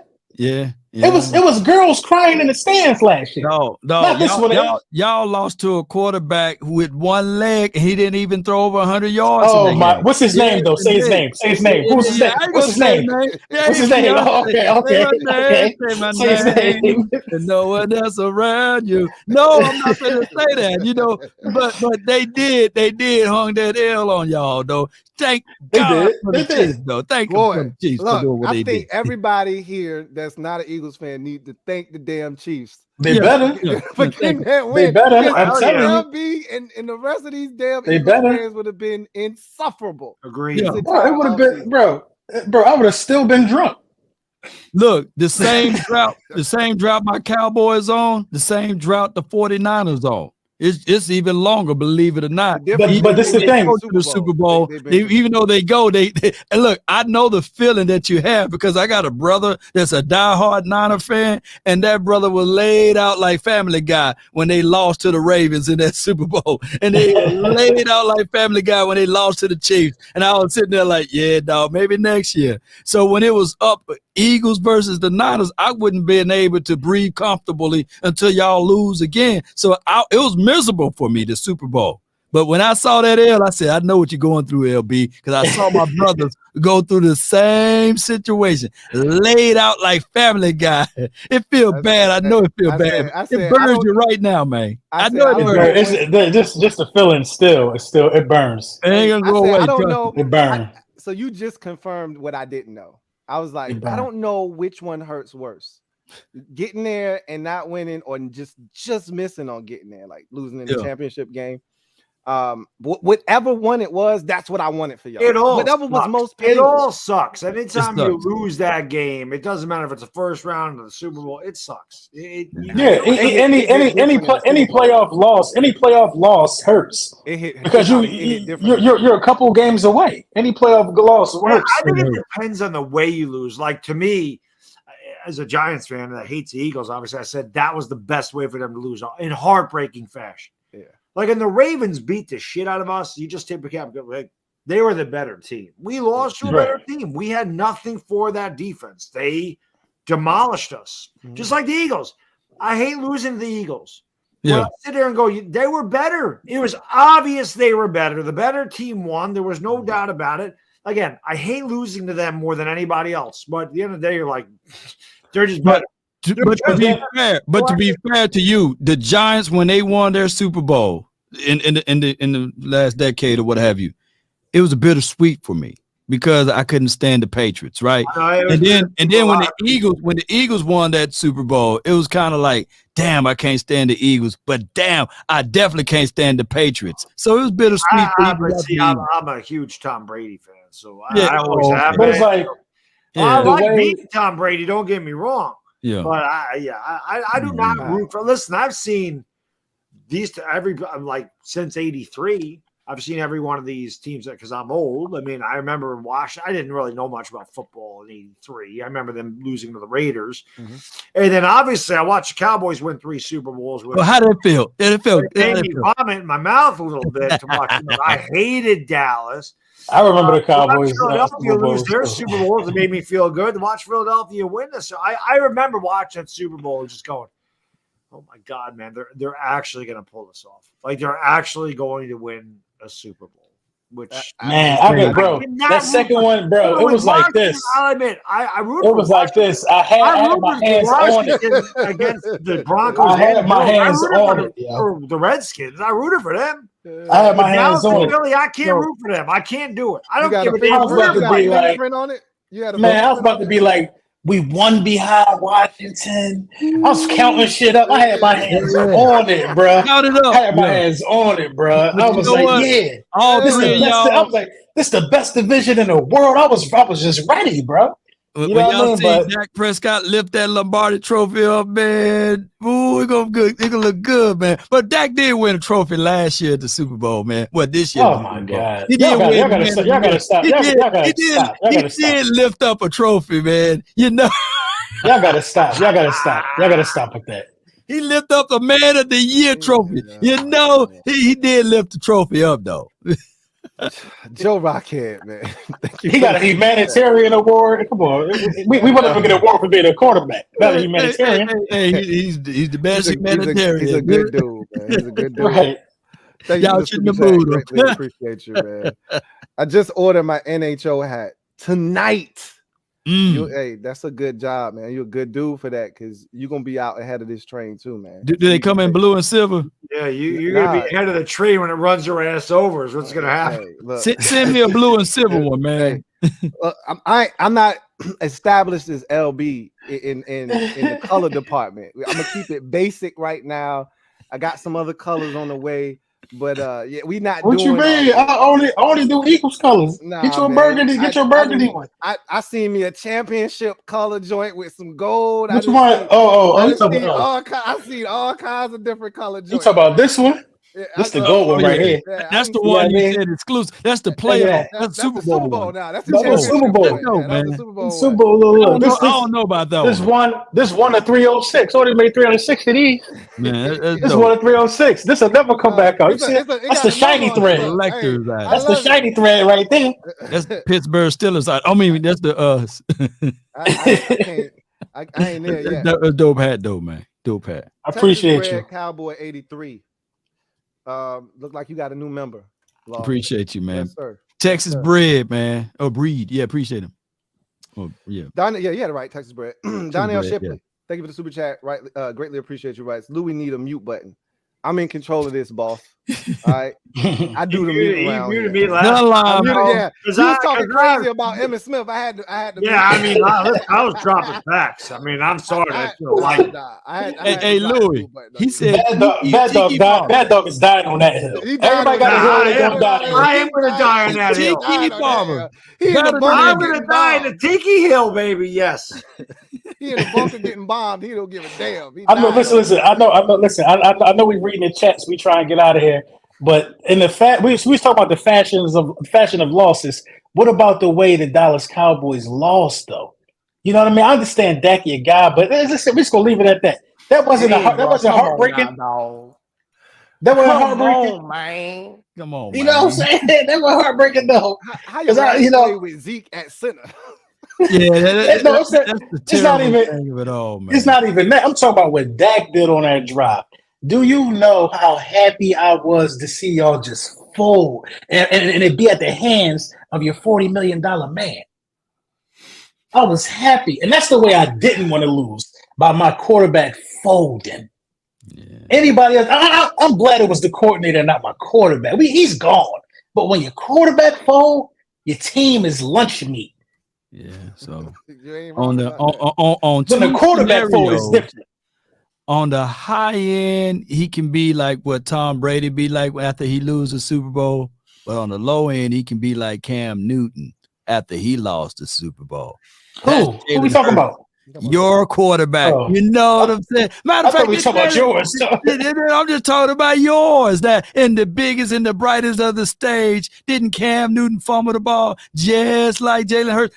Hey, that's who Jalen Hurts may be. He may be the next coming of not Tom, but Cam Newton. He's gonna be one of those guys that I never see forgotten in the line. You know, Cam Newton ain't get this much respect off his loss. Jalen Hurts earned his respect, man. I'm so happy for that dude, man. I can't wait for next season. Okay. Did they pay him yet? Did they give him a contract yet? We know that's coming. What we got to say? What y'all waiting on? Go ahead, pay the man. How we working out the particulars?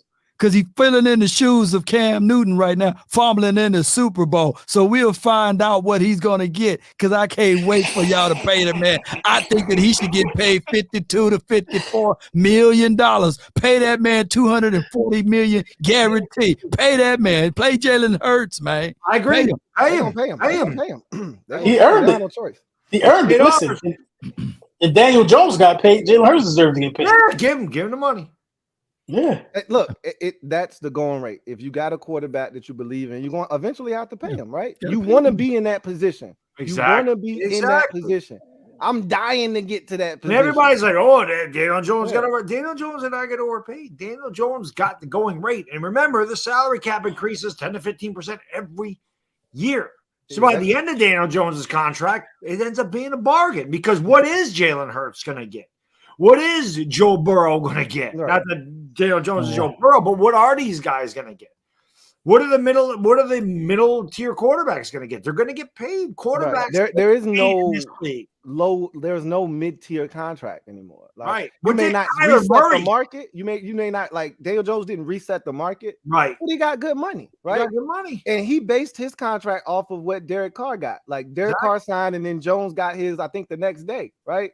And listen, I think that those guys are comparable. So you give me a 7 year, you give me a guy that's 7 years younger that is not as close to the talent that Derek Carr's had around him. I'm okay with that. And I like our head coach. I think that I like where we are. I like where we're going. For the first time in a long time, I like where the Giants are going. I like what our future looks like. I'm seeing all these comments about the ACC being like the 6th best conference in football. Are y'all crazy? How are you going to have the 6th best conference in college football if you got Clemson in your conference? That doesn't make any sense. It's the only good team in the conference. Clemson. It doesn't matter. Clemson took a big step back when they did last year to the NFL. They took a massive step backwards, but they're still Clemson, right? Like they're still one of the better schools in terms of getting talent. South Carolina beat Clemson this year. Didn't South Carolina kick the shit out of Clemson? Yeah, but their quarterback situation stinks. You got to have a quarterback. It don't matter what level you're at. Yeah, the Gamecocks. Huh? Indiana Jones. Thank you for the super chat. Writes, Eagles going to taste B-Rob cleats again. LOL. I think a lot of teams in the division going to have problems with that young fella, especially if this offensive line gets their act together. Clutch B-Ball TV.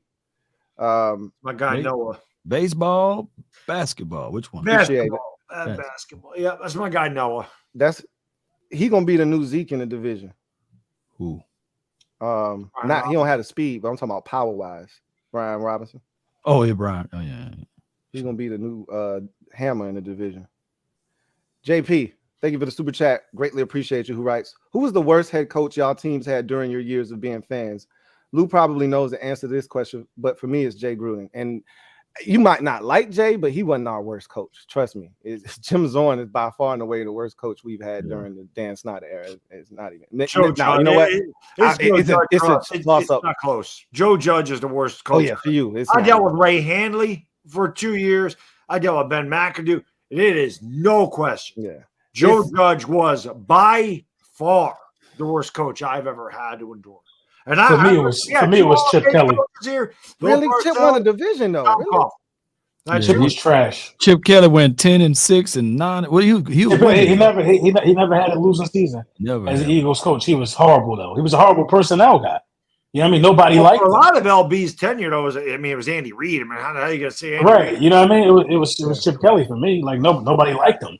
I got you. I think we had Dave Campo. Were you around for Rich Kotite, or is that all before your time? That's probably right. Rich Kotite was really bad for you. Yeah, that's right. Yeah, that's probably like that was mid-90s. That's when y'all was celebrating y'all last ring. LB's a young man. I don't know nothing about that. That's before his time because he was right after Buddy, right? Yeah. Oh my gosh, man! I think he was right after. Buddy. I've been around a while. Yeah. I remember Tom Landry coaching the Cowboys. What you got, Law? Well, we had a coach to go 5-11, 5-11, 5-11, and still had the job, man. His name was Dave Campo. And then y'all lump all of that in. Cowboys haven't won, and da-da-da. Look, we had a coach to go that long, and the Cowboys didn't want to get rid of him. And then we got Bill Parcells, which was good, and then we kept Jason Garrett forever.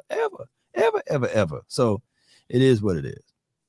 Yeah, I think it's a tie for us. It's got to be Spurrier and Zorn. Both of them were terrible.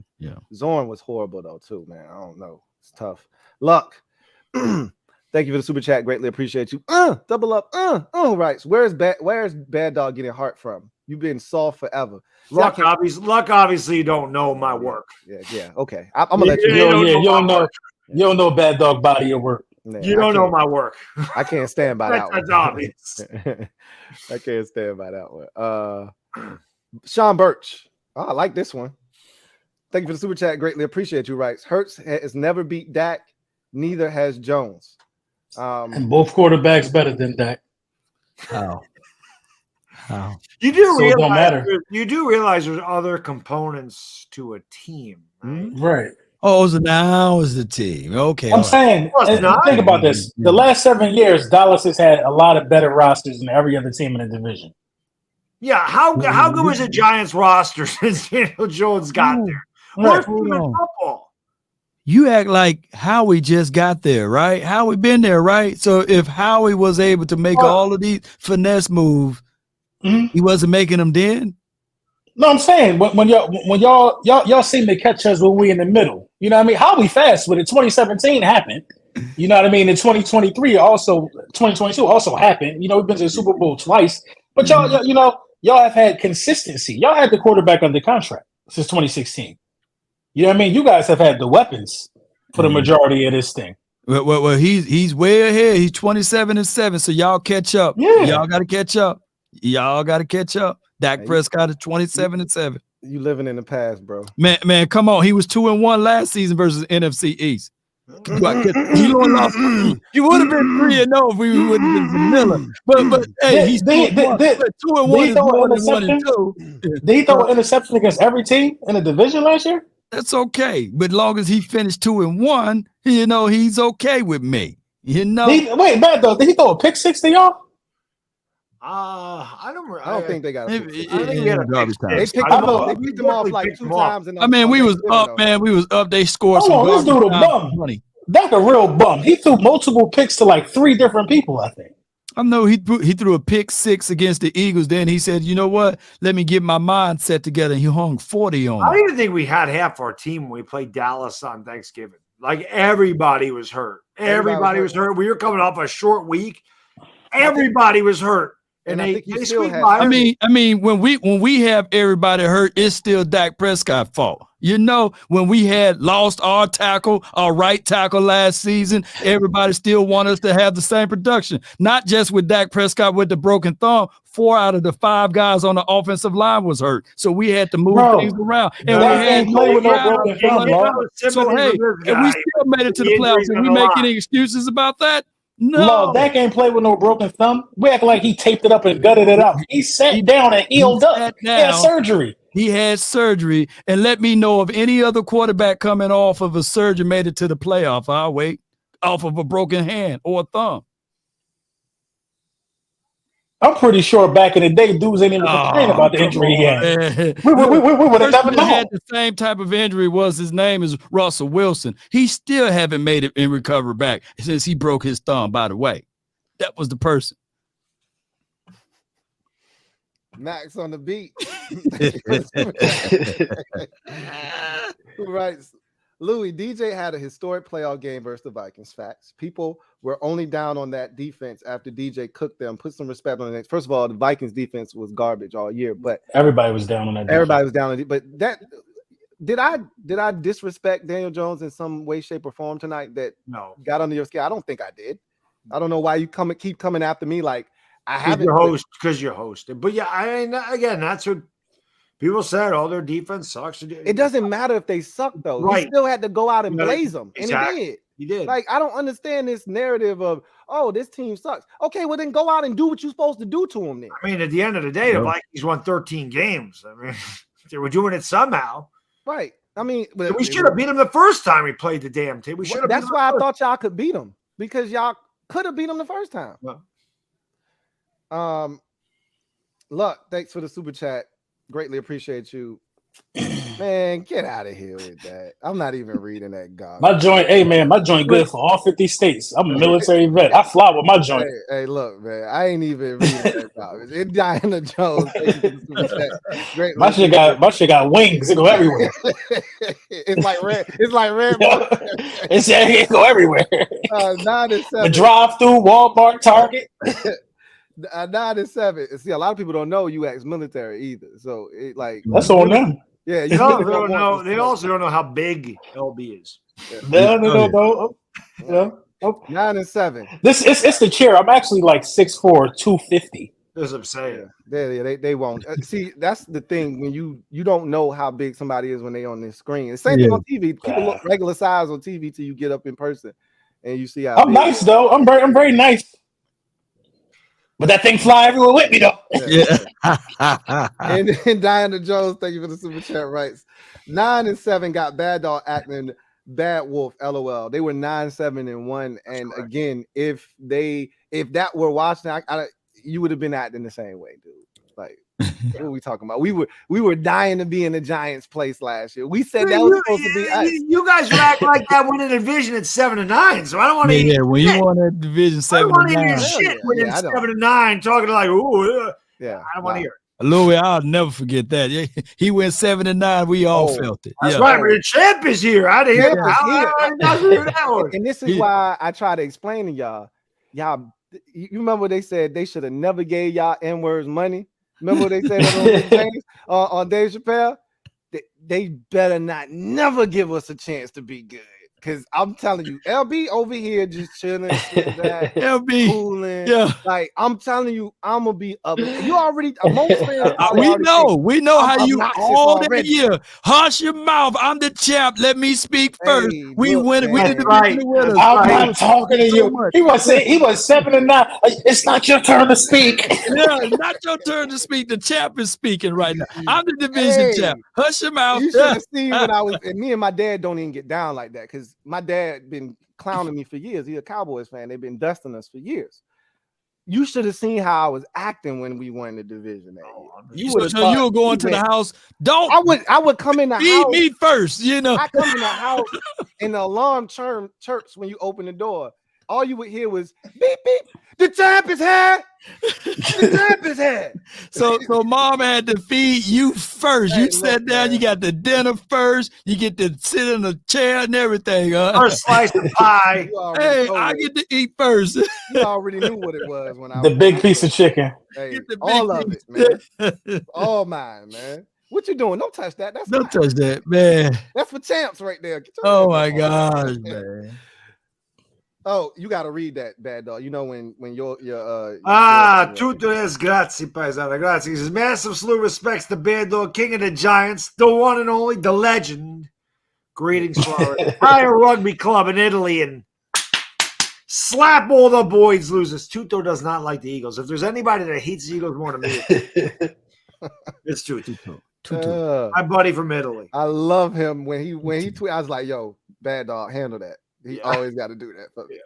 Thumbo, thank you for the super chat. Right, Sam, I am gonna throw 17 interceptions. Calling it right now. I don't think he's got that in him, man. I really don't. But we'll see. I mean, he threw an interception in his first game, right? No, I'm talking about 17 of them though. I mean right now, since y'all want to do anecdotal type of stat stuff, hey, he may throw an interception every game. He could be that. He could be that. Right? He could be multiples in every game and do it in like 10 or 11 of them. I don't know. We'll see.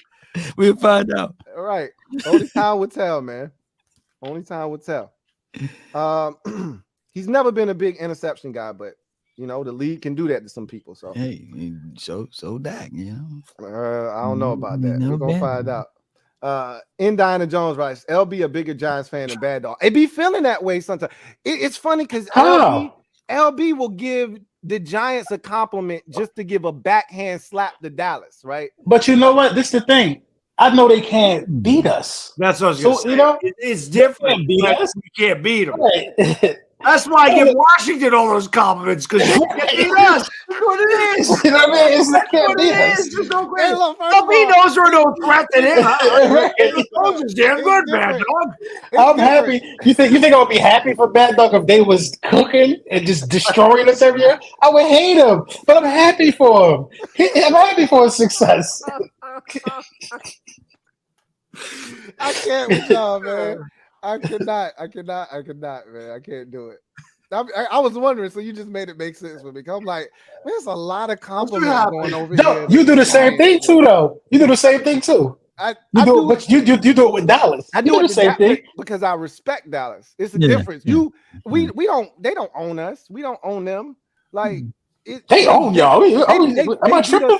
they beat us a lot more than we beat them, but we get them every now, every so. The Eagles don't ever lose to the Giants. No, they don't. They haven't really lost. This is different. It's a big difference, right? Like, the Buddy Ryan days, they've given us. Except like the late 90s. The late 90s, we were able to beat their ass pretty good. We're like the only team that we have the better record, like between us two all time.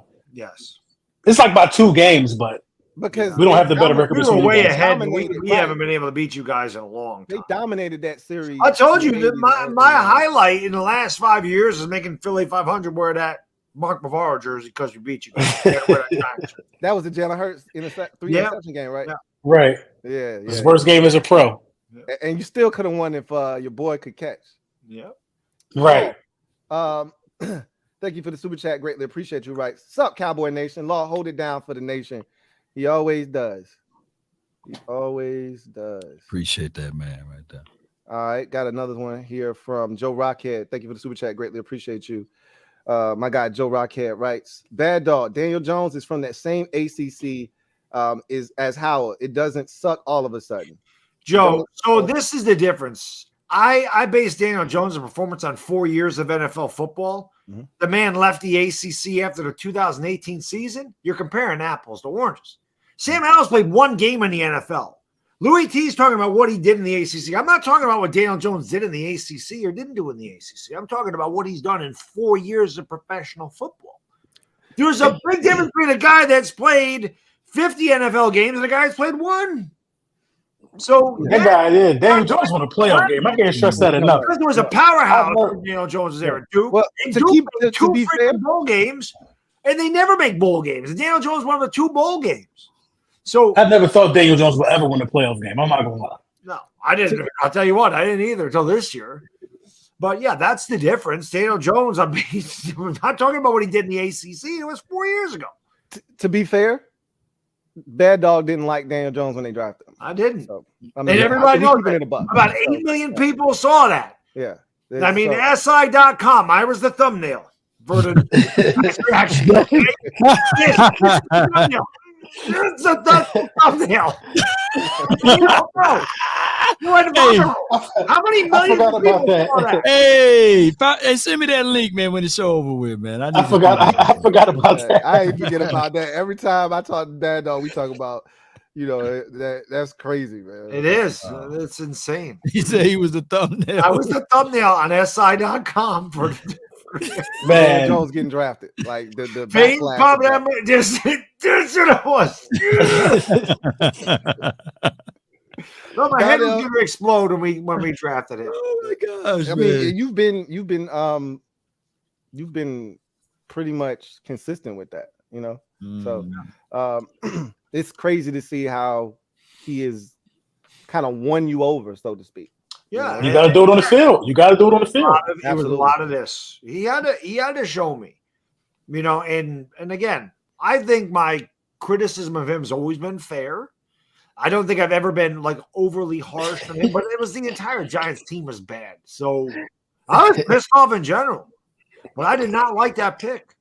I think he used to be like Daniel Jones stinks. Yep. But I tell you, I have been all over the place. I hated the draft pick. I went back and watched film, and I said he's not bad. Then I came out with the videos, and they're on my page.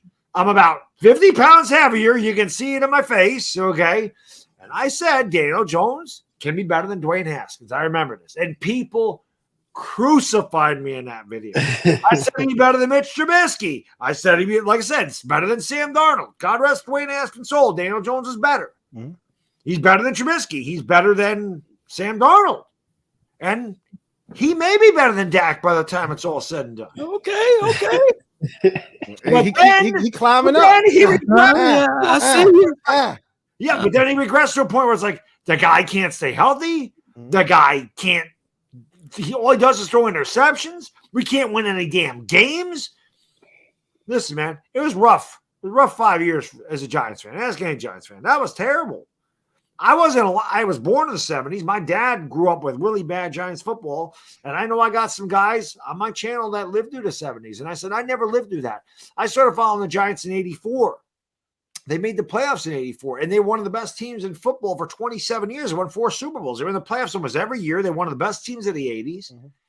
I never dealt with the bad football that I did for that decade between 2013 and 2021, and especially those years from 2017 to 2021.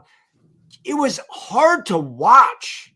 It was hard to watch that every week, knowing you have zero chance of winning.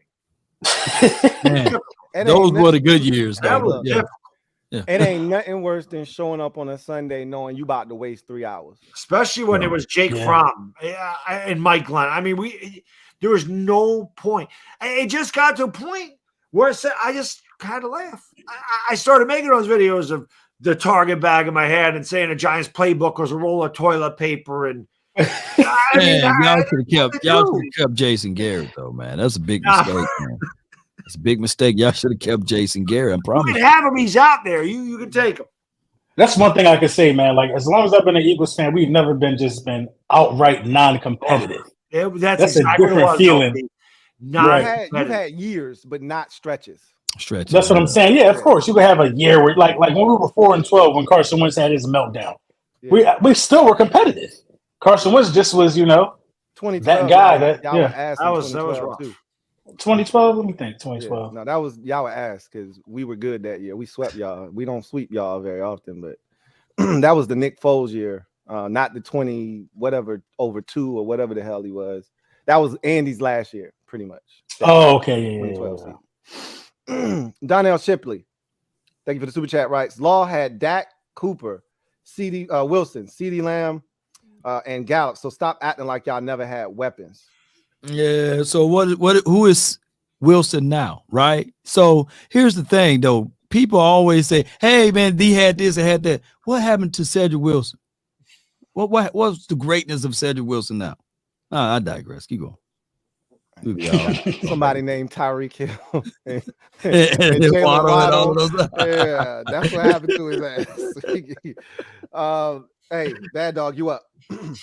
Tutto, grazie, paesana, grazie. He says, Bad Dog, please sign me up and suit me up in blue next season, and I'll guarantee you Hurts won't be walking off the field in his own power. All I need is half a chance. I always say Tutto needs to be. You're going to be getting RPO'd out your socks. Tutto is trying to tackle the GOAT. Tutto is ridiculous. He plays rugby, so Tutto probably breaks somebody in half. He's I see him. Be working out together. Yeah, that's a lot of people see me and they don't know anything, and then I do one of these, and they're like, "What the hell's going on in there?" I didn't know you were built like that, man. They don't notice people on camera. It's different when you see them in person. Right? People look different in person. Yeah, absolutely. They don't, but they must not. They not following you on socials either. They don't follow. If they follow me on Instagram, they see my. I'll be looking at what you eat and all of that. I'll be looking at everything. I'll be looking at everything you eat and everything when I look on your Instagram. Yeah. I need to get some of that ice cream you be eating, man. Yeah, Nick's ice cream, man. It's the best. It's the best. Right, I started drinking Blue Moons because of Bad Dog, like 3 or 4 years ago. Blue Moon, yeah, good beer. Good beer. It is a good beer. It is. Ty Eagles fly. Thank you for the super chat. Greatly appreciated. Rights. Hey guys, love you all. Watch you all. Who do you think has the top weapons on offense in our division? Honest opinion. The Eagles. We knew you were going to say that. You know what? Let's just start with you. Go ahead. It's not the Giants. The Eagles. It's the Eagles. Our quarterback is a weapon, dual threat. Mm-hmm. AJ Brown, the best wide receiver in the division, almost had 1,500 receiving yards. Mm-hmm. Devontae Smith, the best wide receiver in the division. Dallas Goedert, the best tight end in the division, the best offensive line in the division. Like, what do we talk about here? Let's be for real. I don't disagree. I'm a second that. I give the Eagles a slight edge, but all you guys have really good weapons. Like what? Dotson, McLaurin, Robinson, Gibson. That's pretty damn good. But is the quarterback a weapon? Because mine is. I mean, that's a good point. Mine has a chance to be. He scored a rushing touchdown in that game against Dallas as well. You're going to see more of the quarterback as a threat to run. I don't think we're going to be running him like y'all run Hurts. I'll be honest with you. If Daniel Jones had A.J. Brown and Devontae Smith in that offensive line, we're in the Super Bowl. I think a lot of people look, that's where you get carried away. I've been saying a lot of nice things to you. Why are we not? Why are we not in the Super Bowl? Because okay. You just said he throws one of the best deep balls in the division. I think he does. If he's not throwing to Isaiah Hodgins and Richie James, and he's throwing to Devontae Smith and AJ Brown, you don't think we're better? I think you're better, but he ain't got that dog. He ain't got that dog. He ain't got the dog. He had 5 game-winning drives. You saw the dog. He ain't got that dog, though. He had the dog against. He got that dog. If Kansas City punched Daniel Jones in the mouth, that game over. That game over. Jalen Hurts, it's a certain level of dog. It's a certain category. We were winning. I said we were in the Super Bowl. I didn't say we were beating Kansas City. I said we're in the Super Bowl. I don't think Daniel Jones could have beat San Francisco. But I do, yet they had no quarterback. I mean, you didn't need to do anything. They couldn't throw the ball.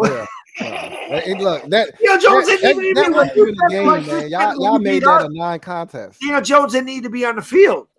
Listen. You couldn't throw the ball. I love Patrick Mahomes, but they better be lucky they did some shit with that field. I'm telling you, that field was shaky, Louie. That field was shaky. It was horrible. He was a Big 12 quarterback. Was a Big 12 quarterback. Had one of the best games I've ever seen.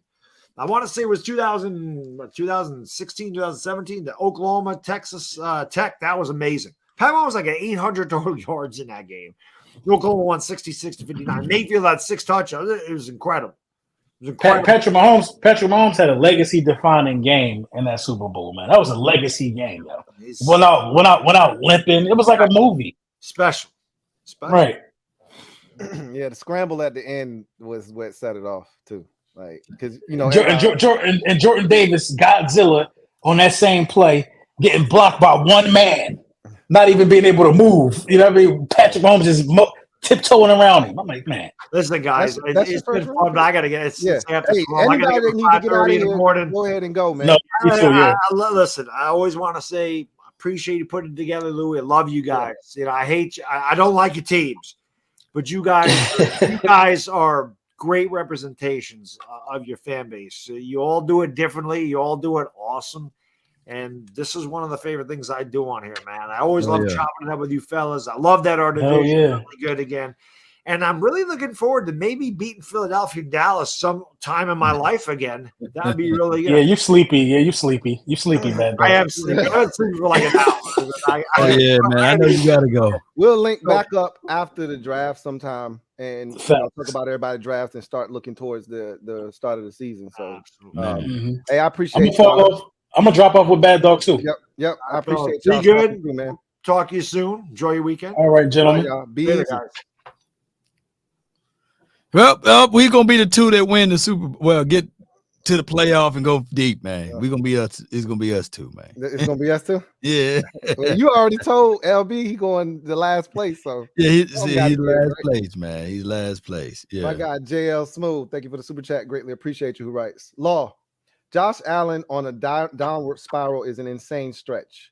He threw less picks than last year, had 42 total touchdowns and 18 turnovers, and had a 60.7 QBR last year, 71.4 this year.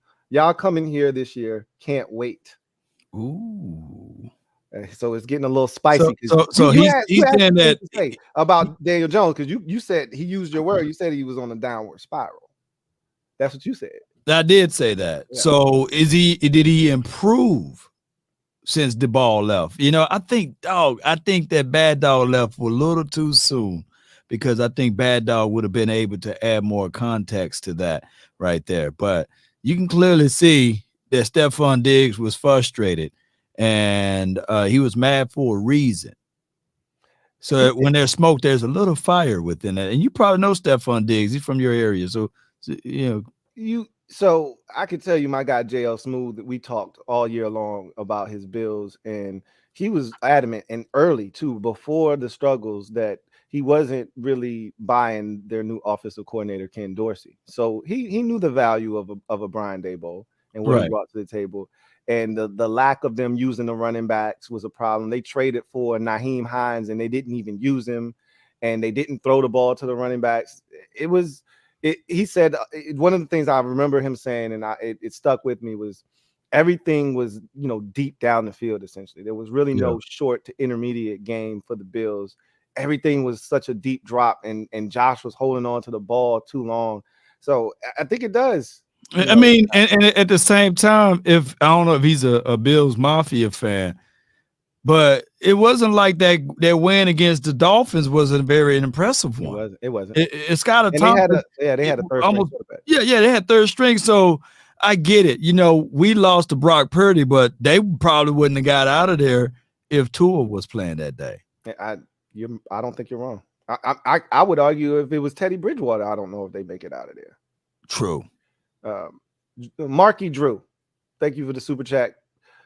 Who writes, I've been in this chat for about 10 seconds, but I got to say Bad Dog is really like that. Go Dolphins. Sorry, Bad Dog. Giants are getting slapped up. So we play the AFC East this year. So everybody's going to play the Dolphins. Everybody's going to play the Jets, the Bills, Patriots. So that's a tough division, man. And the Jets, we assume they're going to get Aaron Rodgers. They're going to be a good team if they get Aaron Rodgers. And I assume that they're going to do that. So, I mean, look, they stretching it now. Well, they want picks. Yeah, look, see, both of them, I like the game that they're playing. They're playing a game of chicken right now because the Dolphins know, the Jets know that there's no way Aaron Rodgers can be on their roster. If you're going to start Jordan Love, Aaron Rodgers can't be on your roster. So They know that, and they're not going to just give Aaron Rodgers away. They're not going to cut him and not get anything for him. So they know that, and they're like, ain't nobody else going to, trade for Aaron Rodgers. So you only dealing with us. And the Packers are like, well, Derek Carr's gone, Jimmy Garoppolo is gone. Ain't no options left. You got to come to us. So what you gonna do? And they already got Alex Lazard, like you said. So it's an interesting situation. Who is going to blink first is what ultimately that situation is going to ultimately come down to. Big Money Sonny, thank you for the super chat. Right, thank you for being a member of the MOBB. Writes, LB still looking like a pack of smoked Newports. Hey, you ain't gonna be talking about my guy LB, man. Chill. Oh yeah, they agreed. Max on the beat. Thank you for the super chat. Who writes, Darren Waller's injuries were small tissue injuries. All small tissue injuries went down 200% last season. I'm optimistic, and Waller is number 12. I don't know what jersey numbers. Is he really going to wear the 12? I don't know. But he definitely had a number of injuries, and they were soft tissue injuries. Those are always bothersome because it's hard to know the time frame for a soft tissue injury. Most and on top of that, if soft tissue injuries also go back to your strength and coordinator and conditioning coach. Also, before the injuries, let's be real.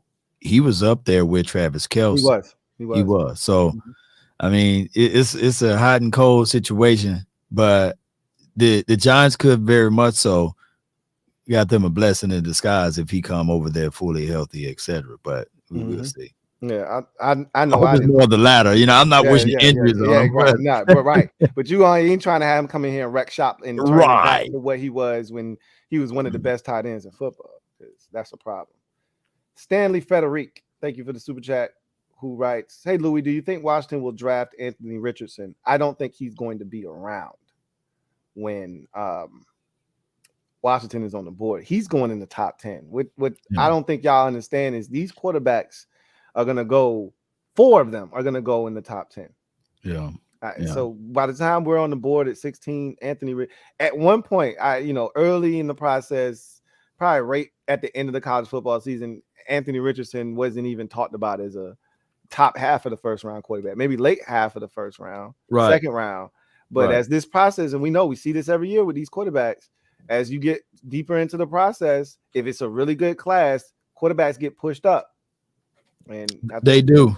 Anthony Richardson is one of those dudes that's going to get pushed up. And I think he's better than the kid that went to the Tennessee. I forgot his name at the tip of my tongue. I've seen some people say that he's the. Oh, you're talking about Willis? Willis. Yeah. I think he's better than him. He way better than Malik Willis. Malik Willis trade, and I hate to do this because it is what it is. College is what it is. But he I don't want to say he ran, but he left the SEC, Malik Willis, right, to go. Yeah, because he couldn't cut it in the SEC. Couldn't cut it, yeah. Right, you know, he got beat out and he left and went to Liberty, you know, so different level of competition, you know, and again, I hate comparing dudes because Anthony Richardson is 6'4", 245. I'm saying, like, that's Cam Newton-esque type nonsense. You know what I'm saying? Like measurables, yeah. Right. Like Malik Willis is barely 6 feet tall, man. Like we talking about two different dudes. Like they're not even close to being comparable to me. Gang Green David, thank you for the super chat. Greatly appreciate you, Rice. Incredible crew. Much love to you all, man. Appreciate you and looking forward to seeing what happens with your Jets. I actually think y'all building a hell of a roster. Now I'm anxious to see what you're gonna do if you can get your hands on Rodgers. If you do, I got a shot, man. I got a shot. Yeah, that back and forth with Sauce Gardner and Parsons is going to be very interesting if the Jets fool around and get Aaron Rodgers. But I still think my Cowboys will hand the Jets that L, though. Well, y'all, do you know where y'all playing? Is it a home game or a road game? I think you got to come to Dallas. I think so. Y'all let me know in the chat. LT. Thank you for the super chat. Greatly appreciate you, Rice. What Louie need to see Hurts do to call him top 5? Just do it again. I mean, he's trending in that direction as is. Now, again, there are a lot of really good quarterbacks in the AFC. We talked about that already. Yeah. It's still Mahomes, it's Herbert, it's Burrow, it's Allen, it's Lamar Jackson. Like, that's 5 right there. So to penetrate that, he's going to have to do some really significant shit. Like, he can't be good. He's got to be great. Those dudes are next level, right? So I just need to see it again. Like, what he did was borderline MVP. If he's doing that again, then we're gonna have to have that conversation about him penetrating that group, especially if Lamar. I literally hate to use this, but we've seen this before. We've seen my guy Colin Kaepernick go crazy, go all the way to the Super Bowl. It was like he was damn near unstoppable, and then teams got tape on him. And we've seen Cam Newton do his run. And I'm not putting salt on Jalen Hurts, but Jimmy Johnson said it right before you guys. He actually predicted that the Washington team was going to hand the Philadelphia Eagles that L. He said it's something about when you play a team the second time. He did. That now that they get tape on you and then they can figure out your tendencies and make you play left-handed. And I think that a lot of teams didn't get a chance to see the Eagles. Remember, they jumped up quickly on a lot of teams and was kind of selling it after the third and fourth quarter. But we'll find out, can they repeat what they did last year with less talent, of course, because they lost a few guys. I'm anxious to see if what they can do with, because last year they were good and I think people expected them to be good. I don't want to make it seem like they snuck up on people, because with all the moves that they had made, people looked at the Eagles as a Super Bowl contender. They did. I don't want to make it seem like they snuck up on people, but now they're truly the hunted. When you play the Eagles now, you're circling them on the calendar and you're saying, hey, this is a measuring stick game. They're going to get everybody's best. Yeah. So I want to see how they handle being in that environment. It's like they knew that they had talent, but then when they were playing, like, oh, these boys are really coming at us, But then they were like, hey, they are beatable, and it was just too late. That's why they pull off on those teams. It was like you said, they would jump on teams and then they would coast. Right. Meest, thank you for the super chat. Greatly appreciate you. Who writes, I hope we can trade back again and get Darnell Washington. I think you're talking about Washington. Unless you talk about Darnell White, tackle from Tennessee. Yeah, pretty good. Yeah. Okay. Thoughts on that? Also, I know he's clowning, making y'all look better, but can we get a new Philly guy? Nah, man. LB is that dude, man. And I love going back and forth with him. And he loves going at Law and talking about Dak. I swear, though, he will compliment the Giants just so he can come and backhand Dallas. You know what I mean? Like, it's funny because I'm glad somebody else saw it and I didn't have to bring it up.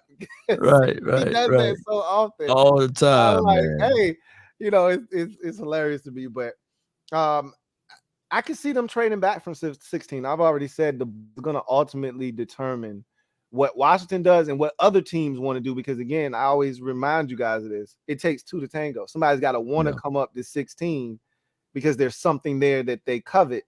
And so you can't go back if other teams are like, nah, I'm good. You know, you got to make a pick. So we'll see what the board, you know, actually speaks to us and says, and then you go from there. But it'll be interesting to see what happens as we get closer and closer to the draft, because I think we're going to see 4 quarterbacks. I know all of this noise around the defensive tackle from Georgia, Jalen Carter, but I still think he's going top 10. Yeah, he will. And I still think that when it's all said and done, you're going to see offensive linemen go, because teams always need offensive linemen. So you're going to see some offensive linemen go. You're going to see these corners come off the board. I still think when it's all said and done, you're going to be in a position where trading back may make the most sense, but you may not be able to get out.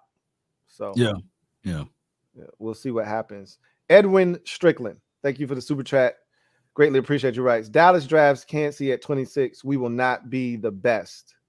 What do you mean about that? Like the best draft selection or BPA or? Yeah, I think he's saying that won't be BPA, because we talked earlier, and I think most of us are in that position of best player available, right?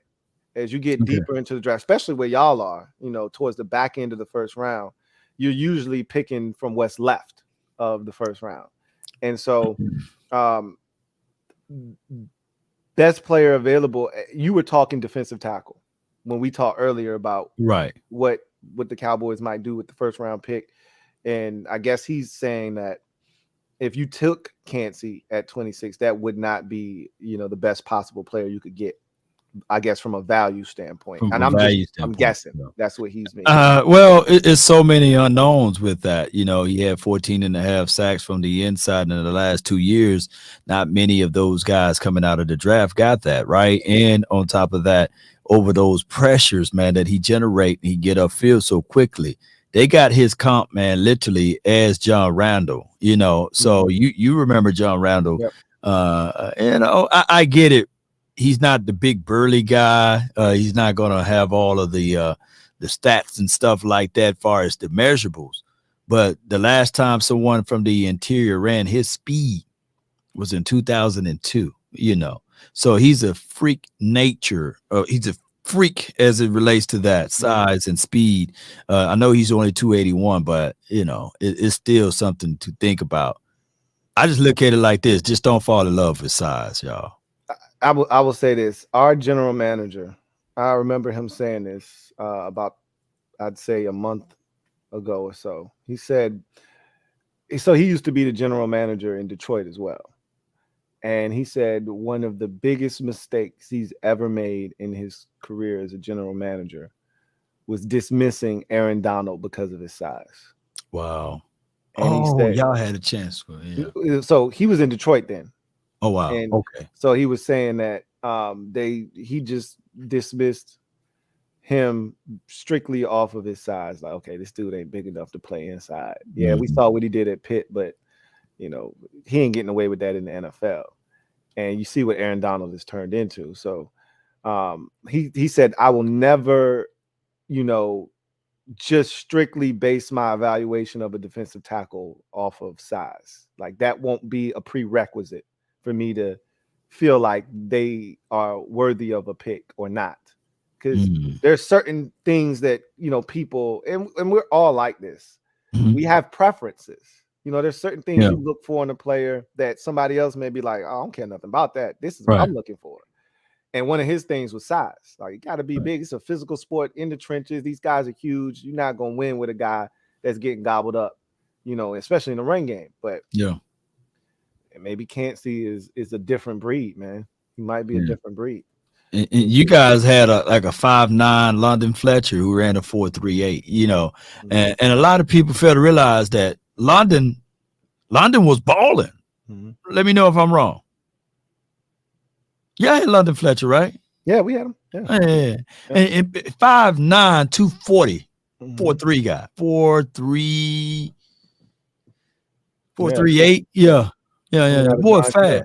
I mean, yeah, coming out of John Carroll, he was something else, man. He would tell you he was a basketball player. He was like, I didn't want to play football, but you know, you look at his size and he was like, hey, real quick, you find out, hey, I probably need to make a position, you know, sport change and switch. Right? I'm not going to the league at this size. You know what I'm saying? Yeah. Stanley Federic, thank you for the super chat. Greatly appreciate you. Double up. Thank you for doubling up. Who writes, hey, Lloyd Brunson, Jalen Hurts wasn't meant to be a champion. He failed to win the national championship. He failed to win the Super Bowl. I mean, that's true. I don't know if he failed to win the national championship. He got pulled from the game, and Tua won them the national championship. True. So I don't know if he actually lost the national championship per se, but he wasn't getting the job done. And if he had stayed in the game, they probably would have lost. That said, I mean, what you said is factual. In terms of him not getting it done those 2 times, but that doesn't mean he can't get it done in the future. So, right, you know, we'll see, man. I mean, at the end of the day, he made it to the Super Bowl. Like, and nobody else on the panel can say that their quarterback has done that. So, true. As much as we hate to admit it, I mean, come on, right? Got to give him credit for that. Indiana Jones writes, why LB getting defensive about Hurts having to do another successful season? A quarterback don't become elite after one season. Robert Griffin III was rookie of the year. Flacco has a ring, etc. Again, I think this is the problem I have with not just LB sometimes, but Eagles fans is they don't listen. They don't, man. They don't listen. They hear what they want to hear. They're so defensive. To your point, they can be so defensive that they don't hear what you're saying. They already jump into the defense side of things, and they're not hearing the points that you're making. I literally told this man that he's the best quarterback in his division, and he was like, so is Jalen Hurts? I said, I already told you that. Like, I already said that. Is he the best in the conference? I said, yes, he's the best in the conference right now, but I need to see it again. That's not an indictment on Hurts. That's more of an indictment on the rest of the conference, right? True. The fact that he's done it for 1 year and we're already elevating this man to the top tells you that there's nothing in this conference. If you take away the rushing touchdowns, he had Dak Prescott rookie year. And look at the stats. They mirror each other. So and if he's supposed to be the greatest quarterback in this particular division, if they want that cookie, let him have it. But he still got to prove it. Now he's going to have first place schedule. People are going to be more cognitive and aware of how he's going to try to utilize A.J. Brown and the other weapons. So I can't wait, man. Look, this is why I can't wait for the football season to kick off again. Yeah, me too, because it's a lot of talking. Yeah. You know, all we can do is talk, and I'm ready for some action. You know what I'm saying? I love the offseason because it gives you hope. Yeah. But at the end of the day, it's about what happens on the field. I like talking about tangible stuff. You know what I mean? And so we got a ways before we get to that point, but it's going to be fun. I can tell you that much. Grinding with Levi. Thank you for the super chat. Who writes, Dak is 2-4 in the playoffs on a loaded team. Ouch. Go DJ. Yeah, I get that all the time. So I got an automobile that's a luxury automobile. I got a daughter that's 6. You think she can drive it? Just because it's luxury doesn't mean that she can drive it. So my thing is, Kellen Moore was calling some crazy plays, man. And here's the thing. You heard Bad Dog earlier. He was talking about the fact that he was glad that Jason Garrett left. Over half of Dak Prescott career, we had Jason Garrett.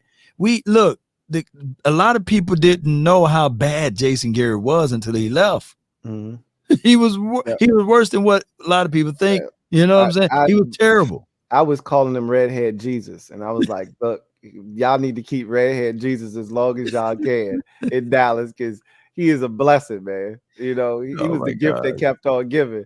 Yeah. And my dad couldn't wait till y'all got rid of Jason Garrett, man. I mean, it was like, He was like a black cloud over y'all offense. You know what I mean? And man, I just love the fact that Jerry was like in Jerry's hip pocket. So Jerry was so comfortable. And then the next thing we do, we take his disciple and make him. and it's crazy because everybody just assumed he would be the next head coach of the Dallas Cowboys. It was close, but Mike McCarthy had to play it like, okay, all right, I'm gonna let him burn himself. I'm gonna let him burn down his own situation. So that's what happened. That's what happened. So now we get a chance to finally see West Coast offense. I mean, that's what we're gonna be running to, a variation of it. So it's gonna be interesting to see how it goes. And y'all got the personnel for it. Legend Kokis writes, DJ, best quarterback in the NFC East by a mile. Switch teams with any quarterback and see who does better. I can't disagree with the part about what he dealt with last year, but I don't think putting him on anybody else's team elevates those teams. It's just crazy because of what he did in New York. But I don't know if putting him on Dallas makes the Cowboys better. I don't think putting him on definitely putting him on the Eagles doesn't make them better. I don't think only team that he probably elevates is Washington, honestly speaking. Is your team. Well, here's the thing, though.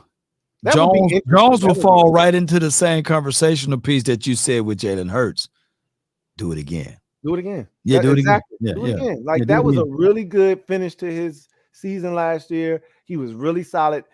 They didn't ask him to do a lot, and I get it. They didn't have a lot of talent, but he didn't throw a lot of touchdown passes. 15 touchdowns and 5 interceptions. Come on, man. It was pedestrian numbers, right?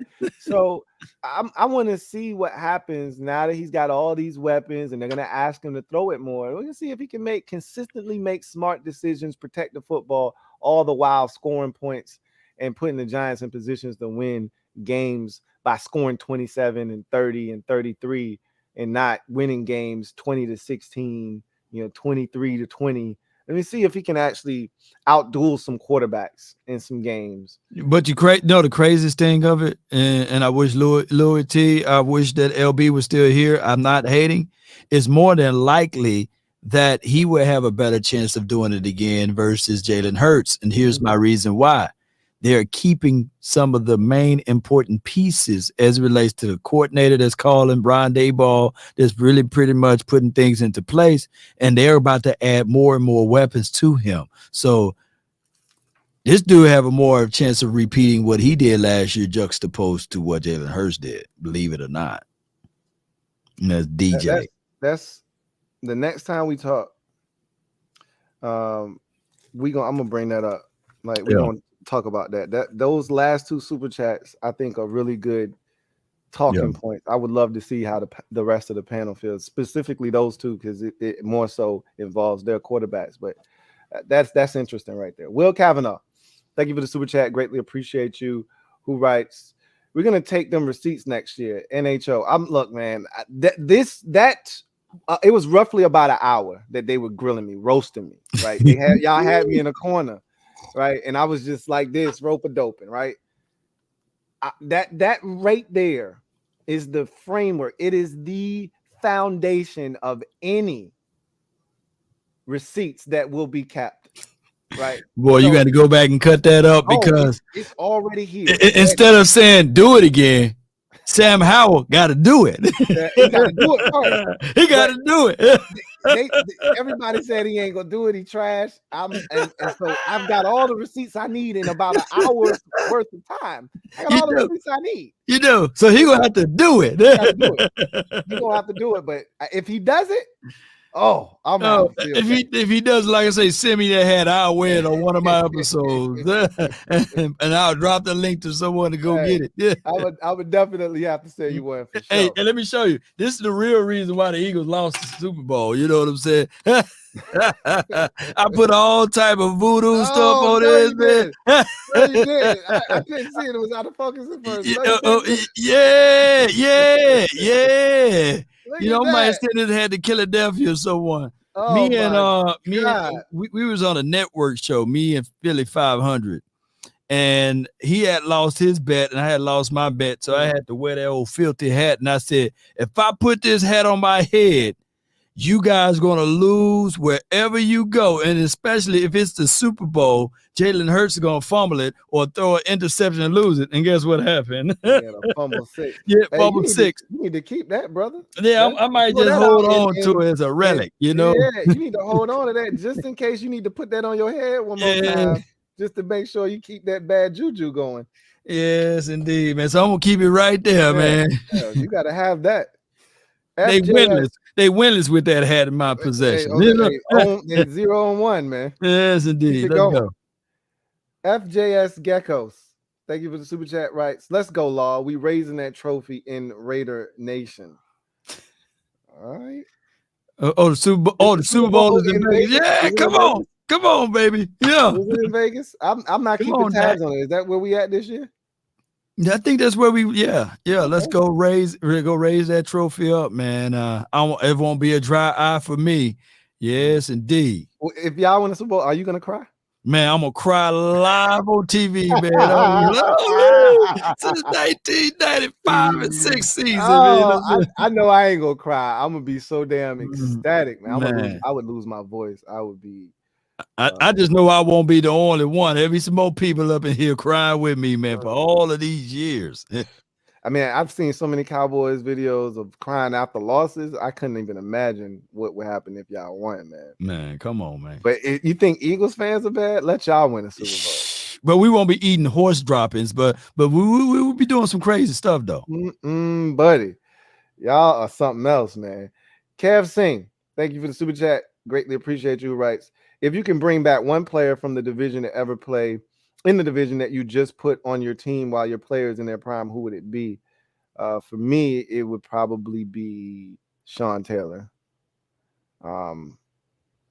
It'd probably be Sean Taylor. We had this discussion with Washington fans, but Trent Williams is obviously a guy that makes such a huge difference. But I just wanted to see how the rest of his career would have gone. I think he would have been a Hall of Fame player. Had he not gotten. Oh my gosh, man. We got so many greats, man, over here. I mean, God, and you could have even went with Prime for you. Let me get the Prime. He was the one you got, though. I didn't get the one you got. But he said in their prime. It said prime, bring him back. Yeah. Jeez, man. Give me Roger Staubach. Because it would just be magical to see 12 again in the Cowboys uniform, getting a chance to throw the balls to these guys, man. But man, I don't know, bro. I'm gonna have to lean to the chat. Y'all just let me know who would be that one person that could be the difference maker that you can bring back in their prime for the Cowboys to play. And for us, I think it would easily be a quarterback. We just don't have any. Joe Theismann or Joe Theismann. Yeah, right. Like that's the only one we got. Like that would be the only guy that we could bring back. At quarterback. It's just crazy. That's how bad it's been, man. Just thinking about it like that is terrible. Yeah. In Diana Jones, thank you for the super chat. Who writes, real ish, why DJ go Super Saiyan God against us? LOL. I don't know why we can't beat Daniel Jones and why. It's not just that he beats us. He plays his best football, like he's his best version of himself when he plays against us. I can't explain it. But we have no answer for him. It's like we'll play read option against everybody, Justin Fields and Jalen Hurts and all the mobile quarterbacks, and we'll play that shit to perfection. Then we play the Giants, and it's like we lose our damn minds. And we got him running out of the gate for 60-something yards. You're like, what are we doing? I can't explain it at all, man. I can't really explain why. Oh, we don't wipe these 304s. That's my guy. Shout out to him. Be still up. Yeah. I love it. Ask Brunson how many top 10 defenses Jalen Hurts has played well against. I don't know the answer to that. Yeah, I don't know, man. I don't know. But I mean, again, my whole thought process is it don't matter what the defense is ranked, who's out there on the field. You still got to go out there and blaze them. If they're not good, then you're supposed to smoke them. Then go ahead and do it, right? If they're not good, then you're supposed to make them look like trash. If they're really good, then you got to step your game up. So whether they've been really good and not good defenses, it doesn't matter. We put so much on the quarterbacks, but it's really a team sport. You know, it is. Yeah. We put so much on the quarterback position. When the team plays well, we give the quarterback all the credit. When the team plays poorly, we give the quarterback all the all the blame. And so it's a team sport, man. I mean, yeah. Terry Bradshaw got 4 rings, man. You know. Enough said, man. I mean, you know, Trent Dilfer has a ring. You know what I'm saying? It's just how it goes, man. But obviously, we know the quarterback touches the football on almost every snap, so we get it. But right. Diehard Giants fan, thank you for the super chat. Greatly appreciate you. Who writes, "Cause of Joe Rockhead, order your 420 hoodie here. 420 merch. All right. Shout out to him. Shout out. Shameless plug. You know, shameless plug. I ain't mad at hey, that's what $5 for it. Hey, y'all can pay all you want for your shout out, man. Check out my store, you know. Exactly. I'm gonna leave it up there for you. Get your $5 worth, man. I ain't mad at you. Yeah. Legend Cole Keese, thank you for the super chat. Greatly appreciate you. Writes 31st O-line his entire career. Last ranked wide receiver core, and DJ wins 10.5 games, including a playoff team. DJ is mother effing elite. I wouldn't go that far.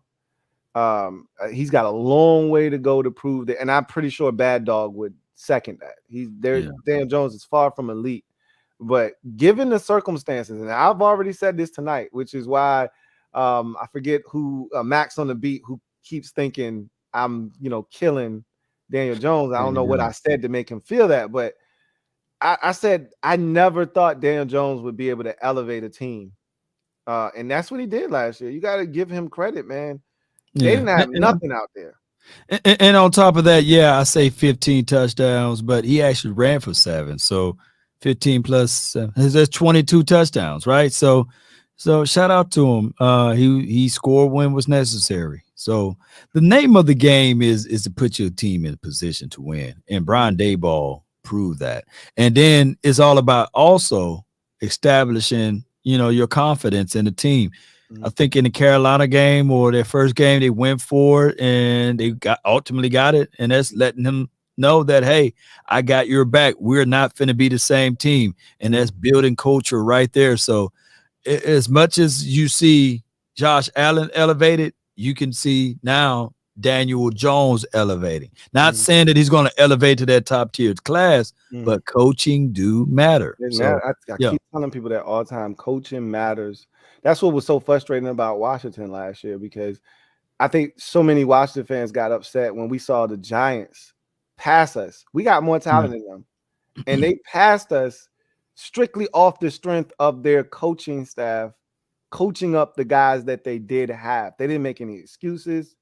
They didn't have any talent, and they found a way to get the most out of what they had. And here we are with what we perceive to be all of this talent. And the quarterback position ain't great, but you should be able to maximize what you do have. And it was just frustrating. So coaching definitely matters. No, yes, indeed. So you contextualize it like this. You guys finished 27th in the offense. Your defense last season finished right above our defense.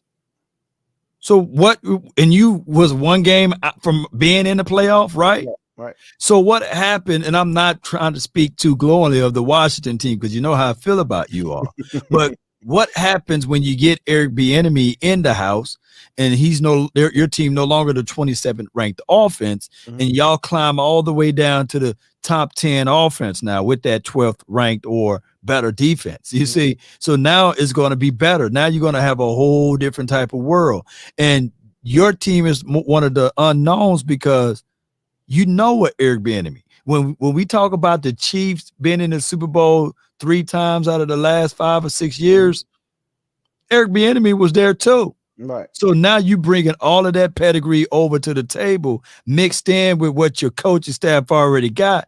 It could be dynamite, or it can be like, oh my goodness, you know what I'm saying? So it's either or, you know. So it can go in either direction. Back at you. And I say it could go in either direction, and either way. why Washington fans are so excited about Eric Bieniemy as a rival, because look, it can't be, to us, it can't be worse than Scott Turner. And it could be, but it more likely than not won't be.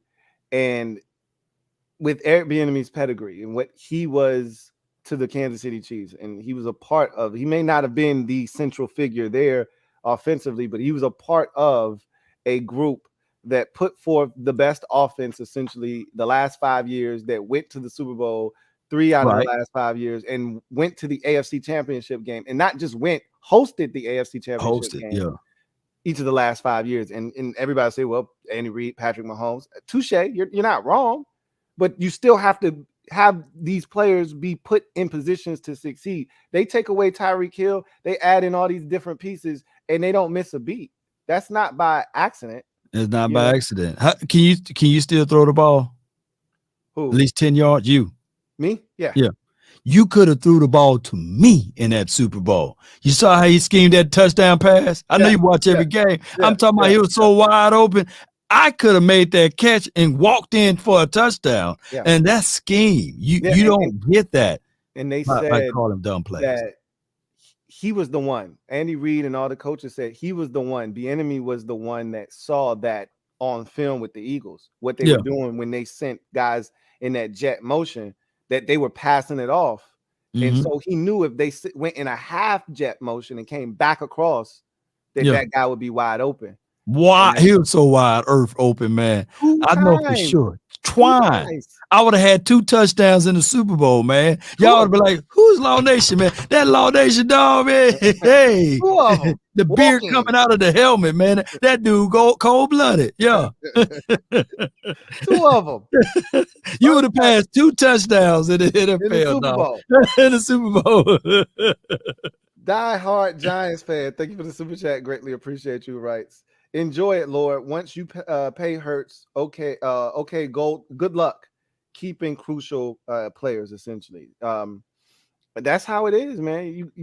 You want to get to a point where you got a guy that you have to pay, but it can be painful.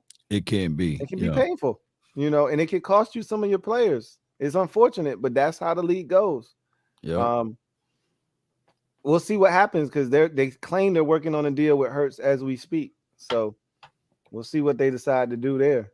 John Livingston, my guy JL Smith, thank you for the super chat. Greatly appreciate you. Who writes, Law, not to mention Josh had a severely sprained UCL joint in his throwing arm. We saw what a tear did to Purdy, but 17 played through it. Josh is greater than Dak. I wonder what Josh will look like with a broken thumb, though, and then rushed back out there. It's not about who's greater or better, right?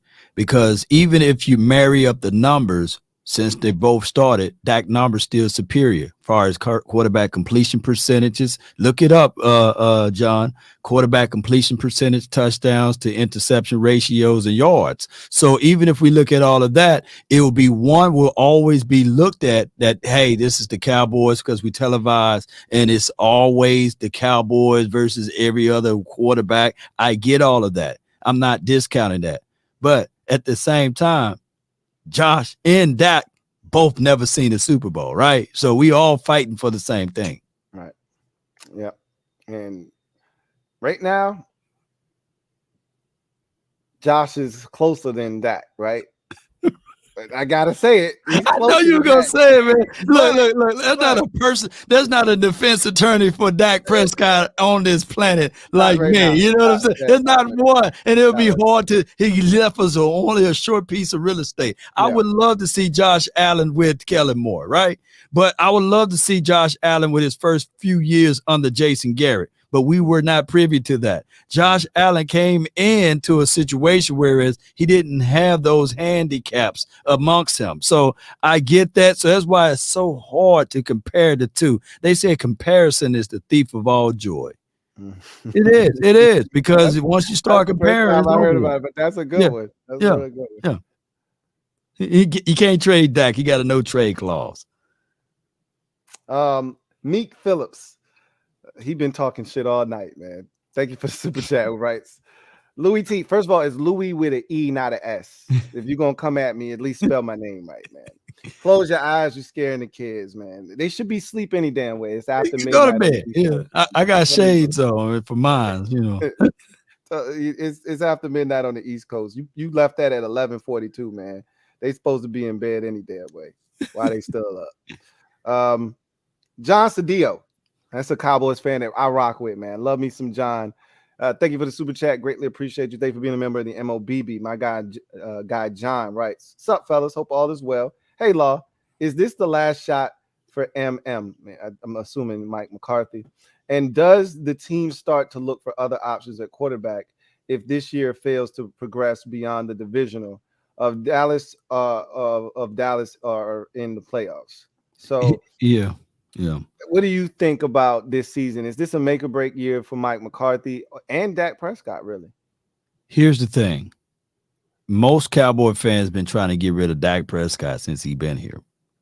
And I've been doing this YouTube content creation for a long time. And I've seen multitudes of people every year. Dak is trash. Dak suck. And this is since 2016. You know, he's a system quarterback. He dinks and donks. So he's been hit with negative connotations. I get all of that. As far as Mike McCarthy, he was doomed before he got here. There were people in 2020 said, I literally got chat logs of people saying, come on, man, get Jason Garrett back, you know, because of our record in 2020. And then 2021 hit. Think about it. This dude literally went back-to-back 12-5 seasons. What would you do just from an outside looking in, fam? If your team went 12-5, 12-5, well, how would you be feeling right about now? Boy, we would be on the other side of the moon. You know what's crazy though? Because you guys are held to a different standard, rightfully so. You're America's team. You're yours, boys, and you can't go no damn where. I mean, they spend 2.5 hours talking about. I don't even watch it, and I know this. They spend 2.5 hours every day on First Take or whatever show, talking about Dallas. They find a way to create something around Dallas every day. Like, it's in the offseason and they talking about Dallas. Like, what could you possibly be talking about, right? So there are these unrealistic expectations that are put on y'all, but it's because that's what y'all are. Y'all have earned that. Y'all have earned the right to be put under this hot ass light. Because this is what Jerry Jones wants. He's built this animal into this ridiculous, situation that you're put in this. And granted, your roster is good almost every year. Right? It's like is it really good, or is it good because they talk about it so much that people know more about our team than their own team? Literally, I've seen Saints fans lose, and they would jump over here on this chat and say, "How about them Cowboys when we lose?" Right? Or we won, and then their team lost, and they would still talk noise about my team, about the quarterback throwing INTs when they don't even have a quarterback over there. So I give it what you're saying, though. I absolutely do. It's Dallas is forced down people's throats. It is, man. And because of that, you are a villain, whether you like it or not. And because you're a villain, expectations are put on you. And I think you've had a really talented roster the last few years. You've had injuries too. Yeah. And I think it's impacted some of the things that you've been able to do. But you're a talented football team. There's no ifs, ands, or buts about it. Right. So, we are a talented team. Just like Smooth said, hey, his quarterback had like the joint thing hurt or what have you, with his arm and what have you. His UCL. Yeah. But four out of the 5 guys on our offensive line got hurt. Who was moved around like chess pieces. Yep. We got a guy, meat fall. It literally said Tyron Smith meat fell from the bone. You know what I'm saying? That year, week 1, right before week 1, and he came back to play, but the expectations were still Cowboys must win the Super Bowl. Cowboys must make a deep run, but nobody else talk about this. And on top of that, we had a guy that literally 4th or 5th option named Noah Brown. Right. Shout out to Noah Brown. He just got a contract to go. I mean, come on, man. Look, but they sound like bevies of excuses, right? Yeah. But no other team is held to that. You know what though? Because you say that, but then there's games like the Indy game where you score like 800 points in the fourth quarter. You score 50 something on their head. You had another game where you put up a ridiculous number, 40 to 3 on the Vikings head. And so when that's happening, we ain't talking about the injuries or this, that, and the third. We talking about, damn, this is a damn impressive Dallas team. Look out for the Cowboys, right? Well, see, we blow them out. Okay, all right. So, for example, the Giants, they beat the Vikings, right, in the playoffs. Mm-hmm. Parade time. Look what they did in the playoffs. Mm-hmm. We beat the Vikings 40-3. I know it wasn't the playoffs, right? But it was like, well, you know. Not a word mentioned about Jefferson, who's the best wide receiver in the league? Jefferson. Mm-hmm. They had 3 points. They had a full, healthy team. Jefferson couldn't even be found. But not a soul talk about Jefferson. Jefferson never did anything against the Dallas Cowboys, but everybody know about Trayvon Diggs. Everybody say that Trayvon Diggs give up so many yards. Mm-hmm. He's trash, blah, blah, blah. He shut down Jefferson every time they matched each other. There should be some middle ground with that. It's hard to give dudes credit when, again, they play on a team that's so hated. So I talk about this all the time. Like, if I can't stand you, I'm not going to give you credit when it is deserved. I'm not talking about me in particular. I'm talking about true. Human nature, right? Yeah. When I can't stand your team, right, I'm not giving you credit for the stuff that you do well, the positives. I'm waiting for the one slip up because I know it's coming. Right. And when it comes, I'm gonna keep beating that over and over again. Yeah. Right. And I'm gonna let you know about it. And so with Dallas, that's usually the case. Like, right. And, Jamar Chase didn't do anything. Jefferson couldn't do anything. But all of a sudden, I took it a step further, Law, because y'all have done this so many times. Right. It's like, look. Dallas is a regular season team. You did it with Romo. You did it with Dak multiple times. Hey, Dallas can win 13 games. You did with Tony. You went 13-3.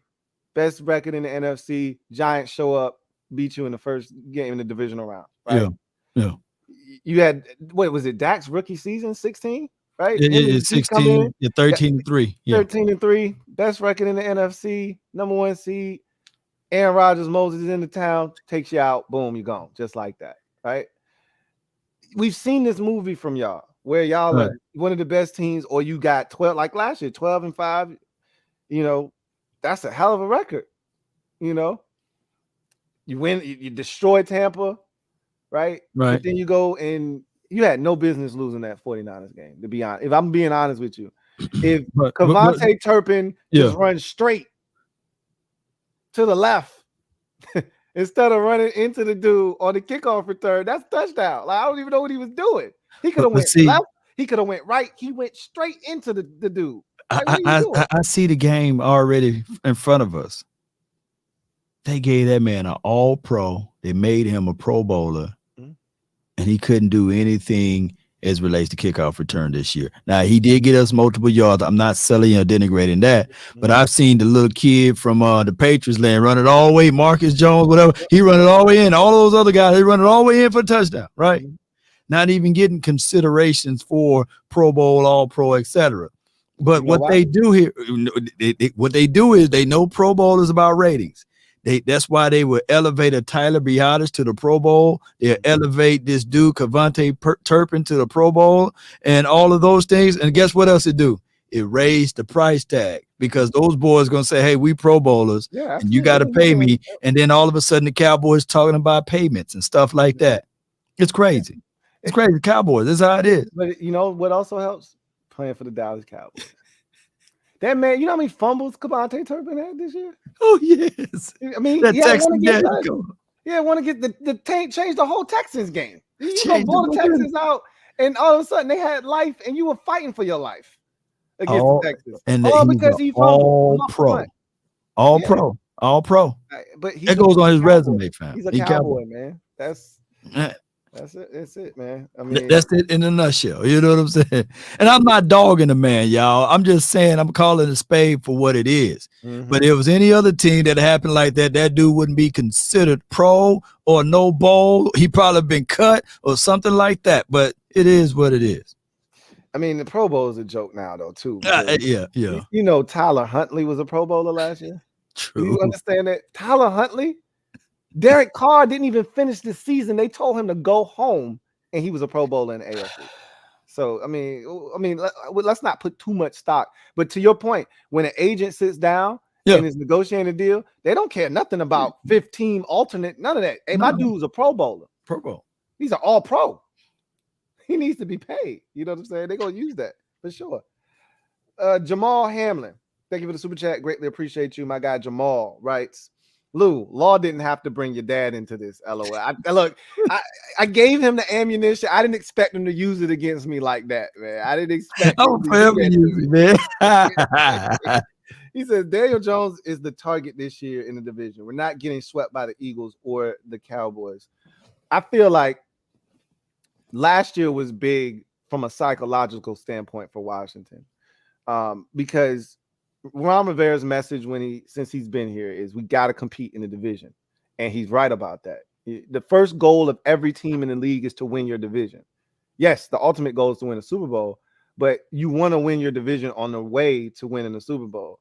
And in order for us to be, and Bad Dog said the same thing, they got to beat Dallas and the Eagles. Like you can't consistently be competitive and win big in this league if you can't take care of business within your own division.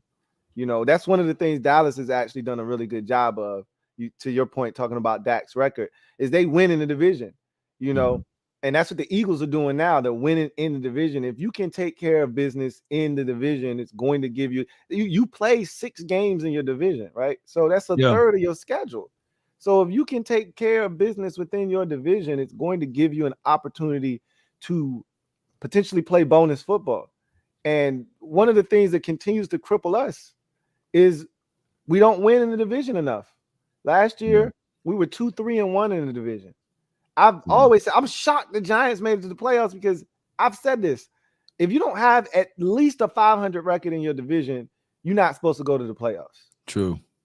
And the Giants won one game. They were 1-4-1 in the conference, or the division rather, last year. 1-4-1. And somehow they managed to make the playoffs. So I think psychologically it was big beating Dallas. And it was a meaningless game at first. It took on a much greater meaning than it initially. Going into that game, we were like, whatever, man. It's whatever. I don't even care. You know, by the time we got to halftime, we was like, yo, let's beat these bastards. Like, at first, nobody wanted the game. And then we were so excited, like, yo, let's end this on a high note. Yeah. And then it turned into Sam Howell and, you know, kind of thrusted him into the offseason. They say the end of one season doesn't carry over into the next season. I'm not sure that's true or not. I don't really think 2 seasons are connected, really. They're separate entities. Shit, every week in the NFL is a separate entity, if we're being honest. But that Sam Howell win over Dallas in week 18, that's been like the springboard for this offseason. I mean, from a coaching point, you know, you can use that as a philosophy chain too.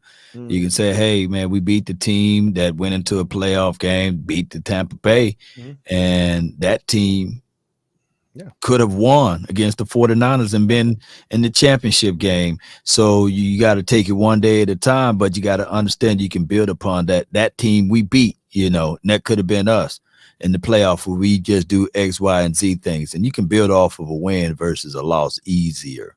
Absolutely. And that's what I've been telling people, like, Dallas is a good team. Like, make no mistakes about it. We can't stand Dallas. But they're a quality football team. Yeah, same thing with the Eagles. I can't stand Philadelphia, but they're a good football team. Who are we kidding? We beat them, right? We beat Dallas. We beat Philadelphia. Those are 2 playoff teams, and not just any playoff. 2 of the better playoff teams in the conference. Yeah. So you look at those victories, and you say, "Hey, man, like we beat some quality opponents." Yeah. So you can build off of that. You know, you're capable. Is about consistency, which we've lacked. So. we'll see if we can pick up the pieces there. Indiana Jones, thank you for the super chat. Greatly appreciate you. Right? Yeah, we've been bad for decades, but talk to me about 05. That's his thing. He's an 05 guy. He lives in 05. 05. What kills me with him with 05 is we didn't win the Super Bowl in 05. It'd be one thing if we won the Super Bowl. What was y'all record in 05? That's a long time ago. A long time ago. We were 10-6 in 05. We were 10-6. We didn't win the division. We were a wild card. That was the last time we won a playoff game. I know that. My thing is, when I think of you all, I think of like 2012, right? Yeah. That was the year. Okay. 2012 would have been, I think we would have made it all the way to the championship game. We would not have beaten San Francisco. That was, as you mentioned, Colin Kaepernick's emergence that year. Yeah. We would not have went in there. Their defense was so good that year. They had what's my man name? Patrick Willis, Navarro Bowman, Smith.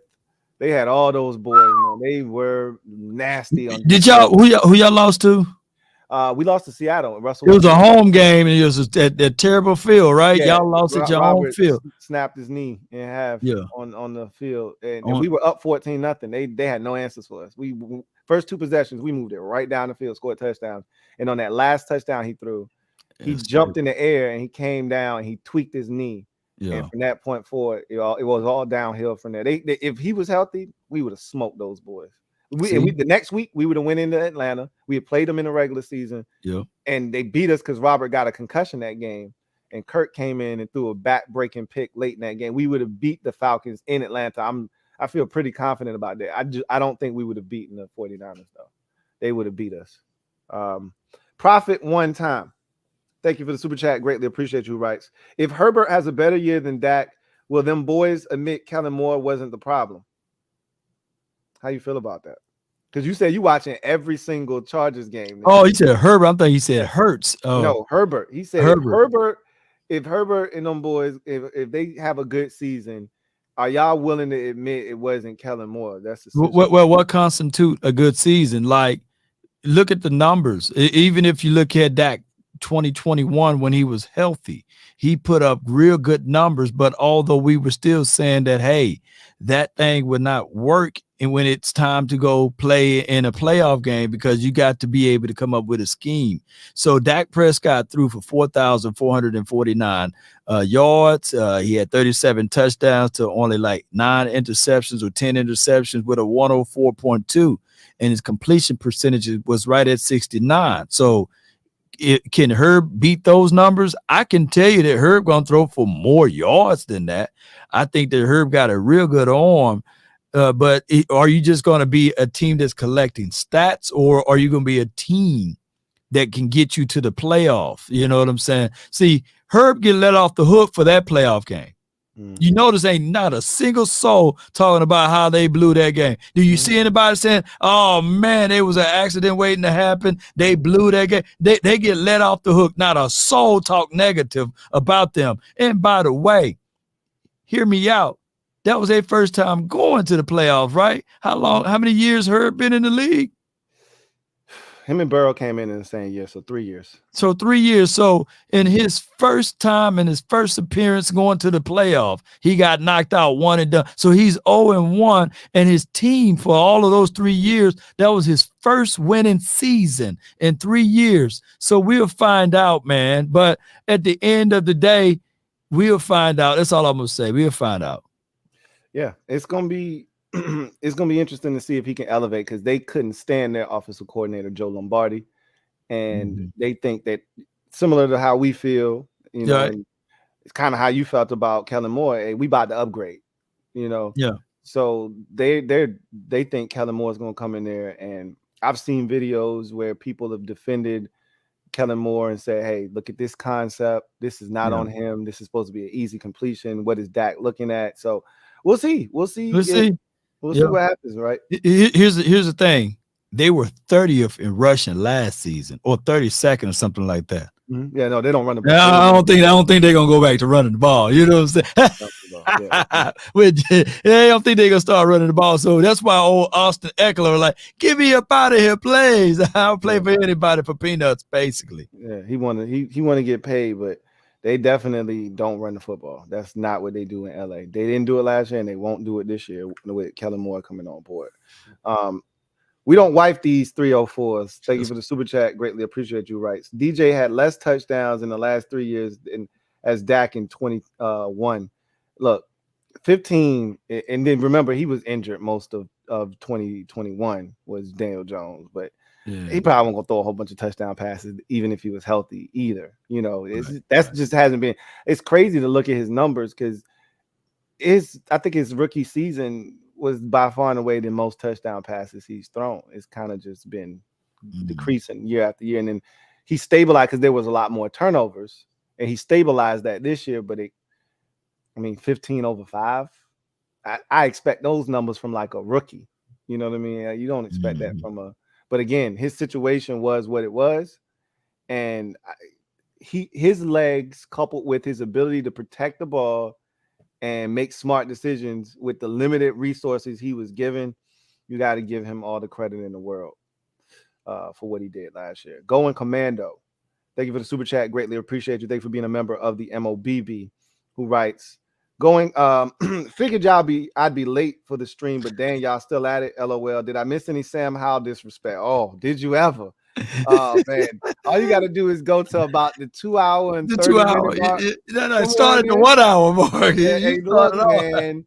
Soon as LB came on here, they jumped on me. He saw my hat, and it was on from there, man. So you missed a whole hell of a lot of slander of our guy Sam. But don't worry, I got enough ammunition that if he's any good, it's trouble. It's trouble. All Every right. single one of the panel members gave me work too. I said around about week 5, week 6, man. If he's doing his thing, send me that hat, man. I'll get one, man. I love it. I love it.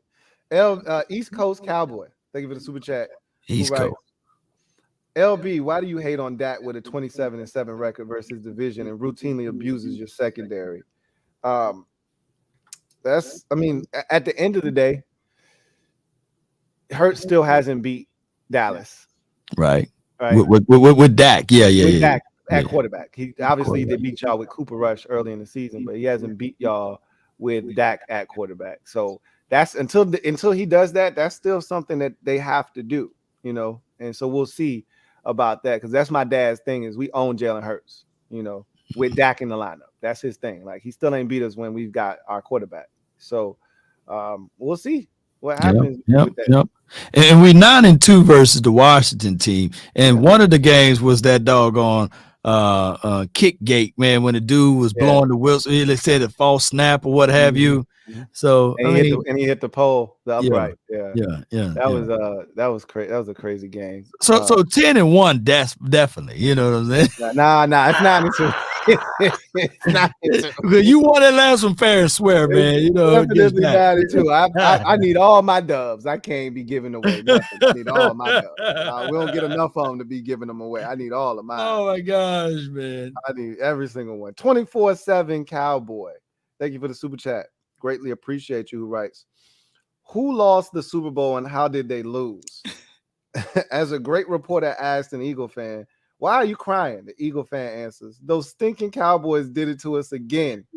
Cry, Eagles, cry.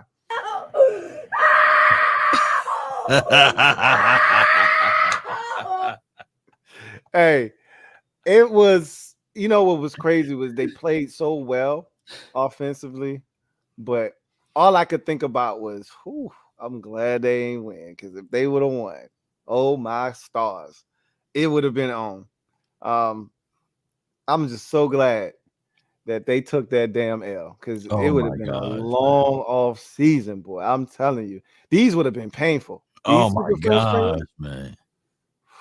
It would have been crazy, man. They were coming after me even when I ain't even do nothing. You know what I mean? Which I don't mind. You know, I've talked enough trash to where I know what I got coming my way. But, I mean, boy, they were insufferable. So if they would have won the Super Bowl. And still 2017 is a mystery to me, though. Because I was literally, when they had Chip Kelly, I was like, yeah, they're going to be doomed for life. And then when they got the other guy, Doug Peterson. And then you remember his first year, 2016, we were making jokes at him. Yo, yeah, because he was going for it on fourth down all the time, and they weren't getting them, and they were losing games. You like, hey, this dude a clown. Yeah, out of here in a heartbeat, and then just like that. So this is me when I'm like literally trash talking the Eagles. I always have that in my mind, like I ain't gonna go too deep because them jokers might 2017 me again. So I always like. I would hear my guy Boss Cowboy. He was giving out grades for like the off-season stuff. I said, "Wait a minute now, hold on. It's too soon for the Eagles because that Howie, he's up right now, drinking coffee and doing snorting some stuff, man, and trying to look at this waiver wire and going through picking up phones. He trying to make a deal right now because his back is against the wall every year. I can't believe some of the deals that this dude is able to make. Like, it don't make sense though. Like, you'd be like, why did they make? That's not a good deal for them. It's great for the Eagles, right? It's not a great deal for them though. Like, how does that make sense? Like, he be fleecing dudes sometimes. He fleece. And then he get people to come back, like Fletcher Cox, come on back. Slay, come on back, So I'm waiting, though. I'm waiting to see how they're going to do things. But Howard he's up right now. He's watching this show, by the way. I bet you he is. He probably is. Take command for life. Thank you. Wait, hold on. I think I skipped over that. That was my guy, John Livingston. John Livingston, my guy, JL Smooth. Thank you for the super chat. Greatly appreciate you. Who writes, D-Hop was in Toronto working out. Just saying that's an hour away. I'm not giving up on that yet. Diggs and D-Hop is so I saw a report today that spoke to his contract, and that's what's scaring teams away because it's a big number. We all remember when he got the deal. But the Bills have been one of those teams that he's been rumored to be, traded to. It's going to be interesting because he's going to get traded. Something's going to ultimately happen there, but that's the hurdle right now is the money. What you ultimately want Arizona to do is eat some of that. Yeah, and I don't think the Cardinals are like, nah, we're not eating none of that. No, if you want them, you got to take everything, all of it. A lot of people killed Dallas. I remember trying to explain it to people when y'all traded Amari Cooper to the Browns. And it's like, y'all gave him away for a hot ham and cheese sandwich that was cold. Yeah. And I said it was because they needed Cleveland to eat that salary, that contract. Yeah, they were paying, they essentially took less in draft capital for Amari just to pretty much say, hey, y'all just take this salary off our hands. Had y'all ate some of that salary, then you would have gotten a second round pick for him or something like that. But because he was making so much money, and y'all was like, yo, we need this off our books. We'll take a fifth, Well, what happened then, they looked at his contract, and then they said they renegotiated his contract and got it down to $4 million. But here's the thing. Cooper said that he was willing to renegotiate. Because remember, you guys offered Cooper a contract. Our contract, so, there's no state tax in Dallas, Texas, is it? Yeah, but man, the property taxes, Texas really taxes. They're gonna figure out a way to get it back. But I feel no state income tax. It's worse in DC. Okay, so we offered a similar contract. Actually, ours was more. Y'all was $5 million more. Yeah. Y'all was like 110. We were 5 for 110. Okay. So, but he not gonna see that money because of the taxes, right? So. And he wanted to be in Dallas. He's from the South. He wanted to be closer to home. So he probably grew up a Cowboys fan, if I had to guess. He didn't want to leave, right? Which I wasn't mad at it because I'm not the biggest Amari Cooper fan. But he pissed Jerry off. He did something to piss that man off. Man. Yeah. He wasn't like, Jerry, he wants everybody to fall in line. Like, that's why I love Dak, because Dak's he does what he's told. Dak's gonna represent the organization the right way. Put it like this, man. Hey, look, Dak gonna toe the line. He's gonna toe that the line. Company line. Toe the line. Right. Yeah. He's going to do what Jerry wants him to do. And when that whole COVID situation, because I think he was a non-vaxxer, was Amari Cooper, and Jerry wasn't going for that. He wanted all these dudes to fall in line with that. You know, obviously the whole kneeling thing, he wasn't cool with that. Right. So anybody that spoke out against him, that was a problem.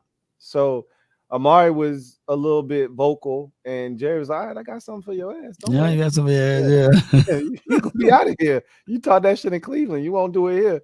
I run the show here. You know, Dak told a line. Amari Cooper was a silent assassin, even with his witty ways and stuff like that, and it rubbed Jerry the wrong way. And Jerry been trying. Look, this is just for what it is, man. Jerry been trying to hang out and get Dak to go on these retreats and yachts and stuff like that. Dak every time, nah, I'm good. Which I don't blame him. You know what I'm saying? Get out, boys. Right? Get out. I ain't down with you like that, man. Ain't down. We cool, man. But I ain't finna go on this yacht cruise around the world with you, man. Right. Nah, we good. Dak ain't that. I'm glad he can at least draw a line there. Yeah, at least he does that, you know. But Tony was on the cruise, man. Tony was like, Tony was living it up, man. I don't blame him, man. I don't blame him. Undrafted out of Eastern Illinois. Yeah. Do it up big, man. That's why Tony getting all these Sketcher commercials and stuff. Sketchers, and I bet you Jerry picked up that phone and said, hey, CBS, you might want to, because I think it was your team. It was Washington, Denver, and Texans that Tony could have went to. Mm-hmm. And to this day, he's not even retired. He's still under the NFL. I remember the rumor that Tony Romo. I remember that. It was your team. But he told Snyder, you know what I'm saying? He said, I got something for you, Snyder. Get your damn act together. I love it. I'm glad he finally distanced himself, because he was the biggest ally that Dan Snyder had. And if you want to ally, a mentor, owners in the league, Jerry's the one, man, because he's probably the most powerful of all of those bastards. So take command for life. Thank you for the super chat. Greatly appreciate you. Thank you for being a member of the MOBB, who writes, just popping in to say hi to Law and you, Lou. If you're both still here by the time you get to this, are we going to sweep the Cowboys next year? I never go into a season expecting to sweep Dallas, ever. Never, ever, ever, ever. As much as I hate Dallas, when is the last time we've done that with Dak actually healthy? That's always been my thing. If Dak's hurt, they can get two. You know, just like they did in 2020. They can get two with Dak not in the lineup. But hell, we couldn't even get him with Cooper Rush last year. You know, because if we'd have beat Cooper Rush, we would have swept him. Oh yeah, you know what I'm saying? But we couldn't even get him with Cooper Rush. So cool. I just always go into the season like, let me just get one up off them. You know, let me get one up off of them. So I doubt we're gonna sweep them, but in order to get a sweep, you got to get the first one. And rarely do we get the first one against Dallas. We never are playing with house money against the Cowboys. It always feels like they got us the first time. Now we got to try to get them the second time. So got to win the first one if you want to sweep them. Yeah. John Livingston, thank you for the super chat. Greatly appreciate you, my guy. JL Smooth writes, Law, Josh has 3 4K seasons in 3 years. Dak has 1. Josh has 129 touchdowns and 38 interceptions. Dak has 74 touchdowns and 29 interceptions. 66 to 63% in favor of Dak in terms of completion percentage. But come on, man, it's not close. Or where is he comparing those numbers from? Are you leaving out Dak rookie year all the way up to this point? Or he just starting from when? Because I don't look like Dak numbers there. So I think he's talking about the last 3 years. So he's talking about when Josh is ascended, essentially. I guess that's. Oh, no, you got to put all of it. Don't put pieces of it. He's sprinkling it. That's called cherry picking the stat line there. You know what I'm saying? Because you can literally probably put the full thing together. Because I think Dak now, that's where Dak Prescott is winning, the completion percentages, right? Mm-hmm. Yeah, in touchdown to interception ratio, he would still be winning in that category. So. I mean, you got to add the whole picture. But here's the thing. he didn't have Kellen Moore nor Jason Garrett helping him out. That's what you go back to. Like, look, he didn't have to deal with what Dak had to deal with. Right. And we seen what happened when Jason Garrett went to the Giants. He only averaged 17. Look, Danny Jones and the Giants himself only averaged 17 points a game. Oh, you talking about Jason Garrett? You talking about Jason Garrett? Yeah. So it's a moot point. Yeah. He ain't even in the league anymore. Yeah, he on Sunday Night Football now.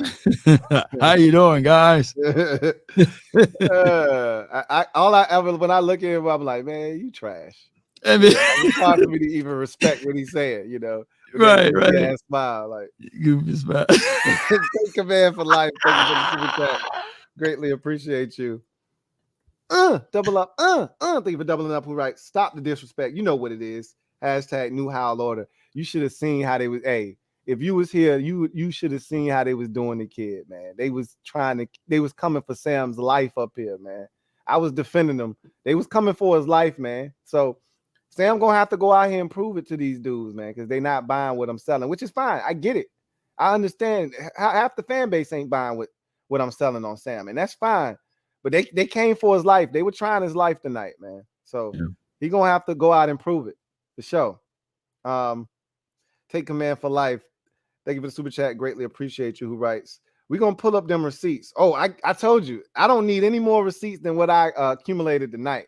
I got about a good hour worth of content of receipts that if I need to, I can pull out of my back pocket. So this video right here is all I really need for this particular group. Oh, I got all the receipts I need right here. But you know, it's gonna be more because we're gonna do more shows before the season starts, and they're gonna continue to kill Sam. This ain't the last time they're gonna kill him. So we're gonna have more. We're gonna have plenty of receipts. Plenty. Abel Ambrosio, my guy, double A. Thank you for the super chat. Greatly appreciate you. Thank you for being a member of the MOBB. Who writes, Howell is the only quarterback in the division to beat Dallas with Dak. Don't tell him nothing, man. Hey, don't say nothing. Hey. Don't say nothing to him, man. Jalen Hurts don't have one of those. Daniel Jones don't have one of those. Don't tell him nothing, man. Hey. Let me just say this too. It's cool how he left out that passer rating. His passer rating 92.2. Oh, you was looking. Yeah, let me pull up that passer rating. Yeah, that passer rating. Yeah, 97.8. You know what I'm saying? So 92 from 97. That's one is an A++, and another one is just an A. You know what I'm saying? So hey. He's like, look, don't try to do my guy. Don't try to do my guy. And 66 completion. I know that's 66. I know that because Dak is at that 666 number. He got to get up out of there, man. Yeah, that's not a good omen at all. Yeah, it's not a good omen. Although it's a great completion percentages, but you got to get out of that though. And Josh Allen is 62. So yeah, he gonna have to come on up. He got to keep building that resume. We gonna see what happens. I see one more comment. Somebody, Charles Barkley says, "Nah, you was wilding, Louie." We gonna see. We gonna see how much I was wilding, man. I feel just like LB felt strongly, and again, there might have been more of an NFL body of work. But I feel the way I feel because I've watched enough Sam Howell to feel like his game projects well. Plus what I saw in the preseason, plus week 18. And that was just a small sample size, I know. But it showed me he can play in this league. You know when you see it. I don't need to see a dude play in order to say that he can do this consistently, you need more time. Like Jalen Hurts has shown the ability to play in this league. Now, if we want to talk about him being elite, top 5, top 7, top 5, top 3, we want him to penetrate that. Now he's got to do it again. He's shown he can play in the league now. We don't question that anymore. We were questioning that. This time last year, we were still questioning Jalen Hurts. And could he get it done? That's no longer a question now. Now the question is, can he do it again? Is this consistently something he's going to do year in, year out? So, and this is a big year because now he's got a new offensive coordinator. LB's like, yeah, this guy, he knew Jalen Hurts since he was 4 years old. Okay, we're going to see.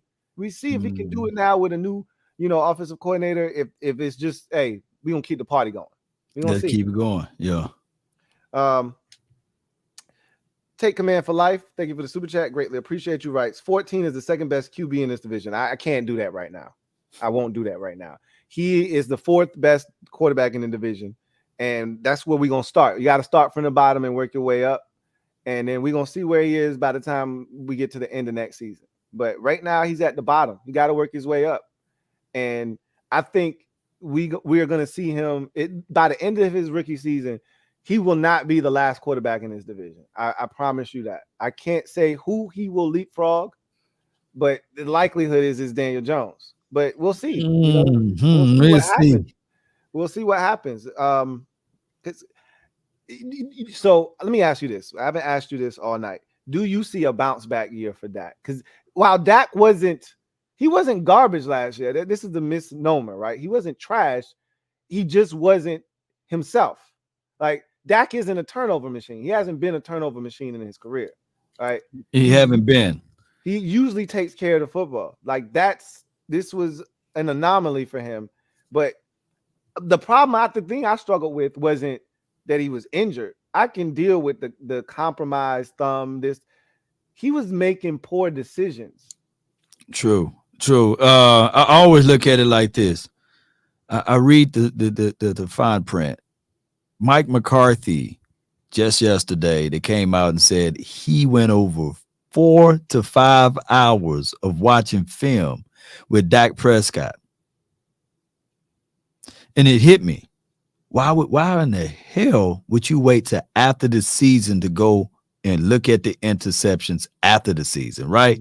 That would be something that you should have been doing during the season. But what this speaks to me is that Mike McCarthy allowed whatever Doug Nussmeier, people don't know who Doug Nussmeier is, but y'all look him up, and Kellen Moore was doing with Dak Prescott was an appeasing to him to be in the room. So now is Mike McCarthy, Brian Schottenheimer, as well as Scott Tolzien, who, all under the same coach. Yeah, he's the new quarterback coach now. And all of them are going in and seeing what the issue is.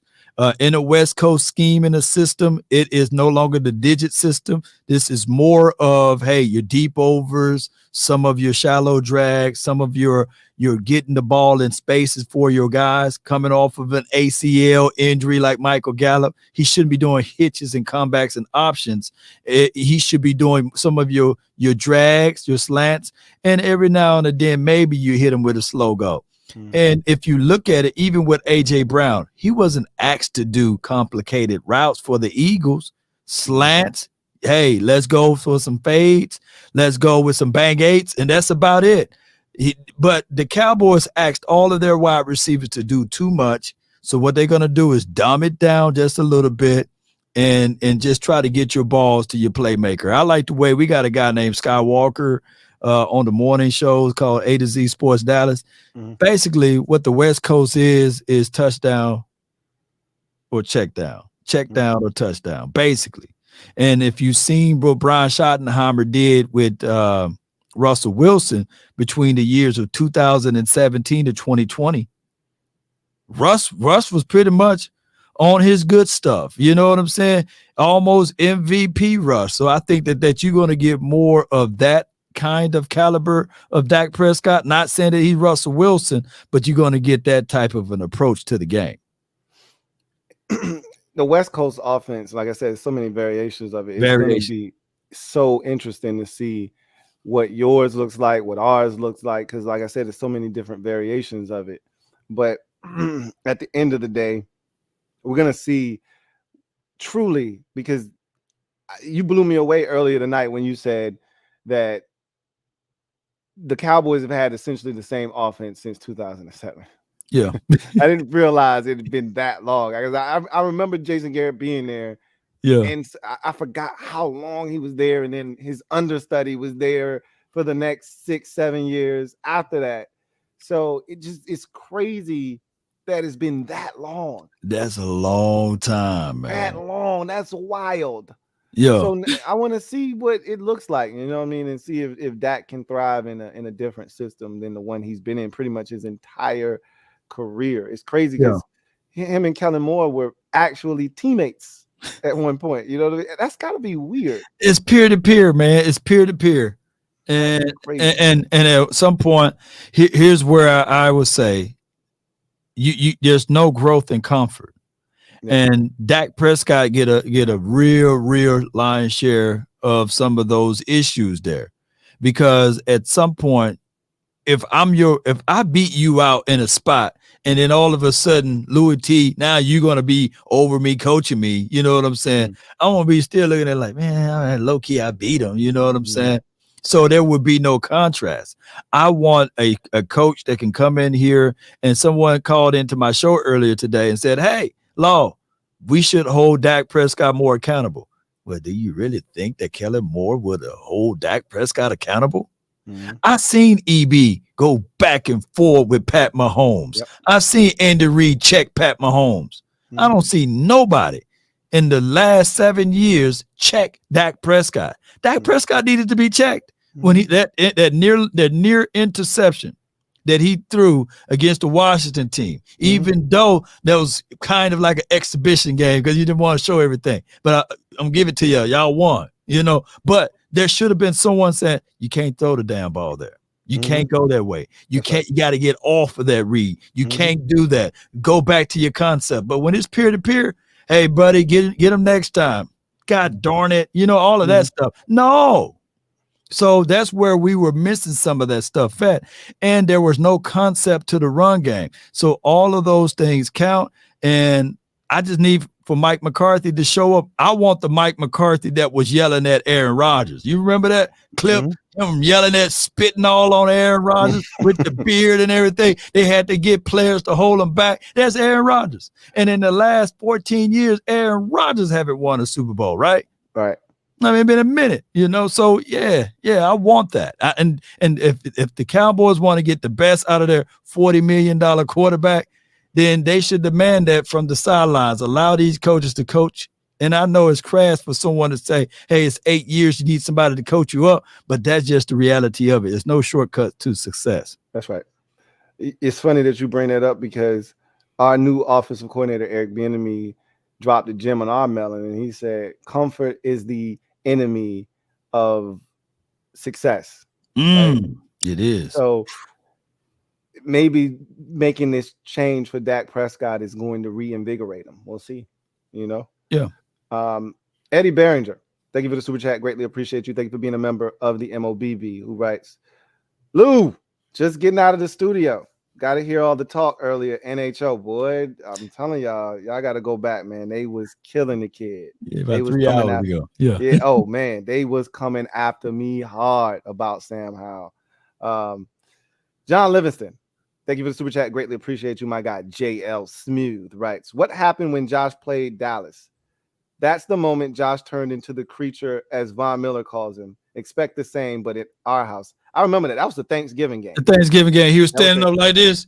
Yeah. He picked us apart. But even, look, Cole Beasley came out and said, now this is the guy that actually met with Josh Allen, who played with Josh Allen. He said, John Livingston, and you can Google it, you can look it up, and these are not my words, but this is Cole Beasley word. He said that he had his best season and his best years with Rain Dakota Prescott. Now, are you willing to go back and forth with Cole Beasley and debate him on that? Let me know. And also Diggs also called out Josh Allen. So somewhere, not everybody's lying.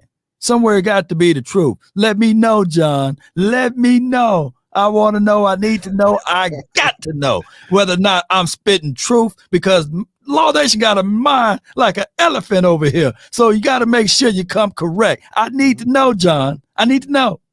I'm going to tell you what. There was a little bit, and it's. I think there's a weird relationship. Cole Beasley's best football was definitely in Dallas. But he had some good years in Buffalo, but he did. His best football, I thought, was in Dallas. But there was a weird relationship in Buffalo. Obviously, he didn't get the vaccine. He was outspoken about that. They had, a little situation in Buffalo or whatever. He ended up going back to Buffalo. He went back, right. So, maybe some of that blew over. But I think with Diggs, it's interesting. I think he want to play with his brother, So I think he's starting to get, and he's really, I don't know if he's bipolar or what, but it didn't end in Minnesota well. Yeah. He's real volatile. You know what I'm saying?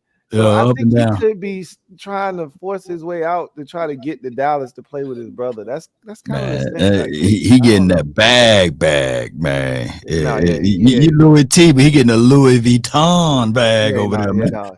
They gave him a massive contract. They gave him one of those, hey, you need to finish your career with us type contract. Yeah. And he a dog too, man. Him and I like Gabe too. Gabe is pretty dope.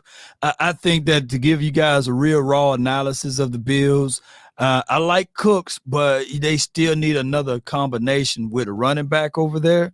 And if they fool around and get a nice, good running back, and put more and more weapons around Josh, man, shoot, they can go pretty far. That's why he's advocating them trading for Newt Hopkins. Hop, yeah. Because if they get him with what they already have, good luck. You know what I mean? Yeah, good luck stopping them. I don't know though, because we see what Diggs is. How many footballs you think you got to go around? If you bring him in, you already got Diggs. You just talked about, what kind of a beast, Davis is, Gabe Davis is. Like, how many footballs you think you actually got? I mean, the more the merrier, man. Shoot. I mean, you ain't complaining about having weapons, but you know how these boys is. They ain't getting a rock. It's a problem, especially Diggs. When I saw what Eagles did, right, AJ, I literally seen like against Chicago. Old boy dropped back, closed his eyes, la, and then AJ Brown came down with the ball. You know what I'm saying? Mm-hmm. And even if you go back to like the Tennessee game, 2 touchdowns in a row. Jalen Hurts, I look, he just dropped back. Voila, you know what I'm saying? Hey, look, man, it was twice. He threw one of those in the Super Bowl. The first touchdown, hey, Brown, the safety is right there as the corners. But I'm like, if the safety doesn't jump early, if he can track the ball, it's a pick. That wasn't a good throw. Yeah, but I can't tell LB that because he ain't trying to hear that. But that wasn't a good throw. That could have easily been picked off. So, and AJ Brown went and got it, but he went and got it, man. So when I tell people, you know how far east is from west is an unknown number or unknown distance. That's how far Noah Brown is from AJ Brown. So when Dak Prescott dropped back in that Jacksonville Jaguar game and he hit him right between the 8 and 5, the ball, he was like volleyball, and then it was pick 6. Everybody was talking about that. Oh man, the Jacksonville game that's crazy. It hurt me, man. That was hurt right there. That was brutal. That's brutal, man. That was brutal. Yeah. So wide receivers do matter. And what I was trying to tell LB, that they wouldn't have made it all the way to the Super Bowl if they kept Jalen Reagor. You know what I'm saying? Yeah. And Zach Pascal, if he was the other wide receiver. He know he deep down in his heart, he know that. And Devontae Smith is eating off of the fact that, hey, he can roam free. It's no extra added pressure to him. Roll Tide to him, but it's no extra added pressure to him, man. Because you got AJ Brown alleviating some of that, and Dallas Goedert, when he went down a little bit, they dropped a little bit, but when he got back, hey, he alleviates some of that. Mm-hmm.